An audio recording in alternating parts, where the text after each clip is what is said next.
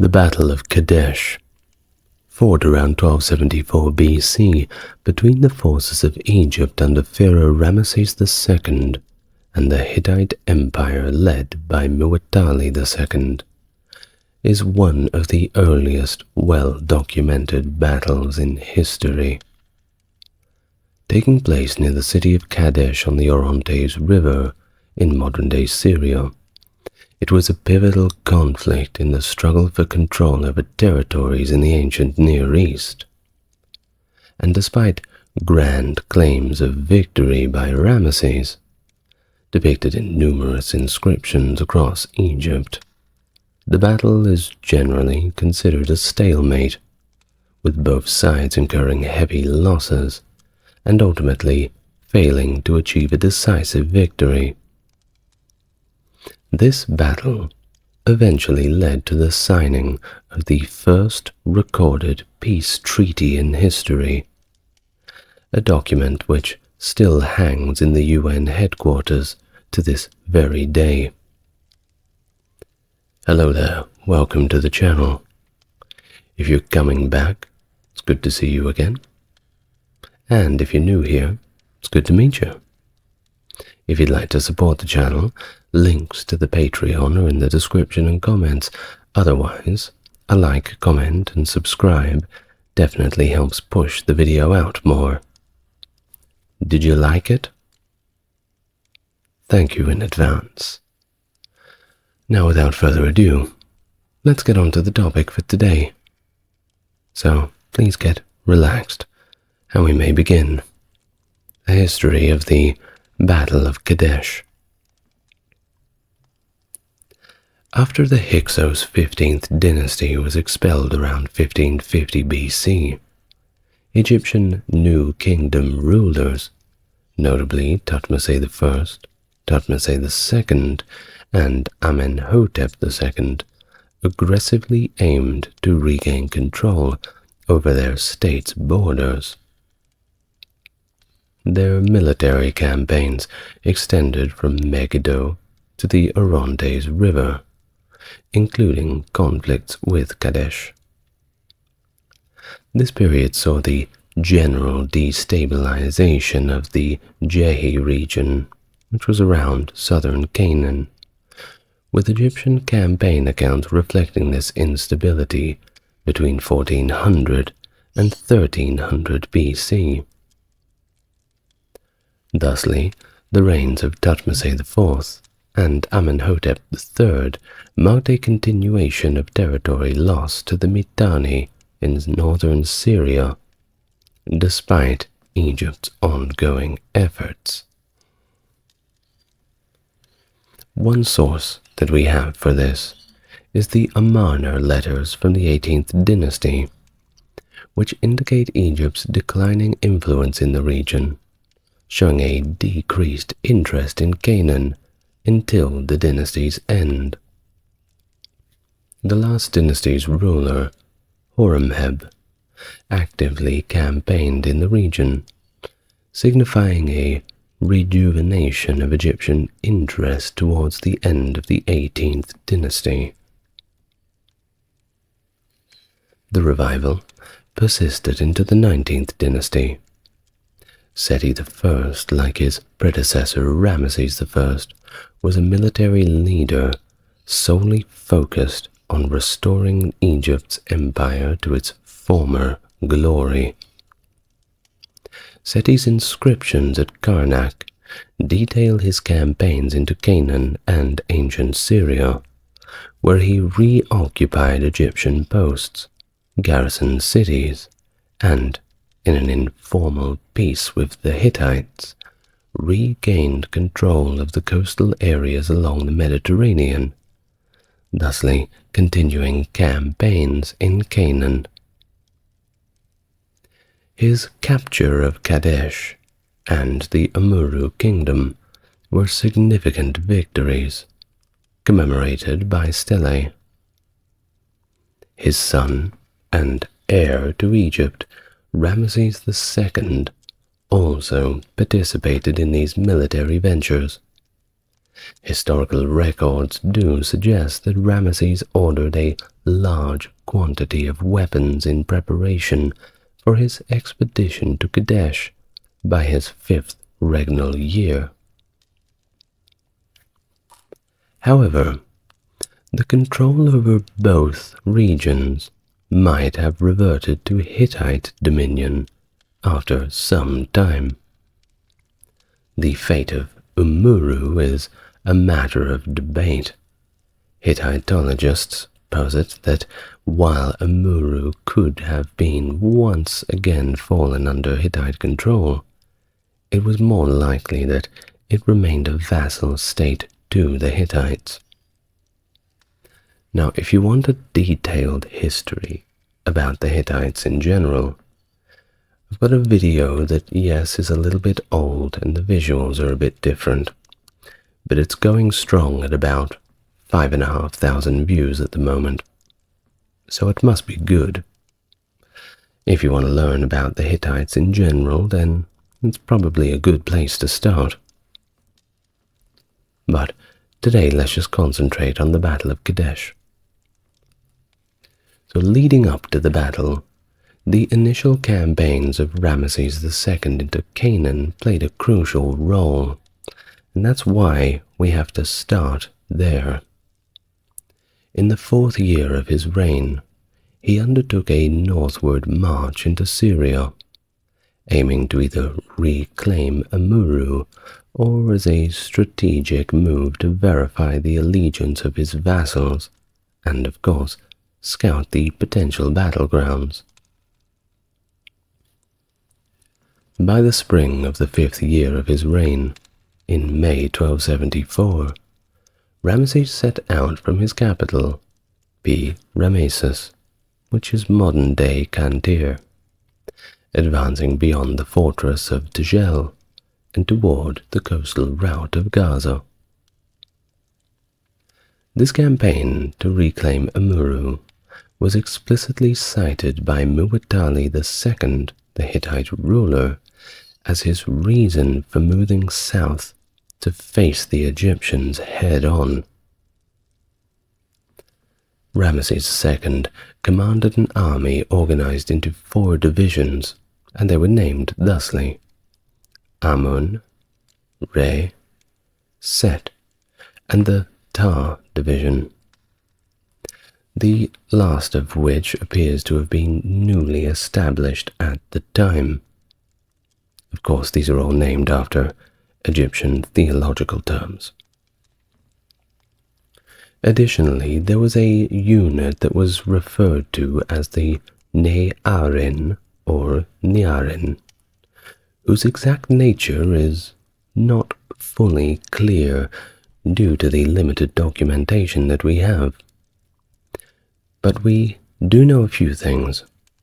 The forces were possibly Canaanite military mercenaries who aligned with the Egyptians, or perhaps they were Egyptian units themselves.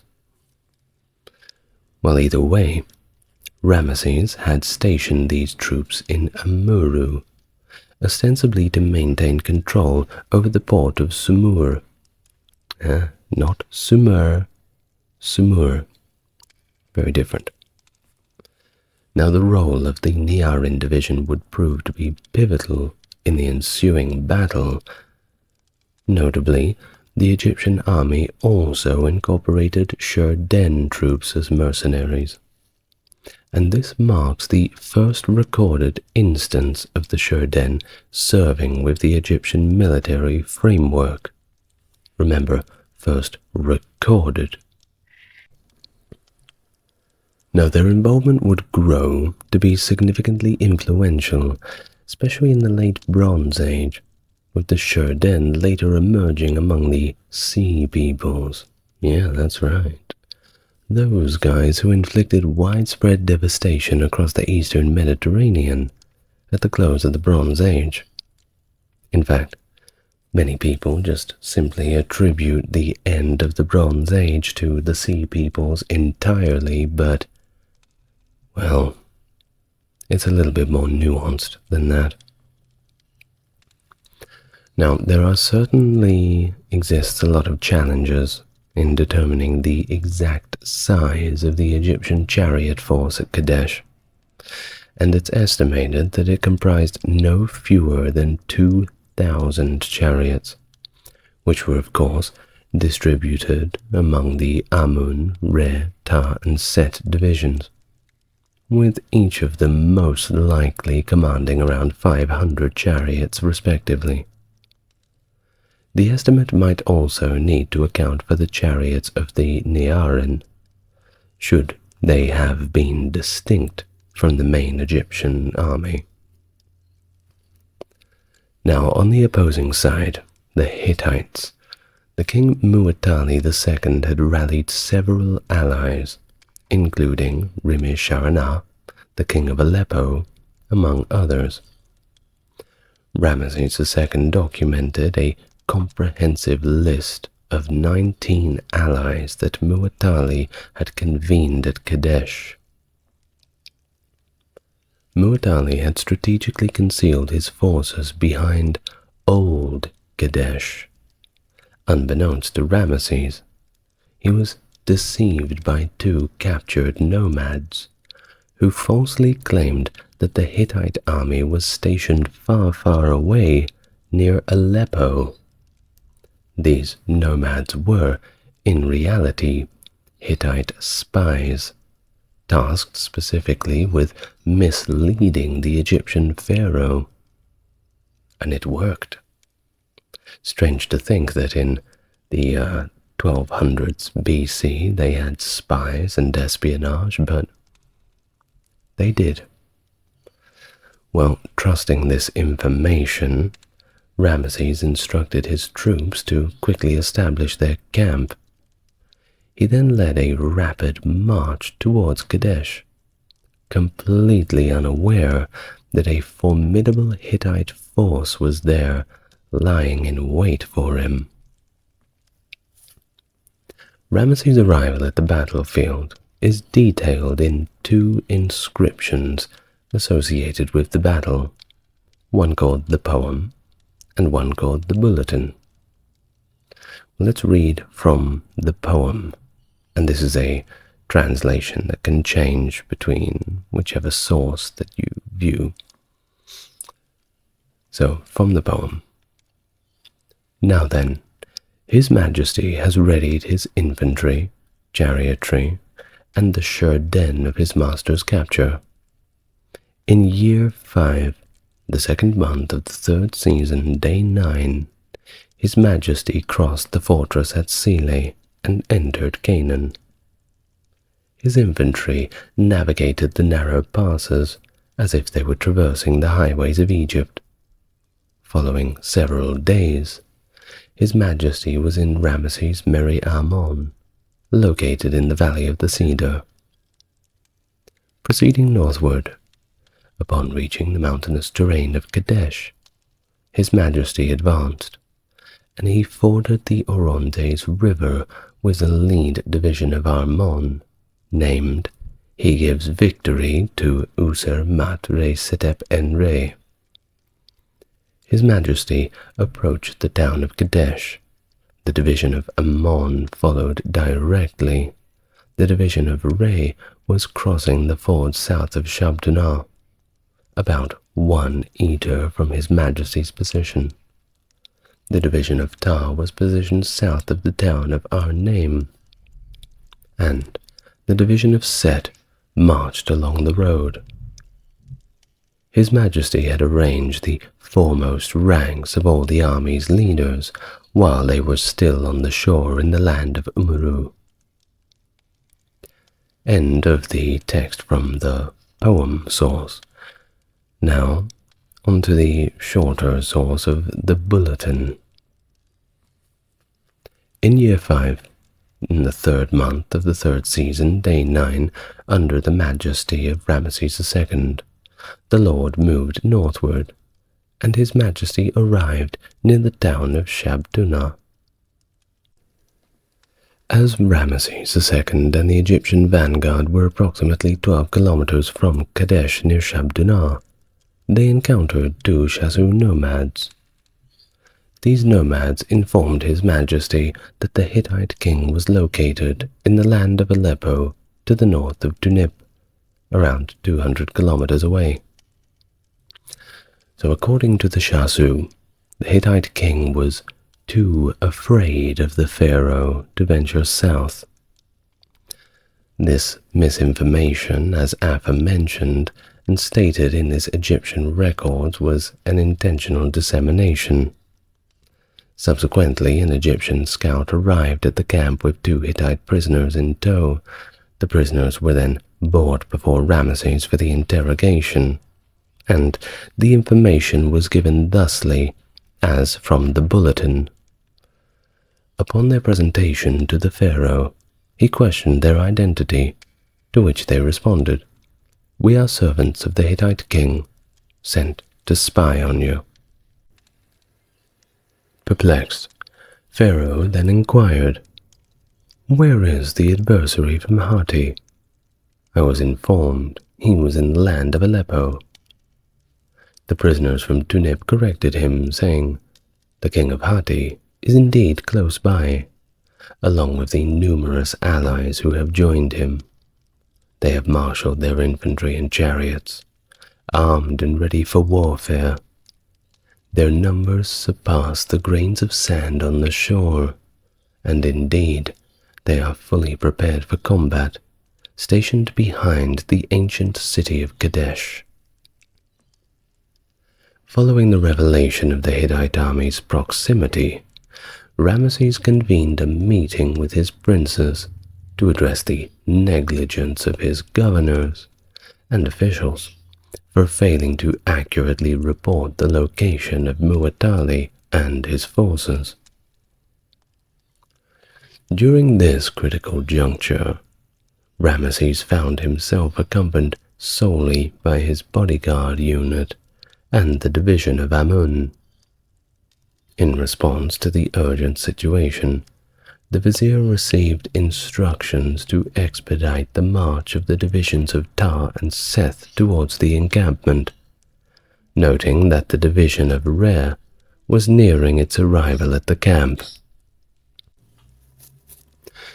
As discussions with the princes progressed, and orders were given for the Amun division to ready itself for combat, the Hittite chariots launched a surprise attack across the river, targeting the center of the Re division as it advanced towards Ramesses' position.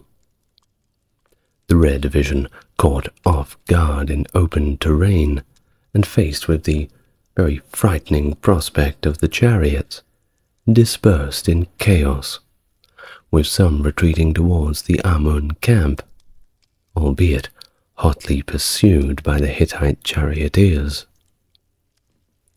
The assault intensified as the Hittite chariots encircled the north, breaching the Egyptian camp's defenses and breaching the Amun division's shield wall, triggering more panic among its ranks. The effectiveness of the Hittite offensive began to slowly diminish as the chariots navigated the densely packed camp, with some charioteers accidentally crashing into each other and perishing, and if not perishing from the impact, certainly getting stabbed to death as they thrashed around on the ground with broken legs and backs from the fall. Not a good way to go. Well, complete chaos. And in the midst of this chaos, Ramesses portrayed himself as solitary, abandoned by his officers, charioteers, soldiers, shield-bearers, at least according to the Egyptian narrative. Despite being overwhelmed, Ramesses managed to repel the initial wave of attackers and rejoined the Egyptian lines, likening his ferocity in battle to the deity Set, a war god sent to Earth. Pretty cool. Now he recounted dispersing the Hittite chariots encircling him, charging through their ranks with his horses. Whether or not this is what actually happened certainly paints Ramesses as quite a brave character. I suppose it depends on who's doing the writing. Either way, a good bit of propaganda that makes the Egyptians look like the real tough guys. Now confronted with a dire situation, the pharaoh invoked the protection of his deity Amun and took to the offensive, leading the charge with his personal guard, a contingent of chariots from the Amun division, and the remnants of the dispersed Ray division. Ramesses, gallantly at the front of the line, fought back against the Hittite adversaries. You see how this is kind of one-sided, but that's what the Egyptian sources tell us. The Hittite forces, under the impression that they had completely vanquished the Egyptians, engaged in looting the Egyptian encampment, thereby rendering themselves vulnerable to Ramesses' strategic counteroffensive. He successfully repelled the looters, driving them back towards the Orontes River, thereby safeguarding the Egyptian camp from further plunder. During this case, the lighter, more agile Egyptian chariots easily overtook and defeated the more bulky and heavier Hittite chariots, capitalizing on their speed and maneuverability. Of course, the Hittite chariots were great out in the open, but around these tight corners and the uneven ground of the camp, well, they weren't as good as the smaller variants. Well, despite this setback, Muwatalli remained at the helm of a formidable force, comprising not only reserve chariotry and infantry, but also the fortified town's protective barriers, and that's gotta count for something. As the Hittites' retreat reached the river, Muwatalli orchestrated a counter-strike with an additional deployment of 1,000 chariots, led by the most noble of his soldiers. This move aimed to reassert Hittite presence near the Egyptian encampment. However, it didn't go as planned. The strategy encountered some unexpected resistance. The Nearin troops, a contingent from Amaru, made a timely and, frankly, very surprising entrance to the battlefield, seemingly out of nowhere, stepping in to further complicate the situation for the Hittites. Compounding Hittite distress, the Egyptian Tar division also made its presence felt from the south, posing a significant threat to the rear of the Hittite forces. The battle was turning in the Egyptians' favor. The battlefield dynamic shifted even more dramatically after 6 intense charges led by the Egyptian forces that resulted in the Hittite forces being nearly encircled with their backs against the Orontes River, and I doubt that all of them could swim. The encirclement forced the remaining Hittite troops into a desperate attempt to flee by abandoning their chariots, simply leaving them there, throwing down all of their things and attempting to swim across the river, likened in the Egyptian narratives to be scurrying away like crocodiles. However, many were not very fortunate. Of course, some made it across, but the majority of them succumbed to the depths of the Orontes River. And, well, they did not last the day. The aftermath of the battle has, of course, been subject to many different interpretations. It ranges from an outright Egyptian triumph to a more equivocal stalemate. Now, some scholars even argue for an Egyptian defeat, suggesting that the Egyptian historical records were more propagandistic than factual in nature. And honestly, I don't blame them for this. Now, while there's no solid evidence to come to this conclusion, when you read through the Egyptian narratives, it seems so fanciful, especially when they're talking about Ramesses II and his heroic actions. It certainly seems like something that's, well, a little bit blown out of proportion. But how far out of proportion can it be blown? Would it be for propaganda purposes, all the way to a complete lie about the victory? I don't think so. Personally, I don't think so. But there's certainly some credence to think that certain aspects were made different for political purposes. It's not the first or the last time that has happened. Now, despite the forced retreat of the Hittite army, the Egyptians were unable to secure Kadesh, which marks the battle's conclusion without a decisive victory. Now, what was the victory condition? Was the condition on beating the Hittites, defending their camp, or was it on the capture of Kadesh?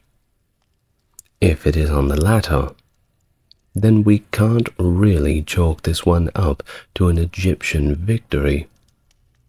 And even if we chalk it up to a Hittite victory, which we're not going to do, we could perhaps call it a Pyrrhic victory for both sides. Now, facing the logistical challenges of maintaining a prolonged siege on the fortified city of Kadesh, Ramesses made the strategic decision to simply withdraw his forces, directing them southwards towards Damascus before he himself returned to Egypt. Now, despite not achieving this objective of capturing the city of Kadesh itself, Ramesses declared a personal victory, and he portrayed the retreat as a rout of his adversaries. The assertion, however, is pretty much seen as largely symbolic, highlighting his ability to extricate his forces from a potentially disastrous ambush through the deployment of his innovative, lighter, and frankly faster two-man chariots, which proved to be advantageous against the slower, heavier Hittite chariots. Of course, think of it in this way. If they had used the same chariots during the raid on the camp, then the Hittites, well, it may have been a more even ground, and they may have even managed to capture or kill, in whichever order, Ramesses himself. But that's just speculation now, isn't it? But you know, the Egyptians, they're not the only ones with written records. The Hittites had their own account of it. Contrasting narratives emerged from the Hittite records preserved in Hattusa. That was the Hittite capital, by the way. And of course, the Hittite records suggest a slightly less favorable outcome for the Egyptian forces. Color me surprised. Well, the Hittites suggest that Ramesses' retreat was a consequence of defeat rather than a tactical withdrawal. These accounts provide a perspective that certainly diverges significantly from the triumphant Egyptian narrative, suggesting a rather complex aftermath to the battle that is, of course, once again subject to the listener's interpretation.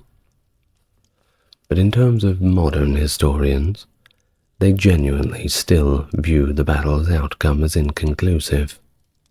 Not much was really lost or gained, and they recognize it as a stalemate, but with significant long-term implications for Egyptian military strategy and tech advancements. And of course, it marks just another pivotal moment in Egypt's ongoing conflict with the Hittites. Well, in the aftermath on the Hittite side, Mu'tali expanded his campaigns into the Egyptian territory of Appa, asserting Hittite control and positioning his brother, the future Hattusili III, as the regional governor. This expansion effectively limited Egypt's influence in Asia to Canaan, a region that itself became unstable due to revolts among Egypt's vassal states. The ensuing years saw Ramesses undertaking a series of campaigns to reinforce Egyptian authority in Canaan, setting the stage, of course, for more confrontations with the Hittites. Ramesses' subsequent military campaigns, particularly in the 8th and 9th years of his reign, saw quite a few notable successes, including the capture of the Hittite-held cities of Dapur and Tunip, territories that had not seen Egyptian military presence since the era of Thutmose III, and that was nearly a century ago. However, the victories were short-lived, as the strategic importance and defensibility of the region between Umuru and Kadesh proved to be more or less untenable, leading to its recapture by Hittite forces shortly thereafter. A second campaign against Dapur in Ramesses' 10th year mirrored the impermanence of his earlier achievements. The protracted conflict eventually led to the negotiation of a formal peace treaty with Hattusili III, which was signed 15 years after the Battle of Kadesh. This historic agreement, documented on a silver tablet with a clay copy discovered in Hattusa and currently displayed at the Istanbul Archaeology Museum, symbolizes one of the earliest recorded instances of an international peace treaty. And, as mentioned in the introduction, this treaty, which is also commemorated at the United Nations headquarters, is well known to this day. Walk into the UN, you'll see it up there on the wall. So what is the treaty? What did they get? What did they lose? Well, let's talk about the treaty a little bit.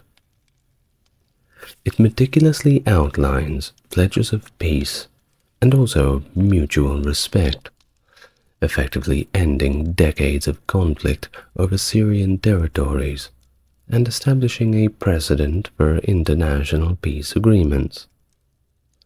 Its clauses articulate a clear intention to maintain peace, delineate boundaries, and prevent future hostilities, signifying mutual recognition of sovereignty and also a commitment to coexistence. A significant aspect of the treaty is its provision for mutual defense, promising aid in the event of an external aggression, or perhaps an internal turmoil. Think about rebellions, that sort of thing. And all in all, that reflects a pretty deep level of strategic alliance that pushes the agreement beyond this mere peaceful cohabitation. This clause of it not only facilitated a defensive pact against common enemies, but it also ensures stability within each empire by discouraging internal dissent and rebellion, thereby strengthening Hattusili's position and securing his dynasty's future.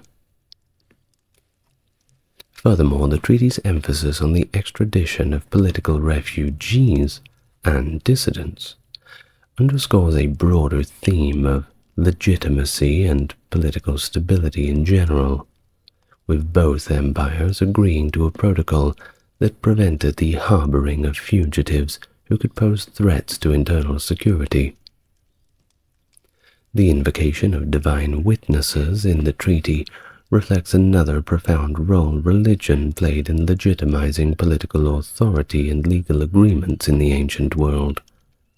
By calling upon the gods to witness and enforce the treaty, the document taps into the religious beliefs and practices of the time, emphasizing the sacred nature of the oath and severe divine repercussions if it is violated. All in all, this treaty of Ramesses II and Hattusilis III is just an example of the advanced diplomatic acumen that the ancient civilizations don't often get credit for. It showcases an ability to negotiate a complex international agreement, also foresight in establishing mechanisms for peace and cooperation, and of course the integration of legal, political, and religious elements into a binding document. So, for Ramesses, the decision to enter into an alliance with the Hittites marked a pragmatic shift in his foreign policy objectives. After years and years of costly and inconclusive military campaigns, which were aimed at reclaiming lost territories in Syria, Ramesses recognized the diminishing prospects of military success, especially against a force as formidable as the Hittites. Of course, in light of this realization, he just turned to victory through diplomacy, aiming to bolster his reputation as a capable and influential pharaoh on the world stage. And he did. By accepting the terms of this treaty, Ramesses aimed to achieve several strategic objectives.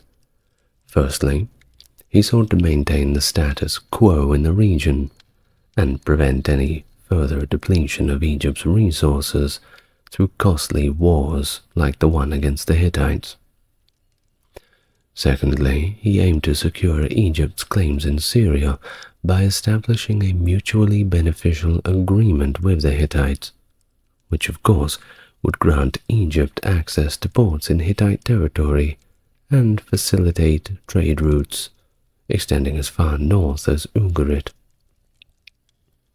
Thirdly, Ramesses aimed to mitigate the emerging threat posed by the rising power of Assyria, which had begun to assert its own dominance within the region.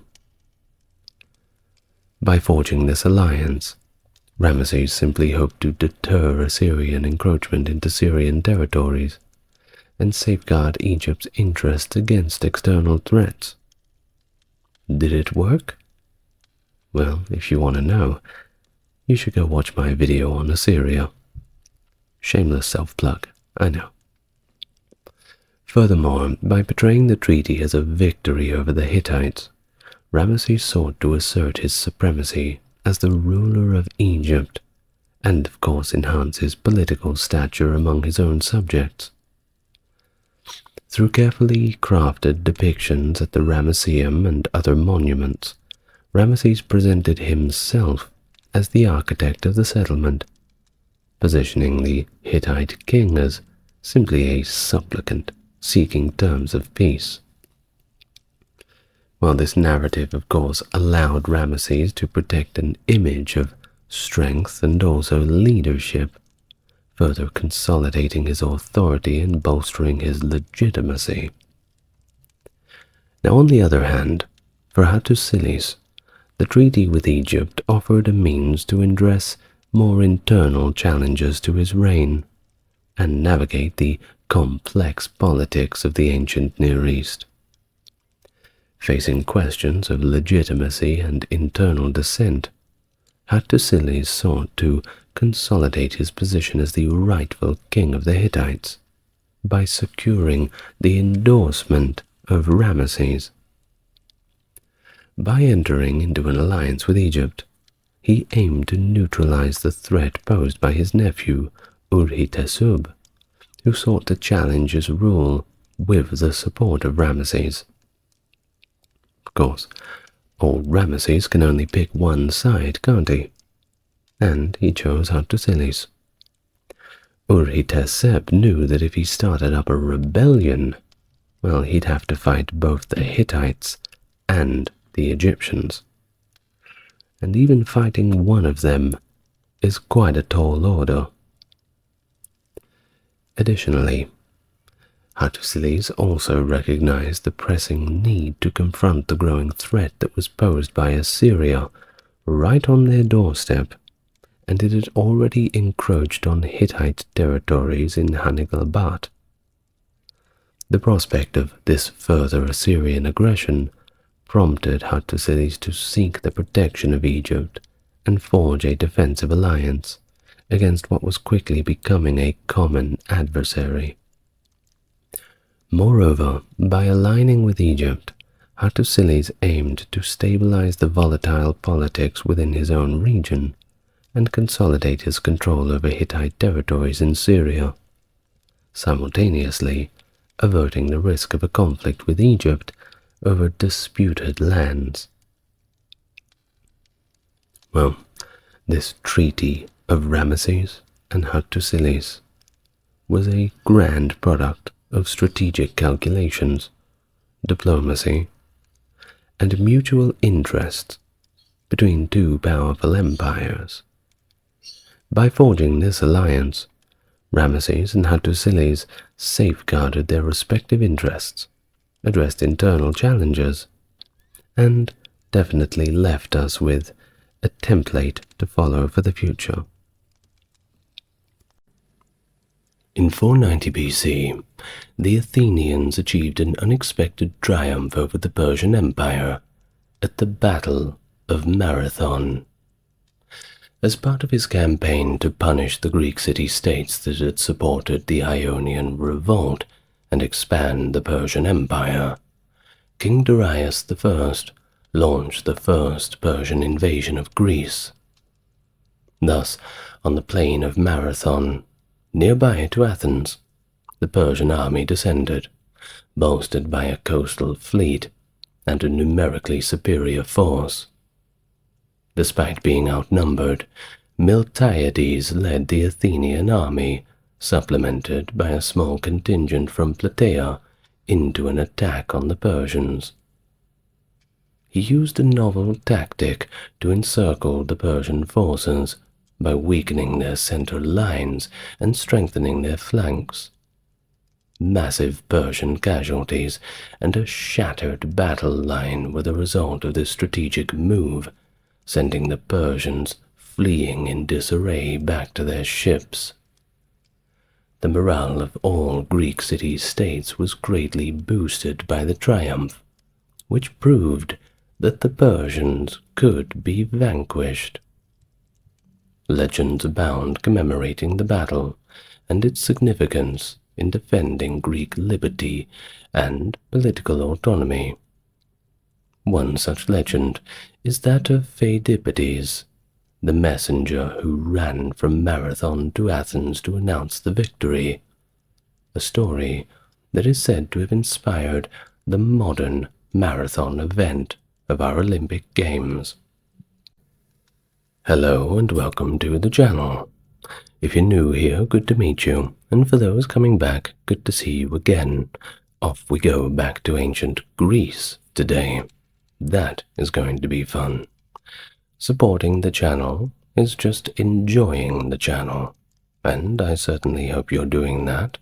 The like and subscribe's up there too, and if you feel the need to look in the description, you may find some other links that are perhaps relevant to you. But first, let's get nice and relaxed and we can begin with today's topic. Initiated largely by the Ionian revolt, the Persian invasion of Greece marked the beginning of the Greco-Persian Wars. You see, both sides had been interacting for a long time, and this war was the result of both the revolt and their reactions to it. The young Persian Empire was rapidly expanding by 500 BC, but it was beset by insurgencies among the peoples it had conquered. When King Darius took the throne, he wasted no time in putting an end to the various rebellions. He had already expanded Persian influence into Europe before the Ionian Revolt broke out, subjugating Thrace and establishing Macedon as a tributary state. At the time, Greece was politically divided, which made it an easy target for the Persians to expand into, little by little. Now, the Ionian Revolt demonstrated the danger that the Greek city-states could present to the Persian stability. Thus, in retaliation for the uprising, Darius plotted a punishing expedition to conquer the Aegean and Greece. Aristagoras, the tyrant of Miletus, and Artaphernes, a Persian satrap, launched an unsuccessful assault on Naxos to start the war. Artaphernes decided to depose Aristagoras after the endeavor failed, and the democratic government that Aristagoras founded in Miletus, which he had renounced in anticipation of his dismissal, sparked rebellion in other cities of the Ionian region. Aristagoras sought out allies on the Greek mainland, but he only received military backing from Athens and Eretria. A number of internal political events, most notably the birth of democracy following the deposal of Athens dictator Hippias in 510 BC, impacted the Athenians' choice to put their support behind the revolt. Hippias, the exiled son of Pisistratus, the political tycoon of Athens, sought asylum in Sardis with Artaphernes. In return for help re-establishing his rule, he pledged to subjugate Athens to Persian influence. At the same time, Cleisthenes and the Alcmeonidae family, who saw themselves as the rightful rulers of Athens, were greatly dismayed when Cleomenes I of Sparta installed Isagoras, who favored a pro-Spartan administration. Cleisthenes formed a new political faction, with strong support from the Athenians after losing politically to the coalition headed by Isagoras. Although this strategy was initially successful, Cleisthenes and other prominent members of the Alcmeonid family were exiled when Cleomenes I of Sparta returned to Athens at the request of Isagoras. The Athenians rose up in rebellion against Cleomenes and Isagoras' attempts to create an absolute oligarchy, and drove them from power. Thus, the Athenians were given more power when Cleisthenes swiftly instituted reforms upon his return in 507 BC. These reforms did not instantly create a complete democracy, but they did set the foundation for it. Now, Athens' newfound independence made the city-state extremely resistant to rule by Sparta, Persia, or anybody that wasn't Athens. And fair enough. Cleomenes was so unhappy that he led the Spartan army into Athens to try to oust Isagoras. but they were unsuccessful. Simultaneously, Athens turned to Artaphernes in Sardis for assistance in their fear of the outcome, and Artaphernes demanded the traditional symbols of submission, earth and water. Despite receiving severe criticism upon their return to Athens, the Athenian ambassadors acquiesced. Hippias fled back to Sardis and begged the Persians for help in recapturing Athens after Cleomenes' attempts to restore the exiled tyrant failed as well. Athens responded by sending emissaries to Artaphernes in an attempt to dissuade him from supporting Hippias. But Artaphernes instead demanded that he be reinstated. The city-state of Athens refused, and instead readied itself for war with Persia, joining forces with the rebellious Ionian cities. This was especially true, given that many of these cities had been Athens' colonies, and had since become democratic republics. Afterwards, 25 triremes, that's a kind of ship that they had in ancient Greece, quite effective, were dispatched by Athens and Eretria to lend support to the Ionian revolt. They marched on Sardis and burned down the lower city. But unfortunately, the triumph was fleeting, and they were routed to the coast by the Persian armies, suffering heavy casualties in the process. Despite their withdrawal, King Darius of Persia became even more enraged by Athens and Eretria as a result of their daring move, and he vowed to take vengeance upon them. The Ionian revolt came to a close with the Persian conquest of Lade in 494 BC.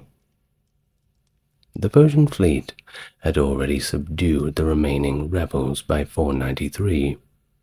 Previously, ungoverned territories in the Propontis and the eastern Aegean were incorporated into the Persian Empire by Darius during this juncture. Once they had Ionia under control, the Persians could finally punish Athens and Eretria for their role in the Persian threat. After the Ionian revolt was put down in 492, Darius dispatched an expedition to Greece, led by Mardonius, his son-in-law. In addition to re-subjugating Thrace, Mardonius fully subjugated Macedonia to Persia, ending its previous status as a relatively independent vassal. However, his fleet was destroyed in a violent storm, and the campaign came to a premature end. When Hippias fled to the son of the satrap Artaphernes, and the Median admiral Datis led another expedition in 490, Darius was once again in charge.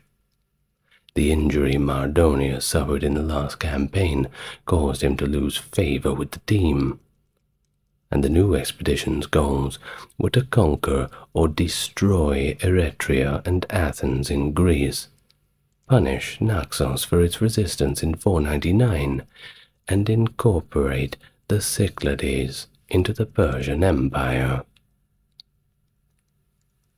By carefully hopping around from island to island across the Aegean, the Persian army captured and punished Naxos before reaching midsummer off the coast of Euboea. After sieging, capturing, and burning Eretria, they swung south towards Attica to punish Athens, the campaign's ultimate goal. And there, at the Bay of Marathon, about 27 kilometers northeast of Athens, the Persians touched ground, with the advice of the exiled Athenian dictator Hippias. Then, under the command of the seasoned general Miltiades, the Athenians wasted no time advancing to Marathon in an effort to cut off the Persians' access to the plain and their ability to push further inland. At the same time, Pheidippides, Athens' fastest runner, was sent to Sparta to ask for military aid. However, his arrival occurred during the Cannae festival, which meant that the Spartans would have to wait at least 10 days for the full moon before they could get ready to go for battle.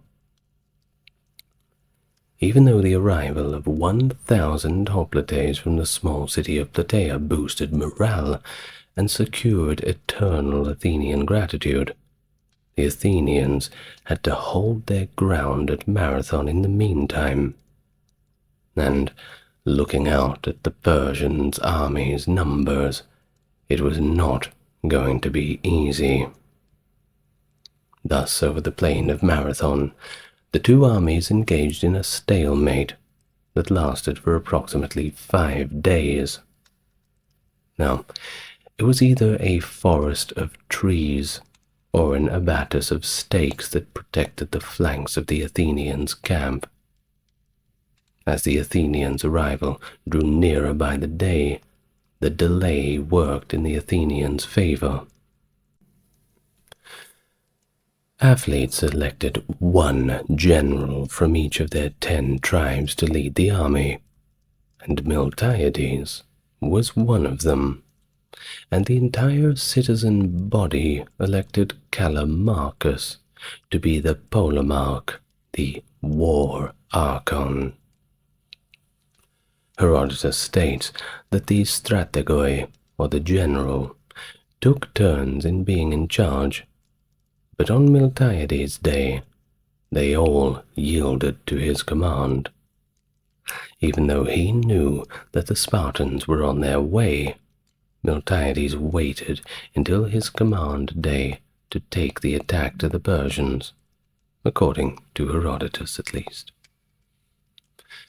Problems do arise with this account due to the lack of proof of rotating generalship, and the fact that the Athenians gained very little benefit from attacking before the Spartans arrived.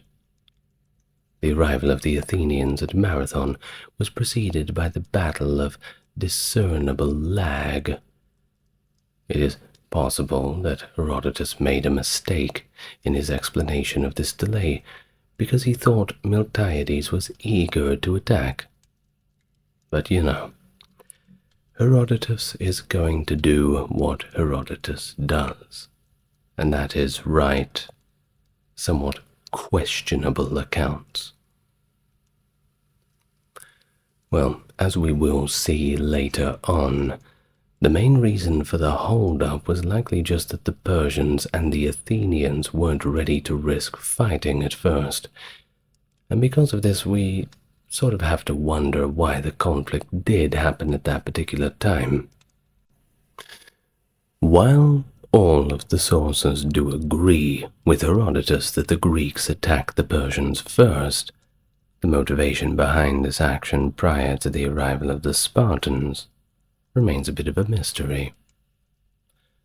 To put it simply, there's two competing hypotheses.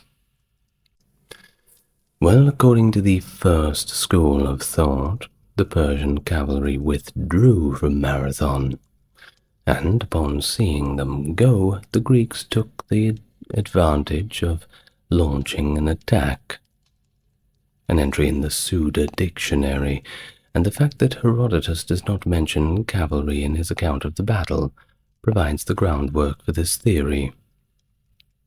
But the most common version of this theory holds that the cavalry were to be sent by sea to attack an undefended Athens at the rear as the remaining Persians pinned down the Athenian army at Marathon, while the other version states that they were completing rather the tedious process of re-embarking on the ships. And if you've ever tried to get a horse on a boat, you know what they're talking about.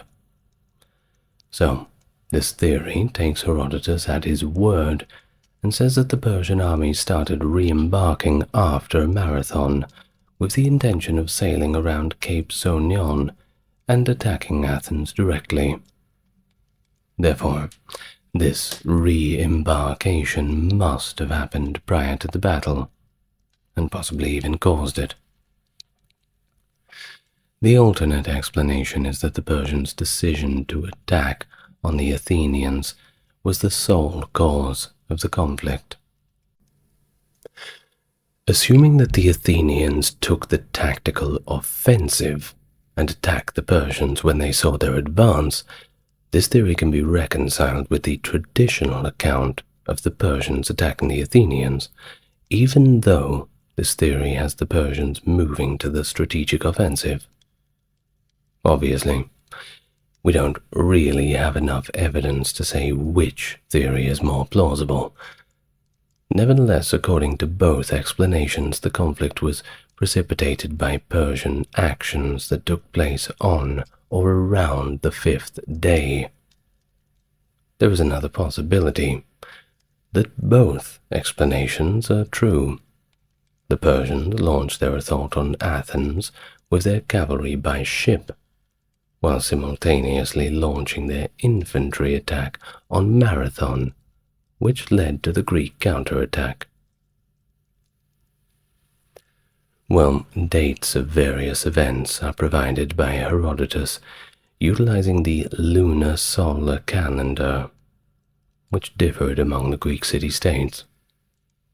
Historians can utilize astronomical calculations to transform these dates into the proleptic Julian calendar, which is widely used for establishing chronology. This date has been traditionally acknowledged since 1855, when Philip August Bock demonstrated that the fight occurred on September 12, 490 BC, based on the calculations of the Julian calendar. But this finding is conditional on when exactly the Spartan festival took place. After all, the Spartan calendar might have been a month earlier than the Athenians. On the 12th of August, 490 BC, if this were true, then the conflict would have taken place. Well, Herodotus does not specify how many Athenians were in the army during the Battle of Marathon. Ancient historians and chroniclers like Plutarch, Cornelius Nepos, and Pausanias all attest that 9,000 Athenians and 1,000 Plataeans made up the Athenian army. In contrast, according to Justin, there were 10,000 Athenians and 1,000 Plataeans. The quantity of soldiers sent by the Athenians and Plataeans to the Battle of Plataea 11 years later is remarkably similar to these figures, according once again to Herodotus. And Pausanias further mentioned that the monument honoring the fight had the names of enslaved people who had been released in return for their military service. These figures are usually considered plausible by modern historians. The entire Athenian army at Marathon and Plataea would have constituted around 3% of the total population, considering that the population of Attica, the area governed by Athens, was around 315,000 at the time, and that is including slaves. This estimate shows the crucial role that these battles played in Athenian and Greek history, highlighting the massive mobilization of resources by the Athenians in reaction to this collective threat from the Persians. Darius commanded a fleet of 600 triremes, as reported by Herodotus. The Persian army's size is not really mentioned, but he does say that it was large and densely packed. There are a variety of Persian force estimates found in other ancient sources. For example, Simonides, a poet who lived at the same time or around it, claims that the number of campaigners was 200,000.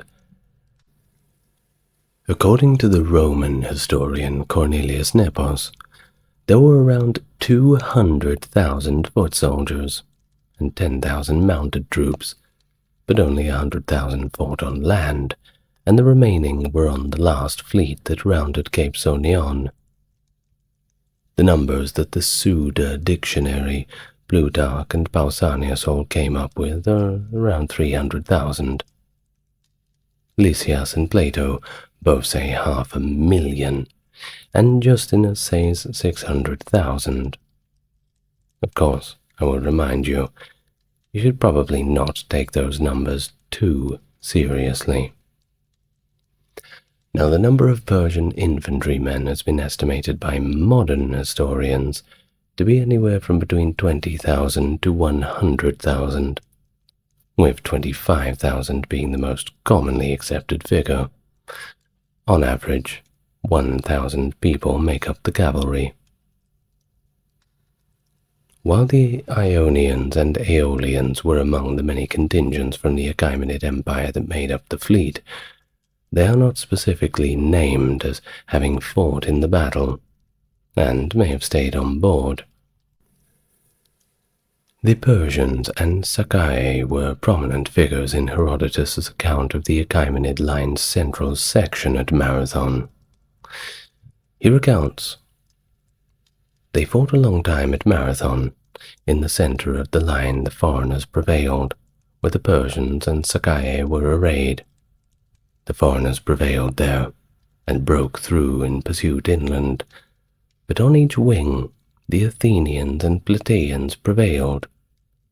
In victory they led the routed foreigners flee, and brought the wings together to fight those who had broken through the center. The Athenians prevailed, then followed the fleeing Persians and struck them down. When they reached the sea, they demanded fire and laid hold of the Persian ships." End of the account from Herodotus.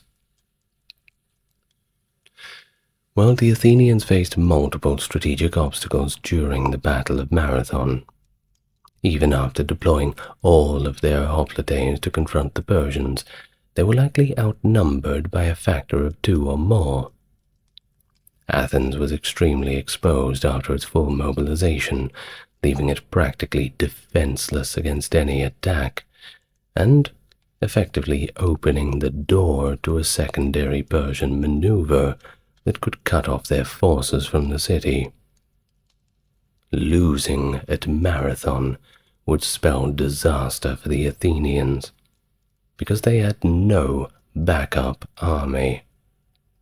Strategically, they aimed to engage the Persian forces at Marathon in a way that would prevent them from being outmaneuvered and flanked by blocking the plain's exits.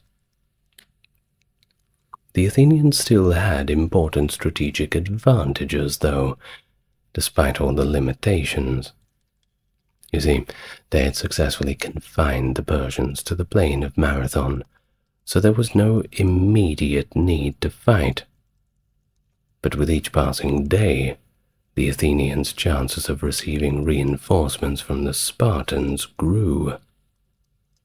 The Athenians chose to play defense in the early stages of the conflict, because attacking was fraught with danger, and delaying might have paid dividends. The Athenians chose to remain on the defensive was even more justified when they considered the weakness of hoplites against cavalry and the formidable cavalry forces of the Persians. It is probable that the Persian strategy revolved around their tactical alternatives. Later battles, such as Plataea and Thermopylae, would demonstrate that Persian infantry, in contrast to Greek hoplites, were unprepared for direct confrontations due to their lighter and less armored nature. It is possible that the Persians were discouraged from launching a frontal attack by the Athenians' formidable defensive position. The Athenians had set up a camp on a spur of Mount Agrielice, which provided commanding views of the Marathon plain. In fact, the ruins of these towers can still be seen today. That's one to put on your list, isn't it? Imagine you stand at the ruins of those towers and look down upon those plains. Ah, history is alive.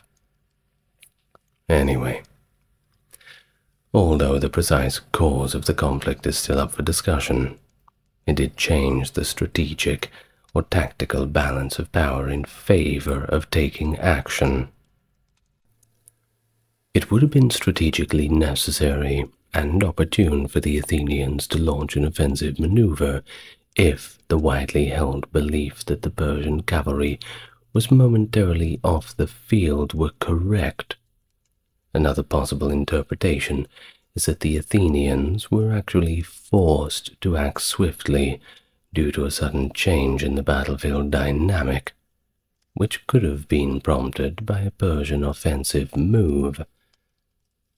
A static defense by the Athenians would not have worked against the Persian force's high proportions of missile troops. The hoplites' power came from fighting in close quarters, so they had to rush the Persians into a fight. The question of why the Persians waited a few days before launching the attack arises if they were the ones to start it.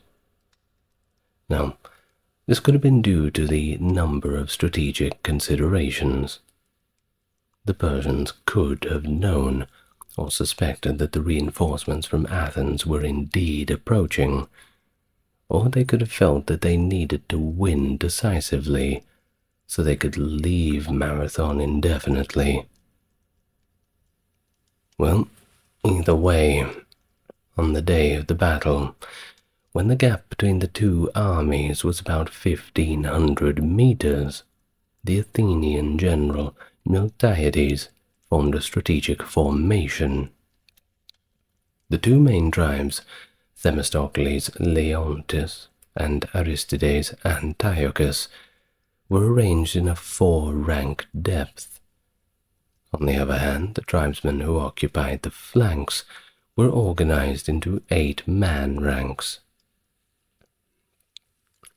Some contemporary observers have hypothesized that this was a strategic move to allow for a double encirclement of the Persian center. However, this view assumes an advanced degree of military skill and training among all the Greeks, which was, it seems to be, probably non-existent during that period. I mean, we're talking about around 500, 400 BC. In fact, it wasn't until 371 BC, the Battle of Leuctra, that such an intricate tactical planning is seen anywhere in Greek warfare. But back to the topic. Well, to prevent the Greeks from being outflanked, it's more likely that this formation was meant to make sure the Athenian line was as long as the Persian line. By making this last-minute change, the Athenians were able to meet the Persians halfway between their needs for depth and breadth in the ranks, resulting in a formidable front line. Reportedly, after the Athenians had reformed their line, Miltiades issued a straightforward order to advance, saying, "At them." Now, it was thought physically impossible for the Athenians to run the whole distance to the Persian lines while wearing the heavy armor, but Herodotus seems to think otherwise. I'm not sure if Herodotus has ever donned a full suit of that kind of armor, but I have worn a kind of three-quarter length shirt of chainmail before, one that goes kind of halfway down the thigh. And let me tell you, even walking in one of them is, well, you can't do it for too long. Great training, though, I will say that. Well, the Athenians probably marched until they were about 200 meters from the Persian archers' effective range, and then started running toward the enemy. It's also possible that they ran in disorganized formation until they reached the 200-meter mark, after which they reformed for the last push into combat. Herodotus implies that the Greek army had never charged into battle before, most likely due to the novelty of facing an enemy whose primary weapon was missiles. Now, the Persians were taken aback by this strategy and thought the Athenians were practically insane when they charged.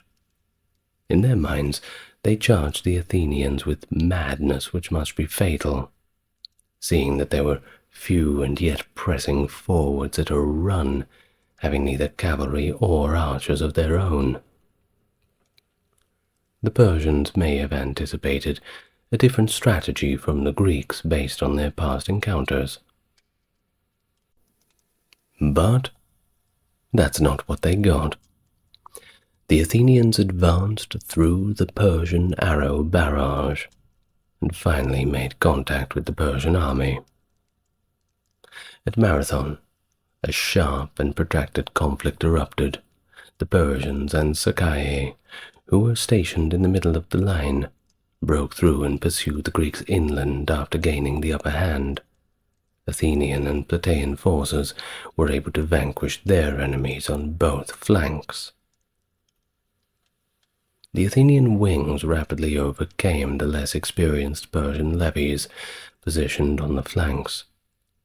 These Persian troops, lacking the discipline and training of the Greek hoplites, were unable to withstand the determined assault, and soon broke, fleeing the battlefield.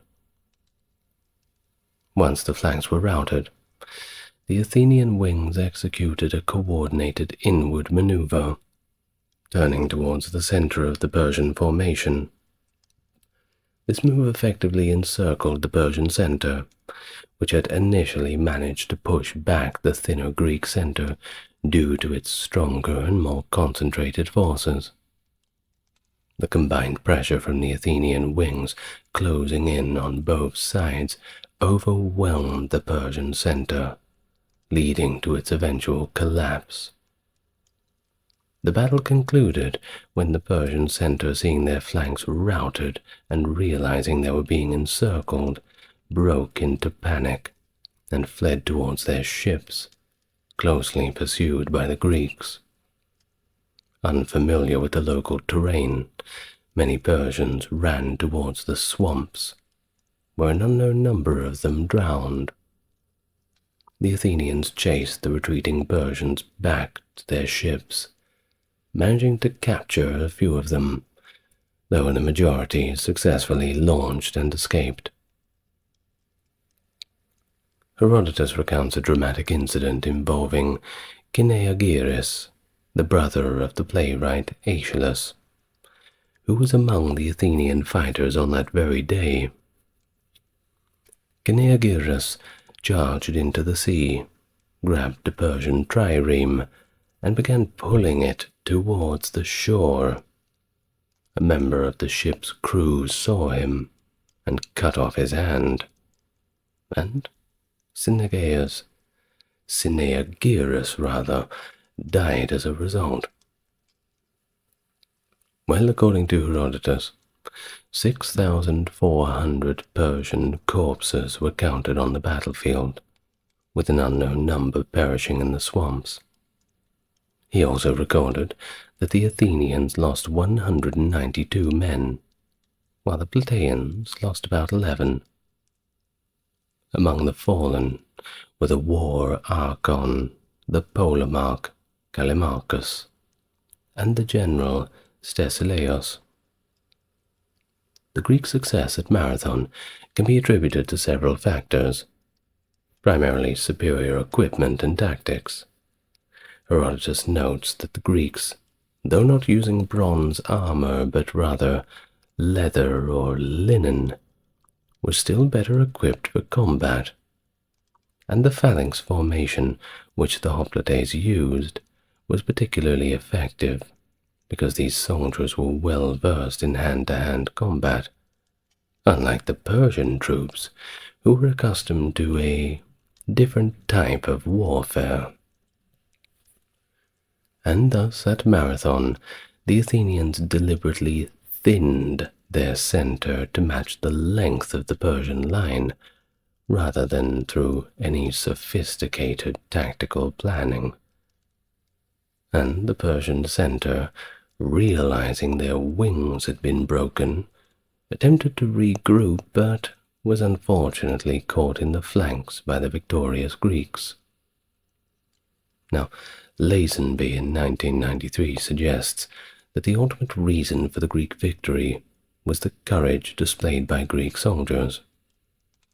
He said, "Marathon was won because ordinary amateur soldiers found the courage to break into a trot when the arrows began to fall, instead of grinding to a halt, and when, surprisingly, the enemy wings fled, not to take the easy way out and follow them, but to stop and come to the aid of the hard-pressed center."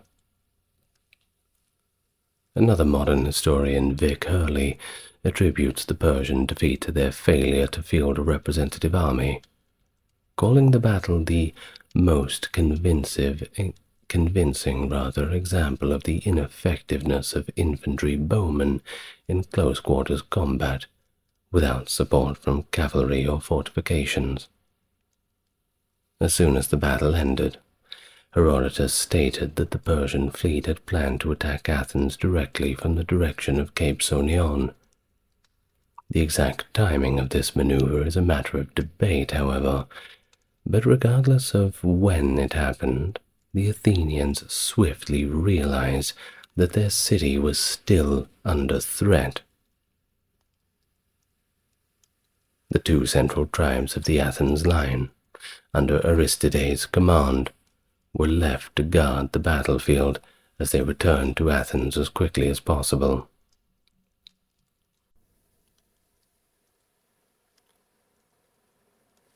The Persians were unable to secure a landing because the Athenian forces had reached Athens at the last possible moment. The Persians saw this as a missed opportunity and headed back to Asia. A prominent Athenian aristocratic family, the Alcmaeonids, were allegedly involved in this Persian maneuver, according to Herodotus. There was supposedly a shield signal given after the battle, but no one knows for sure what it means or how accurate it is. Well, after completing the 220 kilometers, 140 miles in just 3 days, the Athenian army arrived at Marathon the day after the battle. On their tour of the battlefield, they paid tribute to the Athenians' decisive triumph. 2 tumuli on the battlefield were built to honor the burial of the Athenians and Plataeans who died at Marathon. The Athenians' tomb bore the inscription of an epigram written by Simonides. Fighting at the forefront of the Greeks, the Athenians at Marathon laid low the army of the Gilded Medes. Following the conclusion of the battle, Darius began the process of putting together a massive new army, with the objective of completely undermining Greece.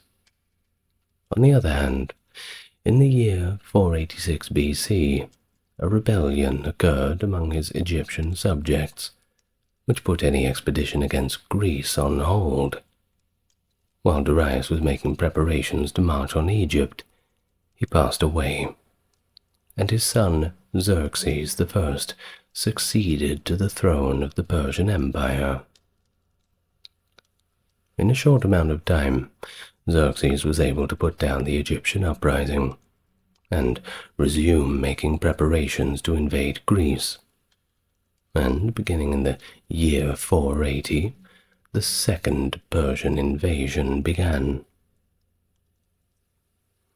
The invasion was initially marked by victories for the Persians at Thermopylae and Artemisium.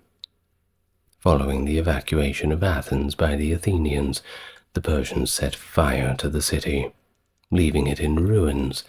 However, they were ultimately defeated at the Battle of Salamis, which was the ultimate turning point in the conflict, thanks to Themistocles, best general that Athens ever had.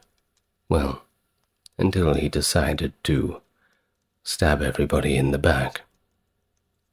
But hey, go and watch the video on Themistocles if you want to know about that. Well, despite the fact that the defeat at Marathon had a negligible effect on the vast resources of the Persian Empire, the Greeks regarded it as extremely significant, and as a result it was the first time that the Greeks were successful in defeating the Persians. This victory demonstrated that the Persian forces were not as invincible as they seemed, and that resistance, rather than submission, was a viable option. Well, according to the famous opinion of John Stuart Mill, the Battle of Marathon, even as an event in British history, is more important than the Battle of Hastings. In a similar manner, Isaac Asimov suggested that if the Athenians had lost in Marathon, Greece might have never gone to develop the peak of its civilization, a peak whose fruits we modernists have inherited. But of course, we really remember it from the legend. Herodotus states that on the eve of the battle, the Athenians dispatched the runner Pheidippides to Sparta to beg for help. He reached Sparta the day after setting out, having run more than 225 kilometers. And then, after the battle, the Athenians marched rapidly back to Athens, covering roughly 40 kilometers in order to ward off the Persian fleet sailing around Cape Sonion. This was necessary due to the heavy armor and exhaustion of the soldiers, and the Persian ships turned their backs on Athens when they saw their return in the late afternoon, which sealed the Athenian triumph. Well, in subsequent popular imaginations, these two occurrences are actually a little mixed up, resulting in a legendary but false account of what transpired. In this legend, Pheidippides dashes from Marathon to Athens following the fight, proclaiming the Greek triumph with the cry, "We've won!" And then he succumbs to fatigue, dying on the spot. Thersippus of Erchius, or Eucles, is the name of the runner mentioned for the first time in Plutarch's 1st century AD on the glory of Athens, where he cites Heraclides of Pontus's lost work. And in the 2nd century AD, Lucian of Samosata recounts a similar tale, but instead of Pheidippides, he calls the runner Philippides. Philippides is the name that appears in several medieval and even modern editions of Herodotus for the runner who traveled between Athens and Sparta prior to the battle. Well, at the tail end of the 19th century, when the concept of a modern Olympics was first mooted, its proponents sought for a magnificent popularizing event that would harken back to Greece's ancient glory. It was one Michael Brielle who proposed the concept of a marathon race in 1896 in Athens, the site of the first modern Olympic Games. The modern Olympic Games creator, Pierre de Coubertin, and the Greeks were both strongly in favor of this concept. After all, why wouldn't they? The competitors would run from Marathon to Athens, just like in the legendary version of the events. And, of course, the event became a staple of the Olympic Games after its meteoric rise to fame, inspiring other cities around the world to host their own versions every year. After initially fluctuating between 40 and 25 miles or thereabout, the distance between Marathon and Athens was eventually set to 26 miles, or around 42 and a bit kilometers. And that's the legacy of the Marathon to this very day. In the sweltering heat of a Greek summer, in 480 BC, the narrow pass of Thermopylae became the stage for a glorious last stand. Led by the formidable King Leonidas of Sparta, a small band of 300 Spartans, alongside their few thousand Greek allies, prepared to face the overwhelming might of King Xerxes. With the odds against them, the Greek warriors harnessed the strategic advantage of the constricted terrain, holding off the vast Persian forces for 3 grueling days. Hello, welcome to the channel. If you are new here, it's good to meet you. If you are coming back, it's good to have you back with me. As always, if you like what I do, enjoy the content, then there's a link to the Patreon in the description. Otherwise, help me reach my subscriber goal of 10,000 subs by clicking that button and liking the video. That seems to help YouTube push it out a bit more. And now, without any further delay, I'd like you to get relaxed, and we can begin our history of the Battle of Thermopylae. In the late 6th century BC, the burgeoning Persian Empire under Darius I faced internal challenges and rebellions, particularly from its Greek-speaking territories. Darius, having ascended to power by quelling numerous insurrections, was keenly aware of the threats to his empire's stability. The Ionian Revolt, which erupted in 499 BC and persisted until 494 BC, was one such threat, drawing in support from the city-states of Athens and Eretria. This revolt marked a critical juncture for Darius's reign and showed the vulnerability of Persian control over its Greek subjects, igniting his determination to reinforce Persian dominance. Darius was thus intent on asserting his supremacy, and viewed the suppression of the revolt not just as a punitive action, but as a strategic opportunity to once again extend Persian influence over the tumultuous regions of Greece.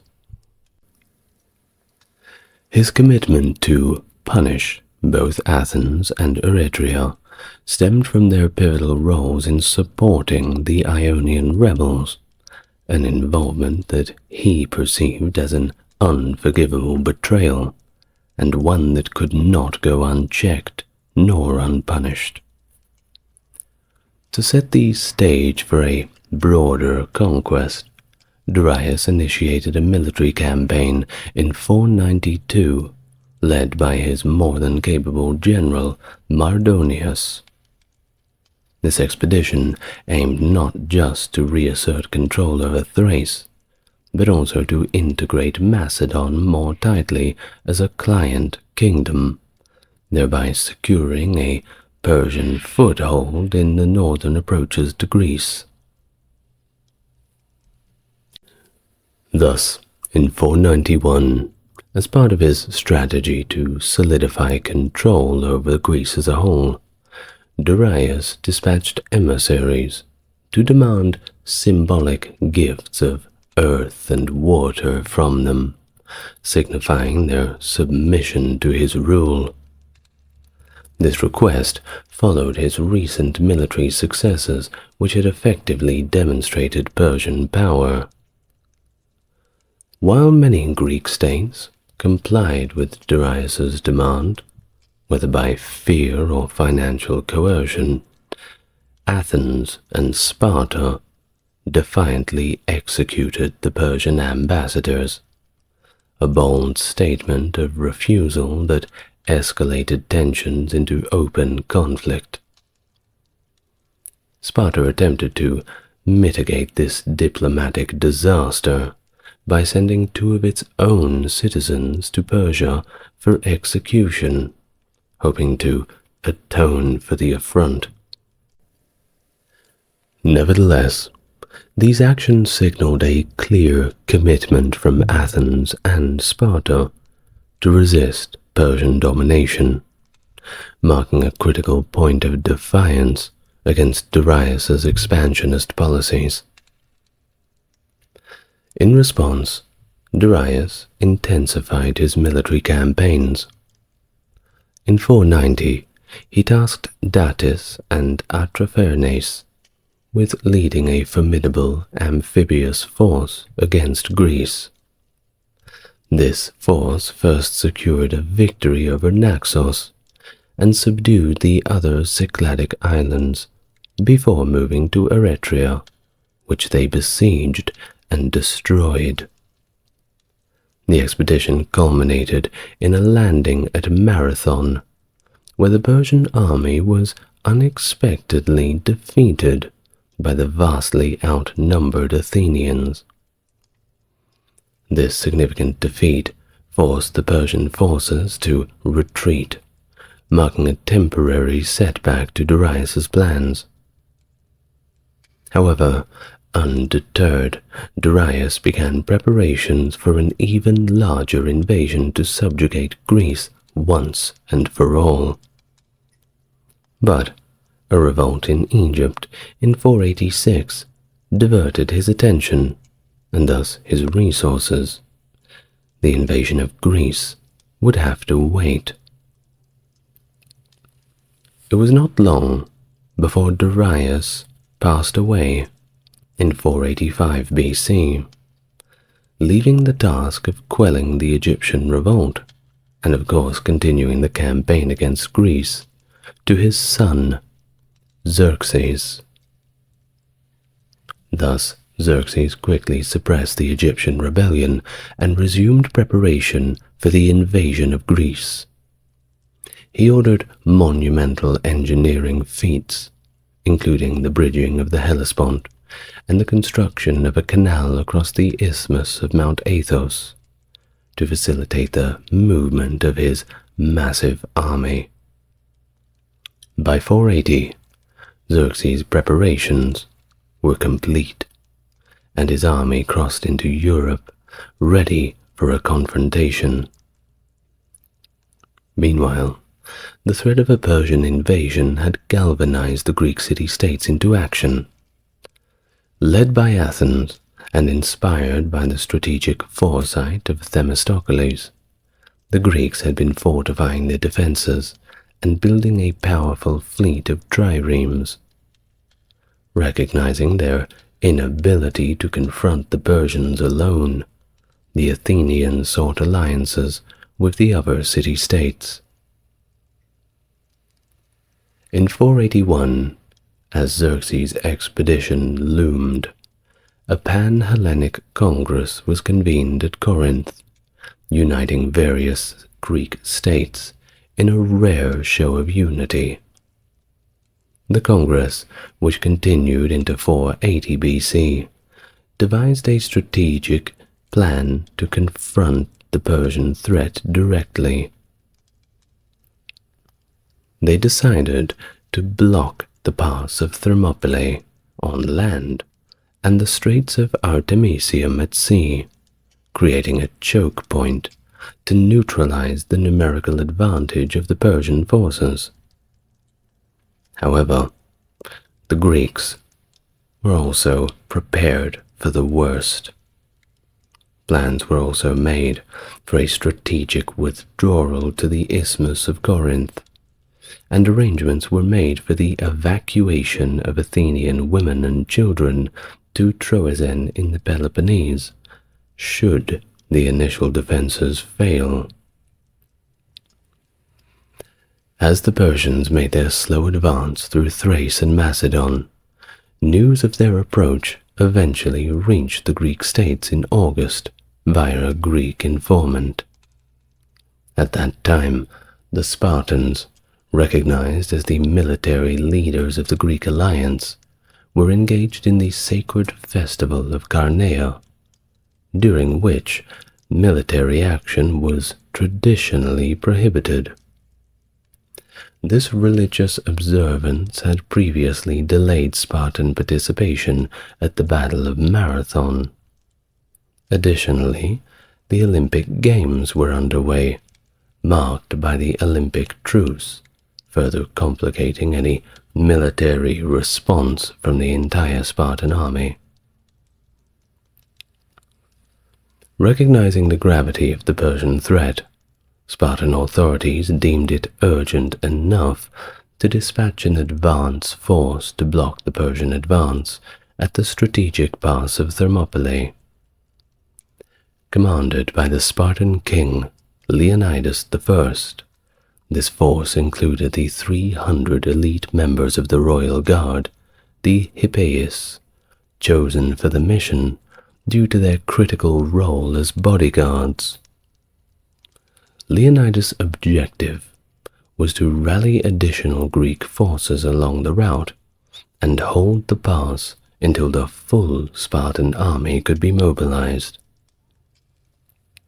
Herodotus's narratives of these events highlight a consultation with the oracle at Delphi, which prophesied ominously, "O ye men who dwell in the streets of broad Lacedaemon, either your glorious town shall be sacked by the children of Perseus, or, in exchange, must all through the whole Laconian country mourn for the loss of a king, a descendant of great Heracles."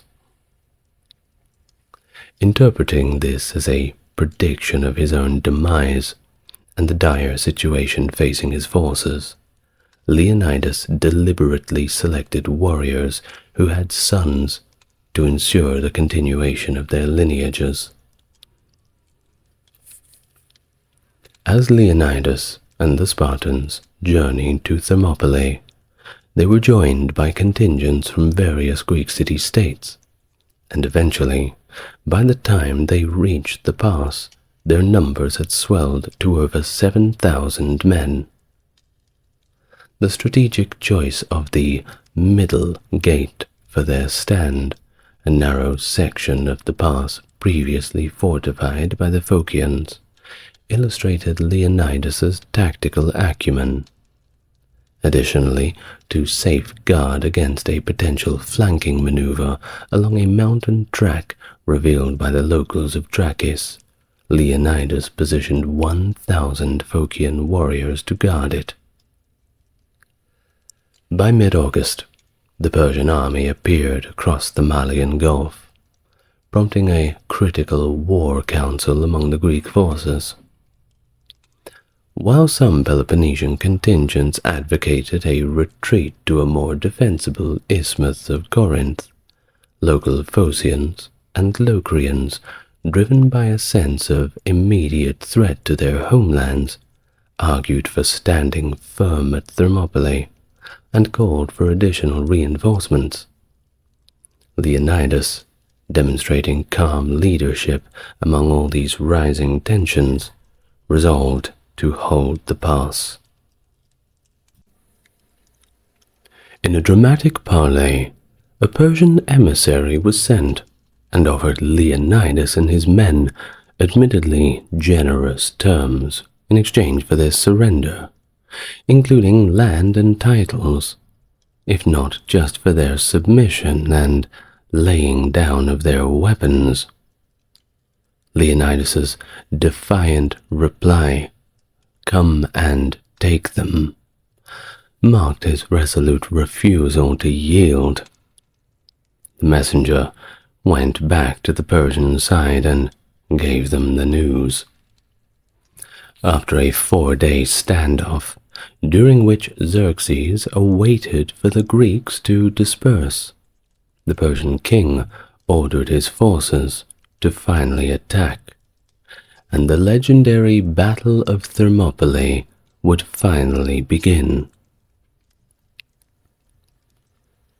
The count of soldiers Xerxes amassed for his second invasion has been widely debated, with ancient sources suggesting extraordinarily high numbers, and modern scholars proposing much lower and realistic estimates. Herodotus, the ancient historian, claimed a staggering total of 2.6 million military personnel, with an equal number of support staff.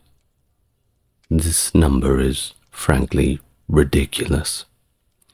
But Simonides, a contemporary poet, even suggested up to 4 million, while Ctesias provided a more conservative figure, at least comparatively, of around 800,000. These numbers are generally thought to be complete fabrications, blown out of the proportion, as Herodotus' works often are. Now, contrastingly, the modern scholarship offers a more skeptical view of these ancient claims. It generally estimates the Persian forces to range between 120 or, on the high end of things, 300,000. And this skepticism is mainly rooted in considerations of the logistical capabilities of the time, the practical limits on Persian bases, and in generally broader manpower constraints. These contemporary estimates emphasize a more realistic assessment of what was logistically feasible for such a vast ancient army. Regardless of the exact number, it is widely accepted that Xerxes' strategy centered on assembling a force that was so large, so intimidating, that it would ensure the overwhelming success of the Persian campaign, both on land and at sea. And in fact, most of the time when the adversaries would see or hear of such a formidable force, they would simply lay down their weapons. But of course, not the Spartans and the Athenians, at least not this time. While the uncertainty extends to the specifics of troop deployment at key battle sites like Thermopylae, and it remains unclear if Xerxes deployed his entire force at the pass, or if significant contingents were left to maintain control in Macedon and Thessaly. According to Pausanias, who possibly drew upon Herodotus for his information, the local Locrians, situated directly in the path of the Persian advance, contributed all of their available warriors, and this amounted to about 6,000 men. This figure, combined with the 5,200 that Herodotus records, suggests a Greek force at Thermopylae of around 11,200, although modern historians generally consider Herodotus' account more credible and calculate about 7,000 Greek soldiers by adding 1,000 Lacedaemonians and 900 Helots to Herodotus' total. The Helots, by the way, were the underclass in Sparta, the ones who would do all the dirty jobs, the farming, the crafting, all that sort of thing, while the Spartans were busy preparing themselves for war.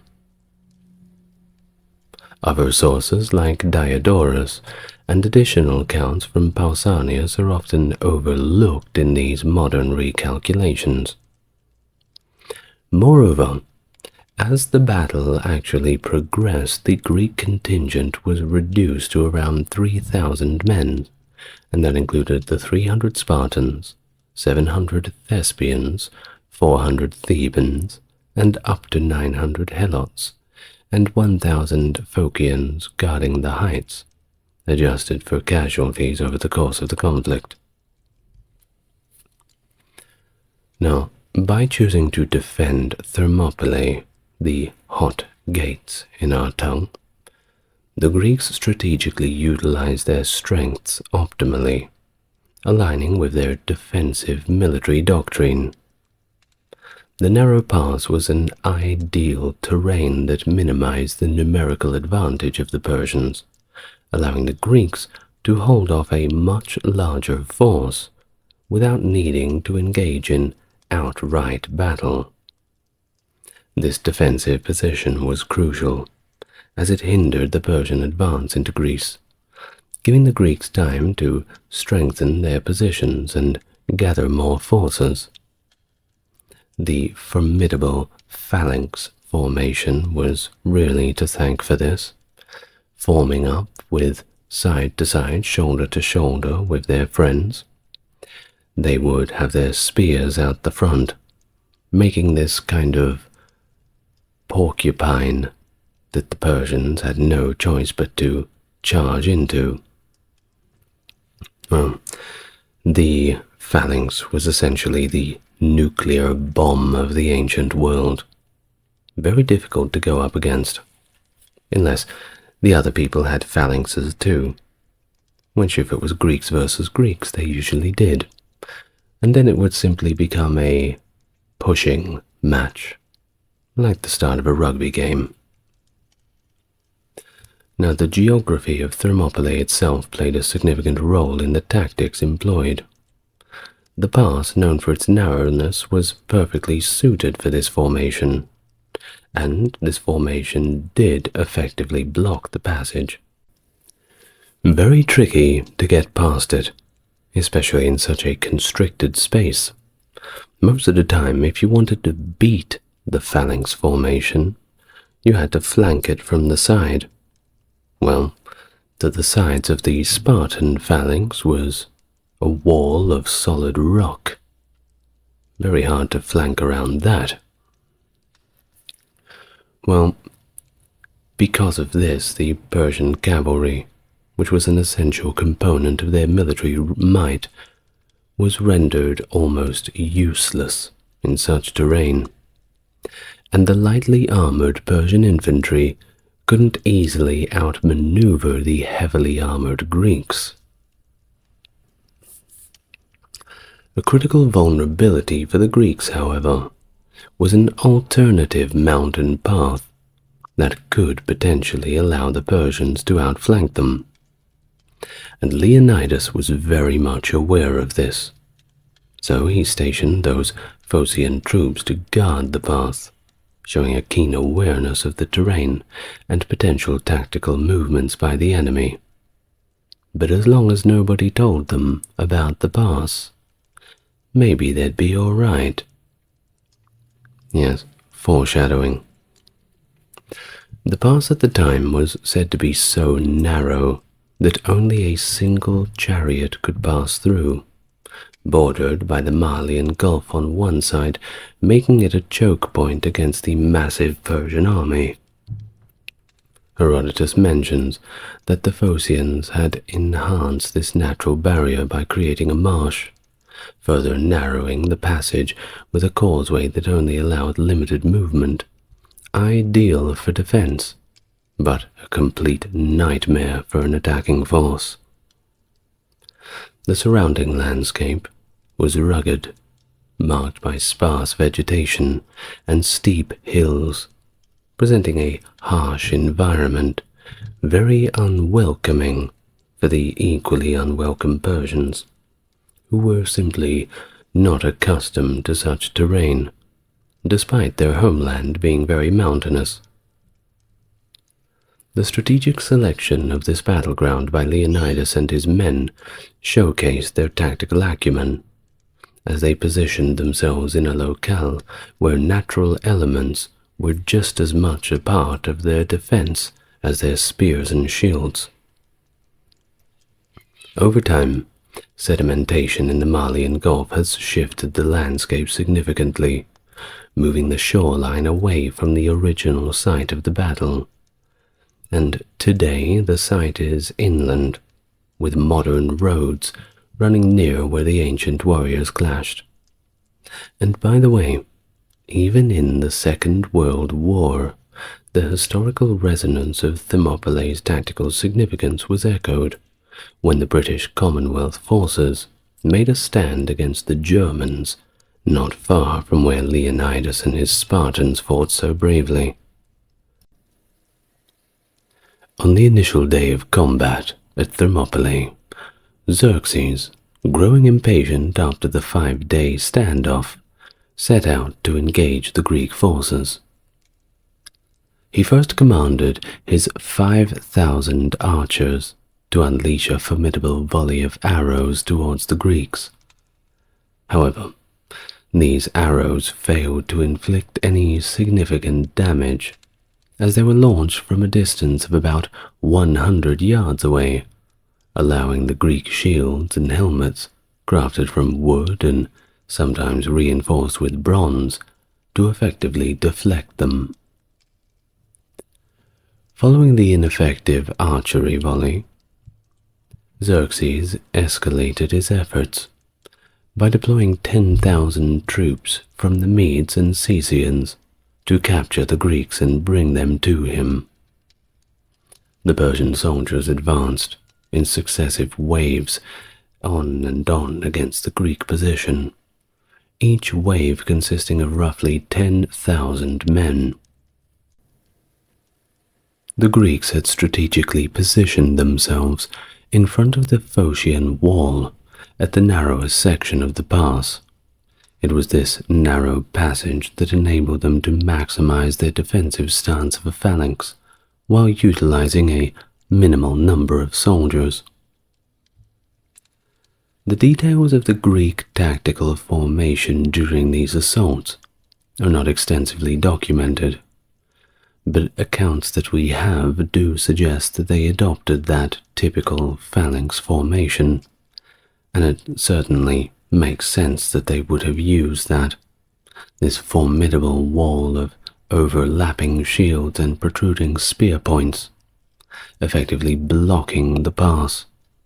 That being said, it's also quite an intimidating thing to charge into, especially with the man behind you pushing you forward. You must feel sorry for the Persians a little bit, just following orders. The arrangement was, of course, completely advantageous against them, because the Persian shields were less robust and their weapons were shorter, making it difficult for them to engage the heavily armored Greek hoplites effectively. Herodotus notes that the Greek units from various cities fought as distinct groups and were periodically rotated to keep the defenders fresh, indicating that the Greeks likely had more troops at their disposal than were strictly necessary to hold the pass. Well, was this fierce resistance offered by the Greeks inflicted heavy casualties on the Medes, to the extent that Xerxes reportedly rose from his seat 3 times in anger, agitated by the sight of seeing his troops being continuously decimated. Unsatisfied with the performance of his troops, to say the least, Xerxes sent his elite corps, the Immortals, consisting of 10,000 highly trained soldiers, into the fray in a second assault on the same day. However, even the Immortals the crack troops of the Persian army were unable to breach the Greek defenses, and they, just like the Medes, suffered heavy losses. According to some historical accounts, the Spartans employed a tactical maneuver of feigning retreat, which enticed the Persians to break ranks and pursue them. And when the Persians did so, the Greeks would turn and strike them down, exploiting the disorder and fear within the Persian ranks. On the subsequent day of the Battle of Thermopylae, Xerxes launched another infantry assault, operating under the assumption that the Greek defenders, few in number, certainly must have been significantly weakened by yesterday's combat and injuries. Surely. Well, despite his expectations, the Persian forces found no greater success on this second day than they had found on the first, and they encountered the very same resilient defense that had thwarted them the previous day. Well, Xerxes was completely baffled and reportedly quite furious. You can't really blame him about the outcomes of the continuous frontal attacks, constantly having to watch on from a distance as all of his men would be brutally slaughtered. Thus, he withdrew his forces to the encampment, deeply troubled by the situation, and tried to think about what to do next. In a rather fortuitous turn of events for the Persians, later that same day, Xerxes received critical intelligence from an unlikely source, a local Greek from Trachis named Ephialtes, who, driven by the prospect of a reward, betrayed the Greeks. He informed Xerxes of an alternative route that would allow the Persian forces to circumvent the pass at Thermopylae by traversing a mountain path. Thus, the name Ephialtes would forever be etched in Greek history as synonymous with betrayal, becoming a byword for nightmare and the epitome of treachery in Greek culture. Seizing on this newfound opportunity, Xerxes tasked his commander, Hydarnes, with leading the elite Persian unit of the Immortals, although their exact composition following the initial day's losses remains unclear. Herodotus does not specify the details of the troops under Hydarnes' command on the mission, suggesting that while the Immortals had suffered earlier, they may have been reinforced with additional troops for this maneuver especially. According to some historical accounts, such as that of Diodorus, Hydarnes was at the helm of a significant force, perhaps numbering up to 20,000 men, tasked with this strategic flanking mission. The route disclosed by Ephialtes began east of the Persian encampment and followed the ridge of Mount Anopeia, skirting behind the cliffs that lined the pass. This path diverged in two directions, one leading towards Phocis, and the other descending to the Malian Gulf at the Alpenus, the first locality within the region of Locris. At the crack of dawn on the third day, the Phocians stationed on the mountain path were startled into action by the noise of rustling oak leaves, signaling the approach of the Persian forces led by Hydarnes. Herodotus recounts their astonishment upon discovering the enemy's approach, a sentiment mirrored by Hydarnes, who initially mistook them for Spartans. Informed by the traitor Ephialtes that they were actually Phocians, not the feared Spartans, Hydarnes chose not to engage them in direct battle.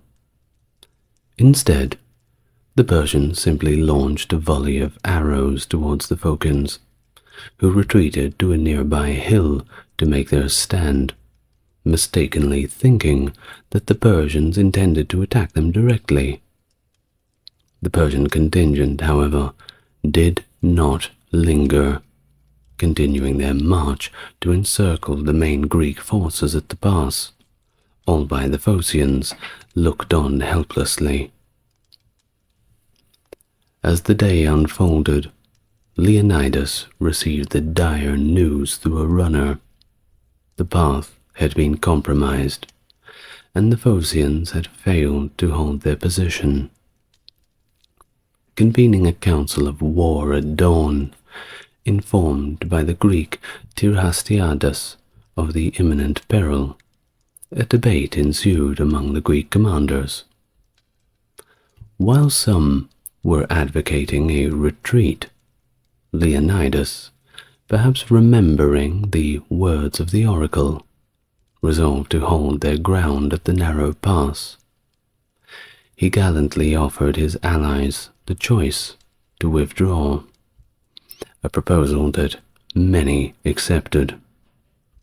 However, approximately 2,000 warriors chose to remain, all prepared to bravely face their fate alongside the gallant Spartans. Among those who did remain were 700 Thespians, staunchly led by General Demophilus, who refused to abandon the fight, and 400 Thebans, along with likely the Spartan Helots. These troops chose to confront the Persians in the open field, fully aware of the grim outcome that awaited them. Leonidas's decision to stand his ground has to this very day been extensively analyzed and, in turn, admired throughout history. It's often highlighted that the Spartans, bound by their rigid laws, did not entertain the idea of retreat. This incident reinforced the storied perceptions that Spartans never fled from battle. Moreover, Leonidas, perhaps mindful of the Delphic oracle's prophecy, might have seen this as his last stand and a necessary sacrifice to ensure Sparta's survival. One prevailing theory suggests that Leonidas' final stand was a strategic sacrifice to protect his retreating allies. By holding the pass as long as possible, he provided a critical window for other Greek contingents to escape, thus avoiding a much worse massacre on open terrain where Persian cavalry could easily dominate and run them down. This rearguard action by Leonidas not only allowed the 3,000 Greeks to survive, but ensured they would live to fight another day, continuing the resistance against the invading Persians. The participation of the Thebans at Thermopylae has stirred considerable debate. Herodotus intimates that they were essentially coerced into battle, held as hostages to secure the allegiance of Thebes to the Greek cause. Contrarily, Plutarch disputes this, suggesting that if they were truly hostages, they would have been dismissed with the other Greek forces when the situation became too dire. More likely, those present were Theban loyalists, who opposed the Persian rule and chose willingly to fight at Thermopylae, knowing well that returning to a Thebes dominated by Persia was not an option if Boeotia fell.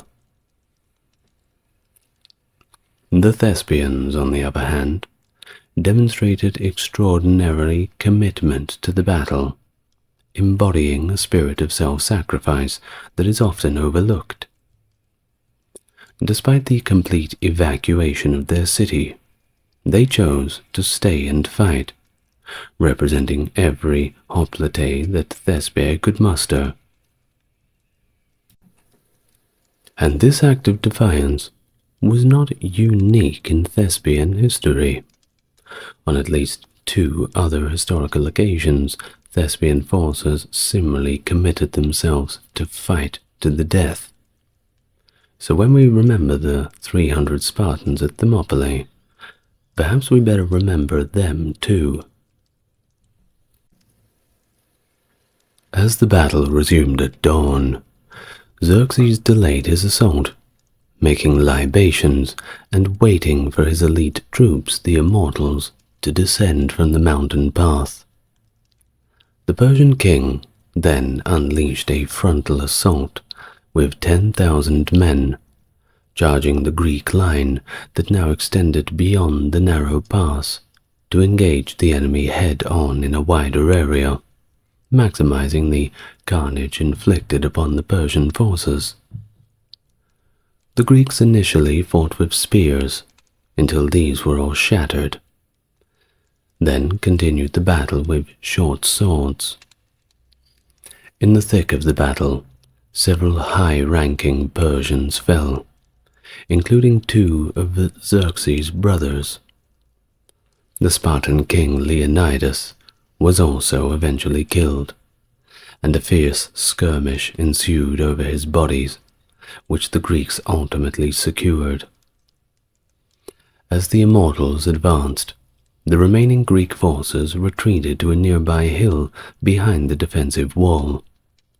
The Thebans, in a desperate bid for survival, broke away from their Greek allies and surrendered to the Persians, though not without sustaining casualties before their capitulation was accepted. Xerxes, frustrated and eager to finally end the standoff, commanded that the wall be dismantled. He then surrounded the hill and ordered that his archers to eliminate the last of the Greek defenders. Archaeological evidence supports the fierce nature of this final stand, with numerous Persian arrowheads discovered at the site, indicating a relentless and savage barrage against the Greeks. Ultimately, the Persian forces were victorious, albeit with heavy losses, estimated by Herodotus to be as high as 20,000 Persian deaths. The Greek rear guard was effectively annihilated, with a total Greek loss, including the battles over the previous days, estimated to be around 2,000. In the aftermath of the Persian withdrawal from Thermopylae, the Greeks solemnly gathered the bodies of the fallen and interred them on the hillside where they had fought so valiantly.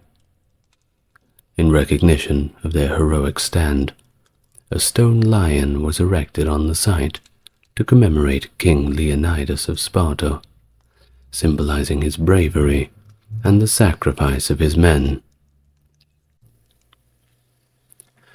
With the path through Thermopylae now cleared, the Greek naval position at Artemisium became untenable. Although the naval skirmishes there had ended without a decisive victor, the Greek fleet withdrew in an orderly fashion back to the Saronic Gulf. There, they played a crucial role in transporting Athenian civilians to safety on the island of Salamis, away from the advancing Persian forces. As for the Persian army, emboldened by their success at Thermopylae, marched through Boeotia, where they sacked and set ablaze the cities of Plataea and Thespiae, cities that had defiantly refused to submit. The Persian forces then proceeded to Athens, which they found completely deserted. They then put it to the sword and the torch, razing it, fulfilling their punitive objectives. As the Persians continued to advance, the Greeks fortified the Isthmus of Corinth, destroying the sole road through it and erecting a defensive wall, effectively sealing off the Peloponnese.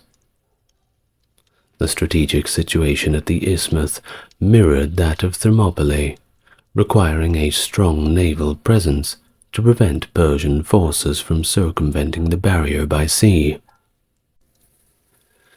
Under the advice and urging of Themistocles, the Greeks sought not merely to block the Persian advance, but to completely annihilate their naval strength. By cunningly drawing the Persian fleet into the narrow straits of Salamis, the Greeks managed a decisive victory that significantly weakened the Persian naval capabilities.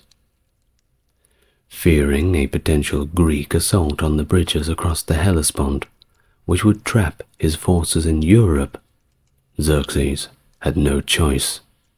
He retreated back to Asia with much of his army, though this retreat was marred by severe losses due to starvation and disease.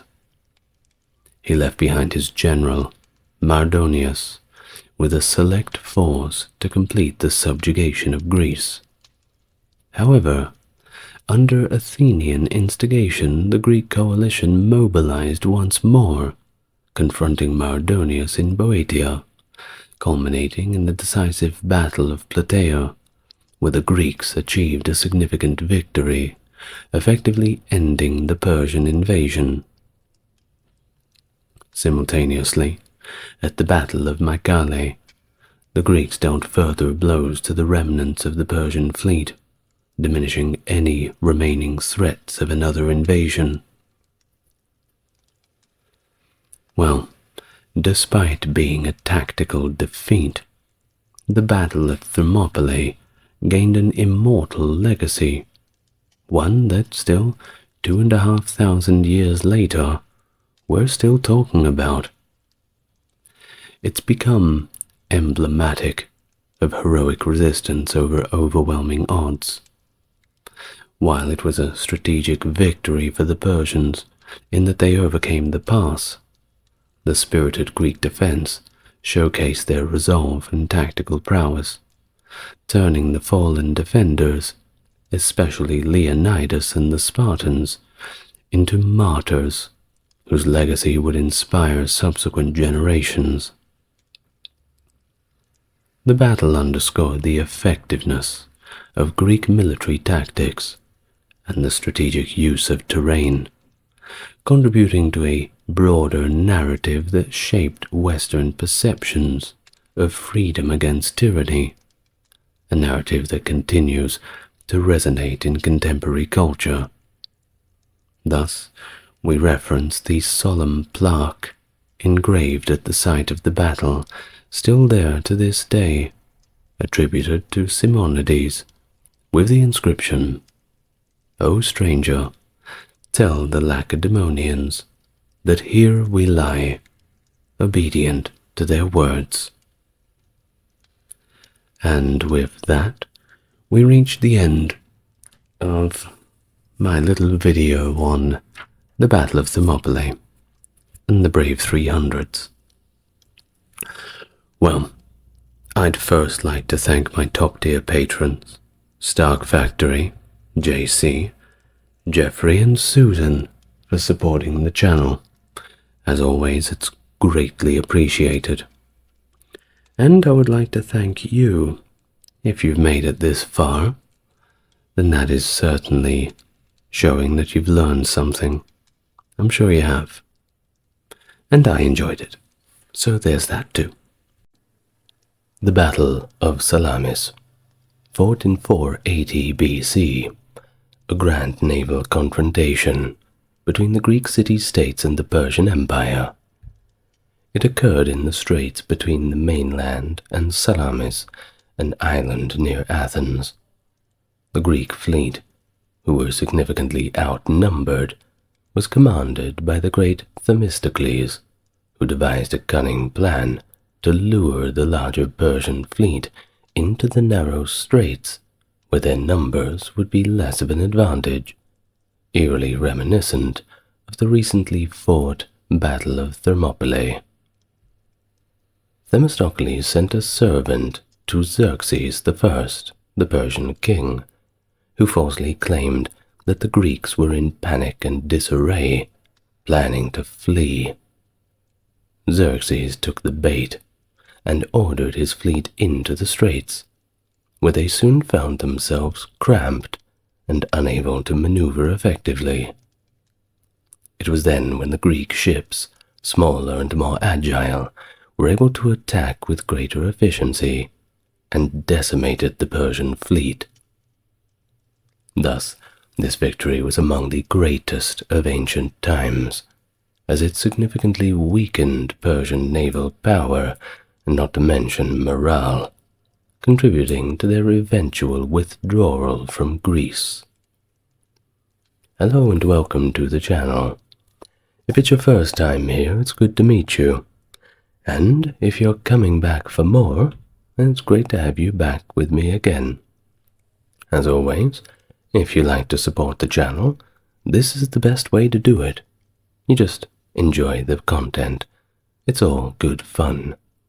If you want to go further than that, click the like and subscribe button.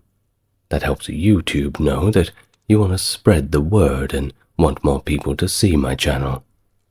And further than that, just have a look at the video description. And so now, without any further delay, let us get into the topic for today, and that is the great naval battle of Salamis. Now let's go back to the main reasons how we got here in the first place, because we don't end up in a battle of this size without a good background. Well, it all started with something called the Ionian Revolt, spearheaded by one Aristogoras, the satrap of Miletus, from 499 to 494 BC, which marked the beginning of significant conflict between the Greek city-states and the nascent Persian Empire, which at that time was not under Xerxes, but under Darius I. Now this revolt, significant for involving regions not yet within the Persian fold, particularly threatened the stability of Darius's empire. Darius, who had solidified his rule by quelling various insurrections, saw the involvement of Athens and Eretria in supporting the revolt as a pretext not only for punishment, but also an excuse to expand his dominion into the Greek mainland, a casus belli for a greater war. Thus, his war goals and ambitions kept piling up.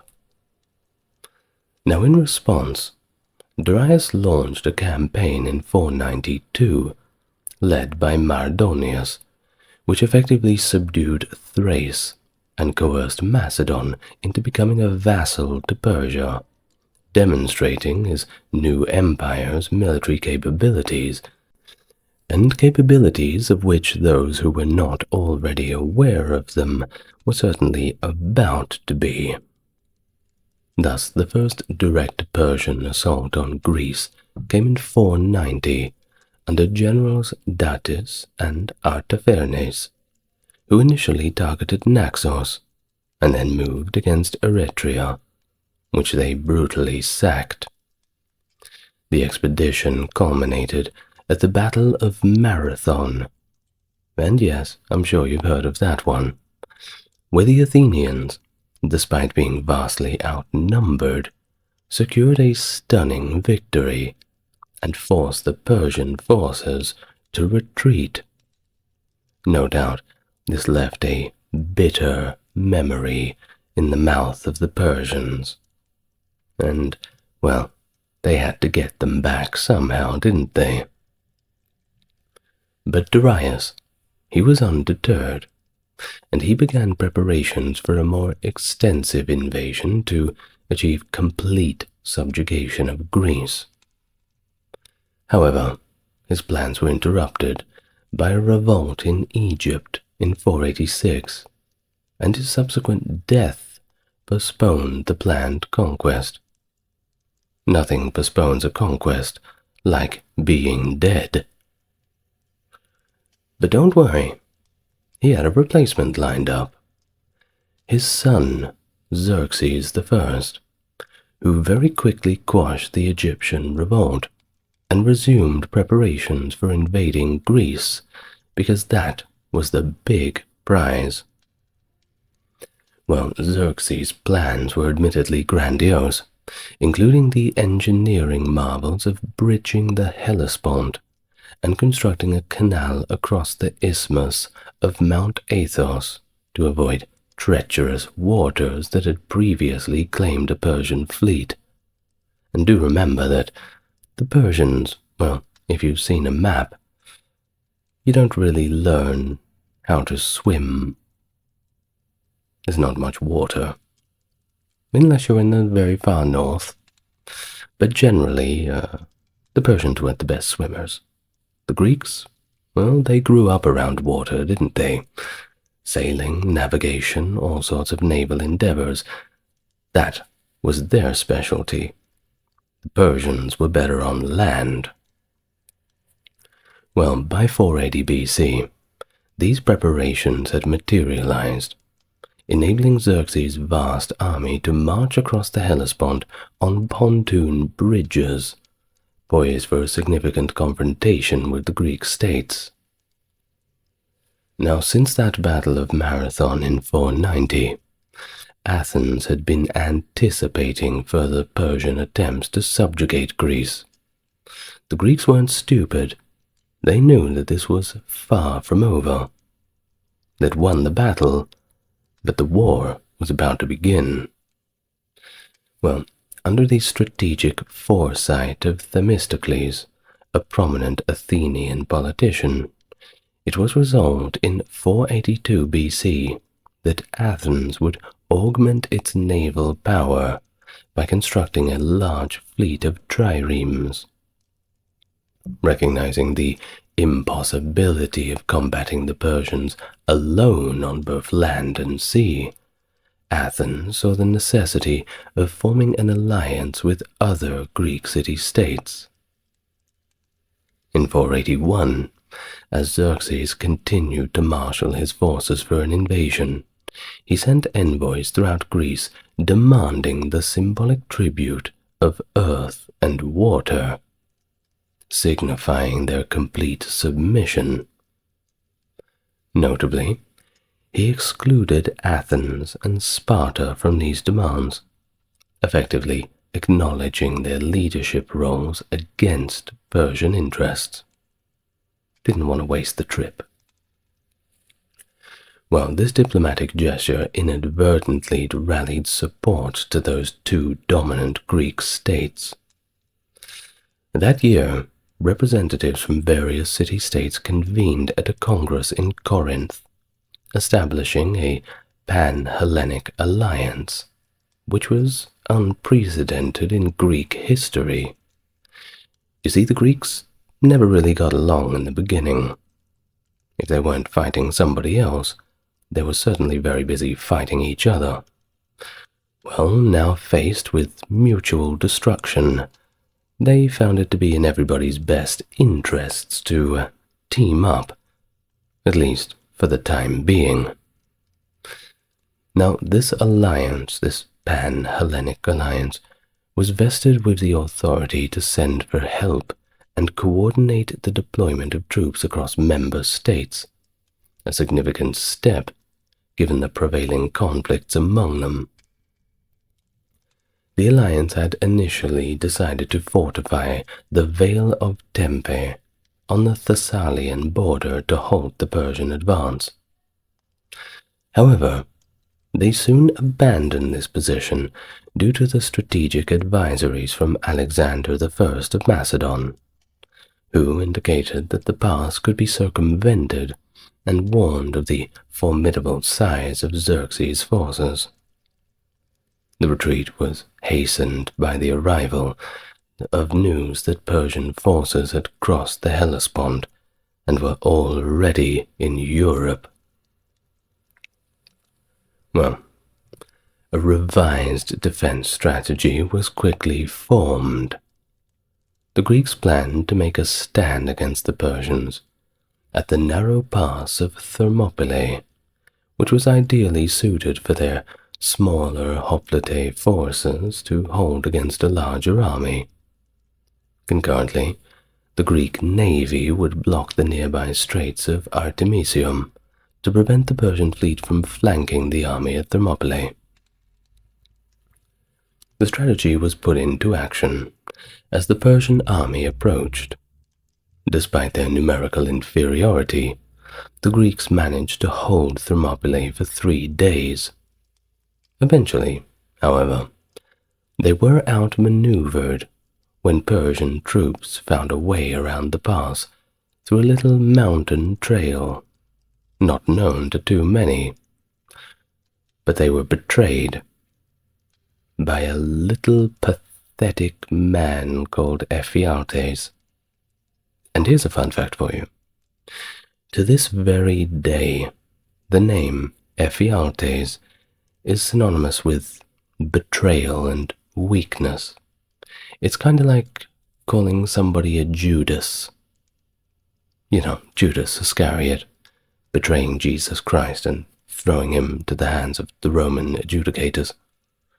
But, yeah, in Greece you will not find many people called Ephialtes. Well, of course, the majority of the Greek forces withdrew. But you know the story that the Spartans and the Thespians remained, fighting to their last in a legendary last stand that ensured their enduring fame. Well, back at sea, the Battle of Artemisium, fought concurrently with Thermopylae, initially resulted in a stalemate. However, upon learning of the fall of Thermopylae, the Greek fleet decided to withdraw, recognizing that holding Artemisium was no longer strategically viable. As a contingency, the Peloponnesian states prepared defenses at the Isthmus of Corinth, and the Athenian civilians, foreseeing the potential fall of their city, were evacuated to the Peloponnesian city of Troezen for safety. Now, if you want to know all about the Battle of Thermopylae, I'll probably link a video in the description or the comments, and, well, you can go and watch it. I think I've made 2 Battle of Thermopylae videos right now. They seem to be quite popular. Right, well, back to Salamis. The Allied fleet navigated from Artemisium to Salamis, aiding the final evacuation of Athens. On their journey, Themistocles strategically left inscriptions intended for the Ionian crews in the Persian fleet at various watering holes, urging them to defect to the Greek side. Now, do remember that I said that a lot of the Persians, well, they didn't grow up as formidable sailors. So what do? Well, the one thing they didn't have was sailing knowledge, but the one thing they did have was lots of money. And everybody has a price. Just ask Ephialtes. And the Greek naval mercenaries they hired to steer the boats for them and give general advice about all this. Seems that there was more than one Ephialtes in Greece in those days. Now, following the battle at Thermopylae, the Persian forces under Xerxes' command proceeded to ravage the cities of Plataea and Thespiae, which had refused to submit, and then advanced to Athens, which of course had been fully evacuated. In response, the Greek allies fortified the Isthmus of Corinth by demolishing the only road through it and constructing a defensive wall, aiming to halt the Persian advance. The efficacy of this strategy hinged on the Allied fleet's ability to block the Persian navy from ferrying troops across the Saronic Gulf to flank the Corinthian Isthmus defenses. During a crucial war council convened post-evacuation, Corinthian commander Edeamantus suggested positioning the fleet near the isthmus to enforce this blockade. But contrarily, Themistocles advocated for an offensive strategy, leveraging the close-quarter combat tactics that had been effective at Artemisium, persuading the allies to position their navy near Salamis instead. Determining the exact chronology of the battle is, well, it's a little bit challenging. But don't worry, we have our ever-reliable Herodotus to help us out. That's a joke. He's known for being a little bit unreliable, but let's hear what he has to say anyway. Well, he implies a swift sequence of events following Athens' fall, suggesting that the battle might have occurred shortly after. However, it is plausible that the Persians spent several weeks capturing Athens and reorganizing themselves, which would align with the naval clash closer to late September or maybe early October. During this period, strategic discussions among Persian leaders took place, with advisors like the Queen of Halicarnassus, Artemisia, cautioning against naval engagement in the Straits of Salamis. But, well, perhaps they didn't listen as they should have. The decision to engage at Salamis may have been influenced by perceived disunity within the Greek camp, potentially amplified by Persian intelligence operations or Themistocles' own deceptive tactics. Xerxes, possibly anticipating an easy victory against a fragmented Greek opposition, ordered his fleet to block the southern exit of Salamis. Themistocles seized this moment to deploy a disinformation strategy, sending his trusted servant, Sikinos, to mislead Xerxes into believing that the Greeks were in complete panic and that they were about to retreat, basically urging him to attack. If you want to beat the Greeks, you better act right now, and I'll tell you exactly how to do it. Come on, he couldn't fall for that, surely. Well, he did. Spoiler alert. Anticipating a straightforward triumph on the information he got from Sikinos, Xerxes positioned himself on Mount Aigaleo to observe what he expected to be a decisive Persian victory. But as night fell, the Greeks, bolstered by the arrival of Aristides, and further convinced of their need to stand and fight the movements of the Persian fleet, prepared for battle. Now, contrary to Persian expectations of a Greek retreat, the Allied fleet was arrayed and ready for battle by dawn.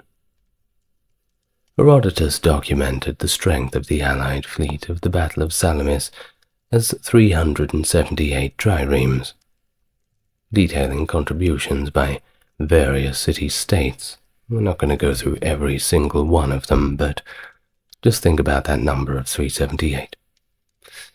However, the total he provides for the individual contingents amounts to only 371, which is very typical of Herodotus. Like I said, he's notoriously reliable. He specifies that while the Aeginetans had additional ships, only their 30 most seaworthy participated at Salamis, suggesting a reserve of 12 back at Aegina. Additionally, 2 ships are noted to have defected from the Persians to the Greeks before the battles of Artemisium and Salamis, potentially raising the count to 373 or maybe 380 if we include the Aeginetan reserve. Now, discrepancies exist in other ancient sources regarding the size of the Greek fleet. Aeschylus, a veteran of Salamis, mentioned 310 Greek triremes. Theseus aligned with this, noting 110 Athenian vessels. Hyperides suggesting a total of 220. Leadership of this fleet was nominally held by the Spartan Eurybiades, due to ejections from the city-states to Athenian command, despite Themistocles' de facto control. Now, Herodotus also records the Persian fleet as initially comprising 1,207 triremes, which is, of course, certainly outnumbering the Greeks. But he does note losses, about a third to storms near Magnesia and Euboea, and 50 to Greek actions at Artemisium, with subsequent reinforcements from Thracian Greeks totaling 120 ships. Despite these losses, he suggests that the Persian fleet remained numerically robust at Salamis. Aeschylus echoes the figure of 1,207 Persian ships at Salamis, while other sources like Diodorus and Lysias offer similar counts of around 1,200 for earlier assemblies. The consistency of that figure of 1,207 in ancient narrative suggests a widely held belief among the Greeks regarding the size of the Persian threat. But some modern historians accept this figure due to its prevalence in contemporary records. Others, noting possible symbolic numerology linked to Homeric epics, argue for a smaller and, frankly, more plausible number of Persian warships actually present at Salamis, estimating between 600 to 800, after accounting for documented reinforcements and losses. Now, in general, the Persian strategy in 480 BC was centered on a rapid and overwhelming invasion to conquer Greece within a single campaign season. They were really hoping that they would just fall like a house of cards. Xerxes' massive force was designed to intimidate and quickly subjugate the Greek states. However, the Greek strategy was focused on defensive tactics, utilizing their smaller numbers, albeit effectively, by holding key narrow locations and prolonging the campaign, which they successfully did at Thermopylae. Well, despite the initial underestimation of Greek resolve, Xerxes soon realized that sustaining his large invasion force was impractical over an extended period. Too many mouths to feed. And his presence at the empire's edge was also strategically risky. Well, the Battle of Thermopylae revealed the futility of frontal assaults against well-defended Greek positions. The Persians recognized that their best chance of a quick victory lay in outflanking the Greeks, necessitating control over the sea to bypass the defenses of the Isthmus of Corinth. Therefore, the key to Persian success became the destruction of the Allied navy, which would allow Persian forces to encircle and defeat the Greek land forces and potentially force a Greek surrender within the campaign season. However, it was Queen Artemisia of Caria who advised Xerxes that engaging in a naval battle at Salamis was unnecessary. She argued that by merely maintaining a naval presence, and perhaps pushing further into the Peloponnese, the Persians, could achieve their objectives without the risks of a battle. While the Greeks, on the other hand, unable to sustain a prolonged defense against such odds, would likely disperse to defend their respective cities, every man for himself, or every state for itself. Well, of course, despite this counsel, the desire for a decisive confrontation drove both the Persians and the Greeks to commit to this naval engagement at Salamis.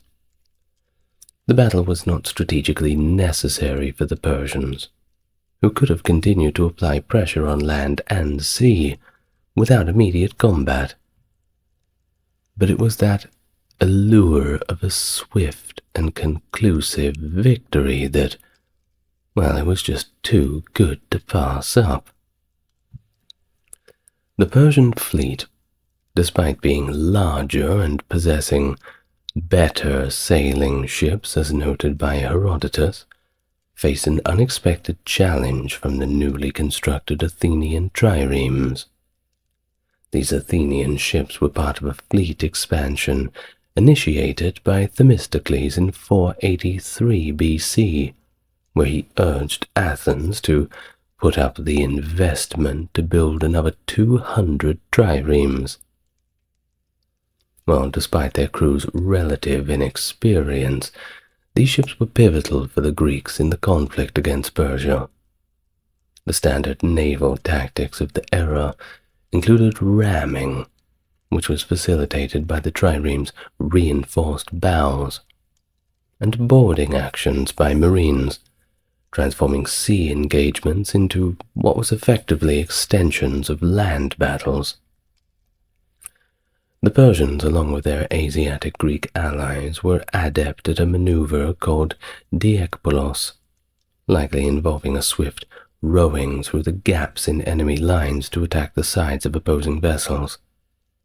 Such a tactic, of course, demanded highly skilled crews, suggesting a strategic advantage for the Persians in open sea battles, where their superior seamanship and numerical strength could be fully utilized.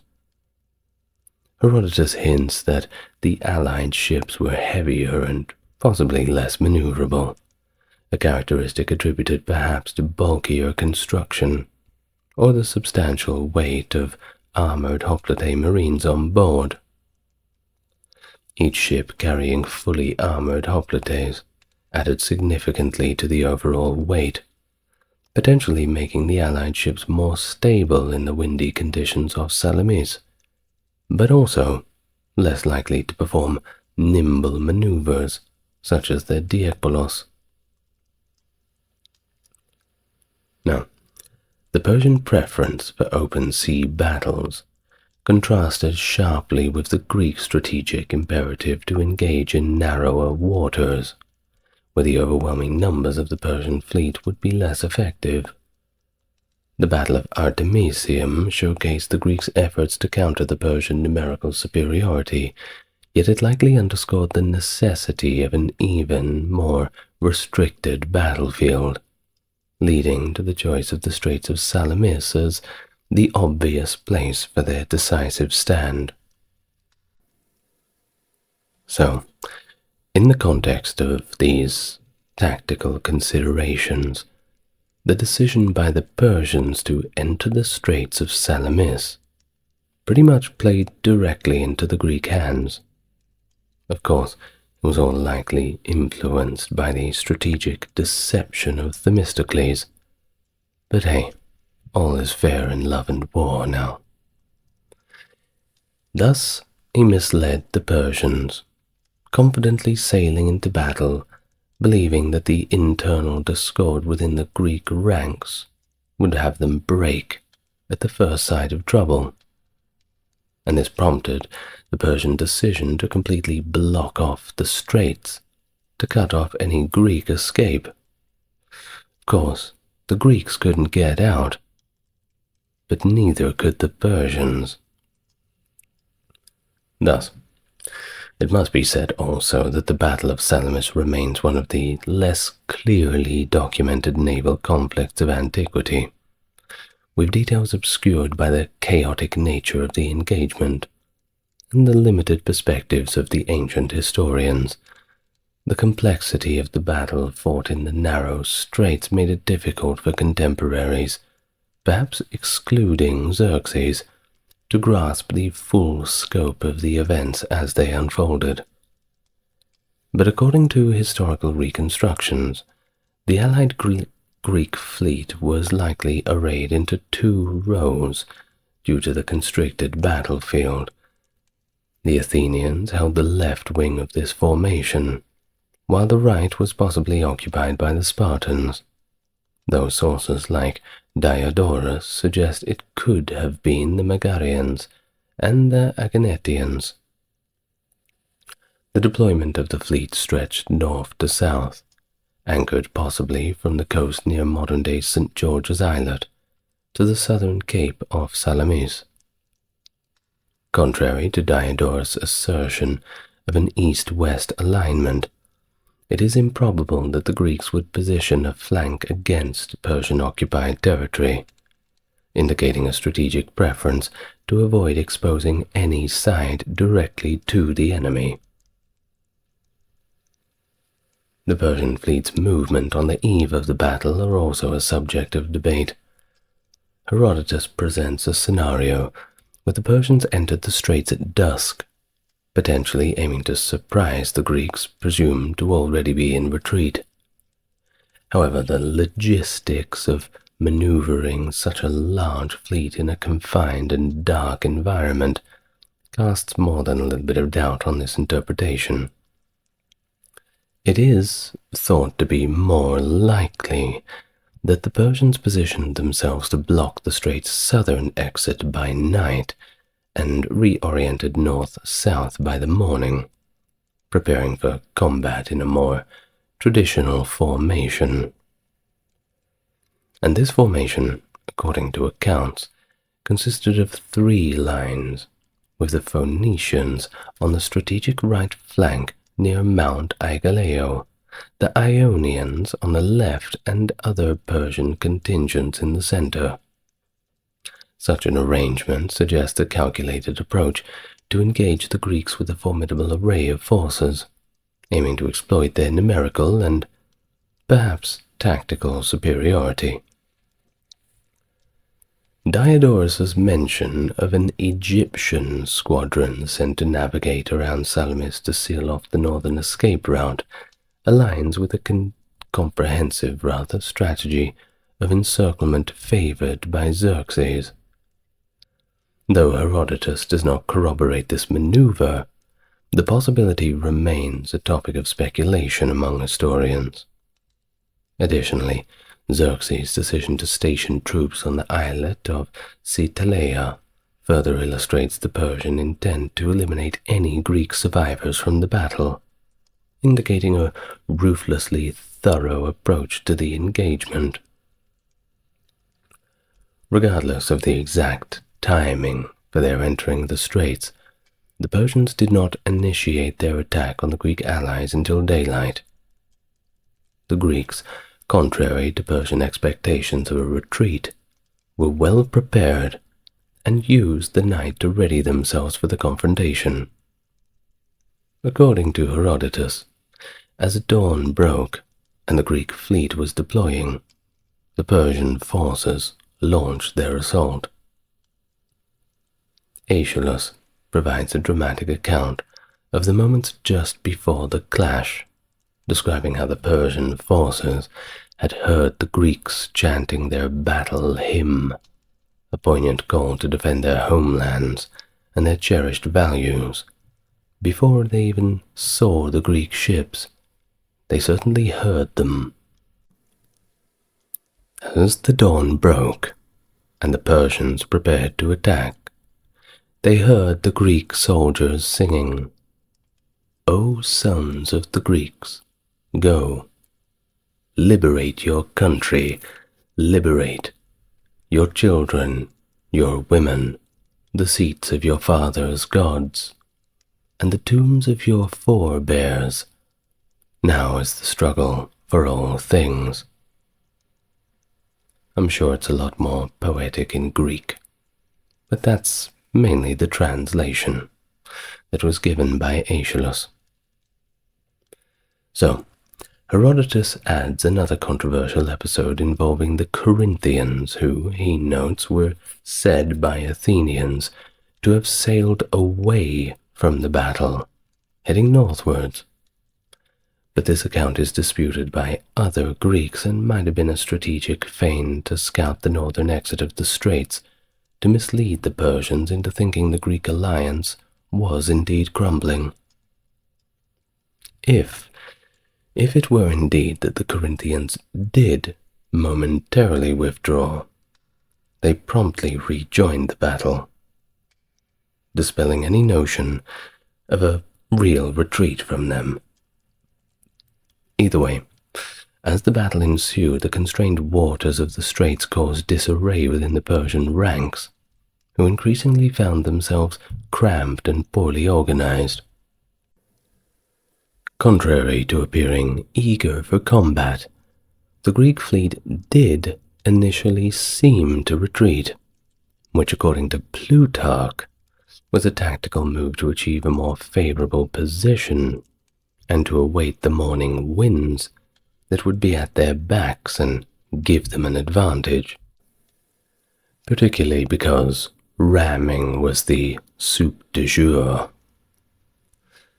Now, during this tactical withdrawal, Herodotus recounts a legendary vision witnessed by the Greeks, a phantom woman chiding them for retreating too far, spurring them into action.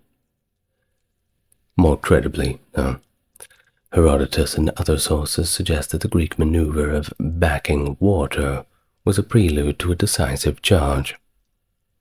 The confrontation began in earnest when a single Greek ship, claimed by both the Athenians and Aeginetaeans as one of their own, aggressively rammed a Persian vessel.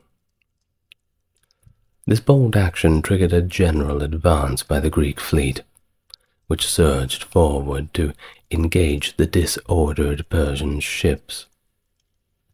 As the battle unfolded, the chaotic nature of naval warfare at the time meant that the participants had limited perspectives of the broader conflict.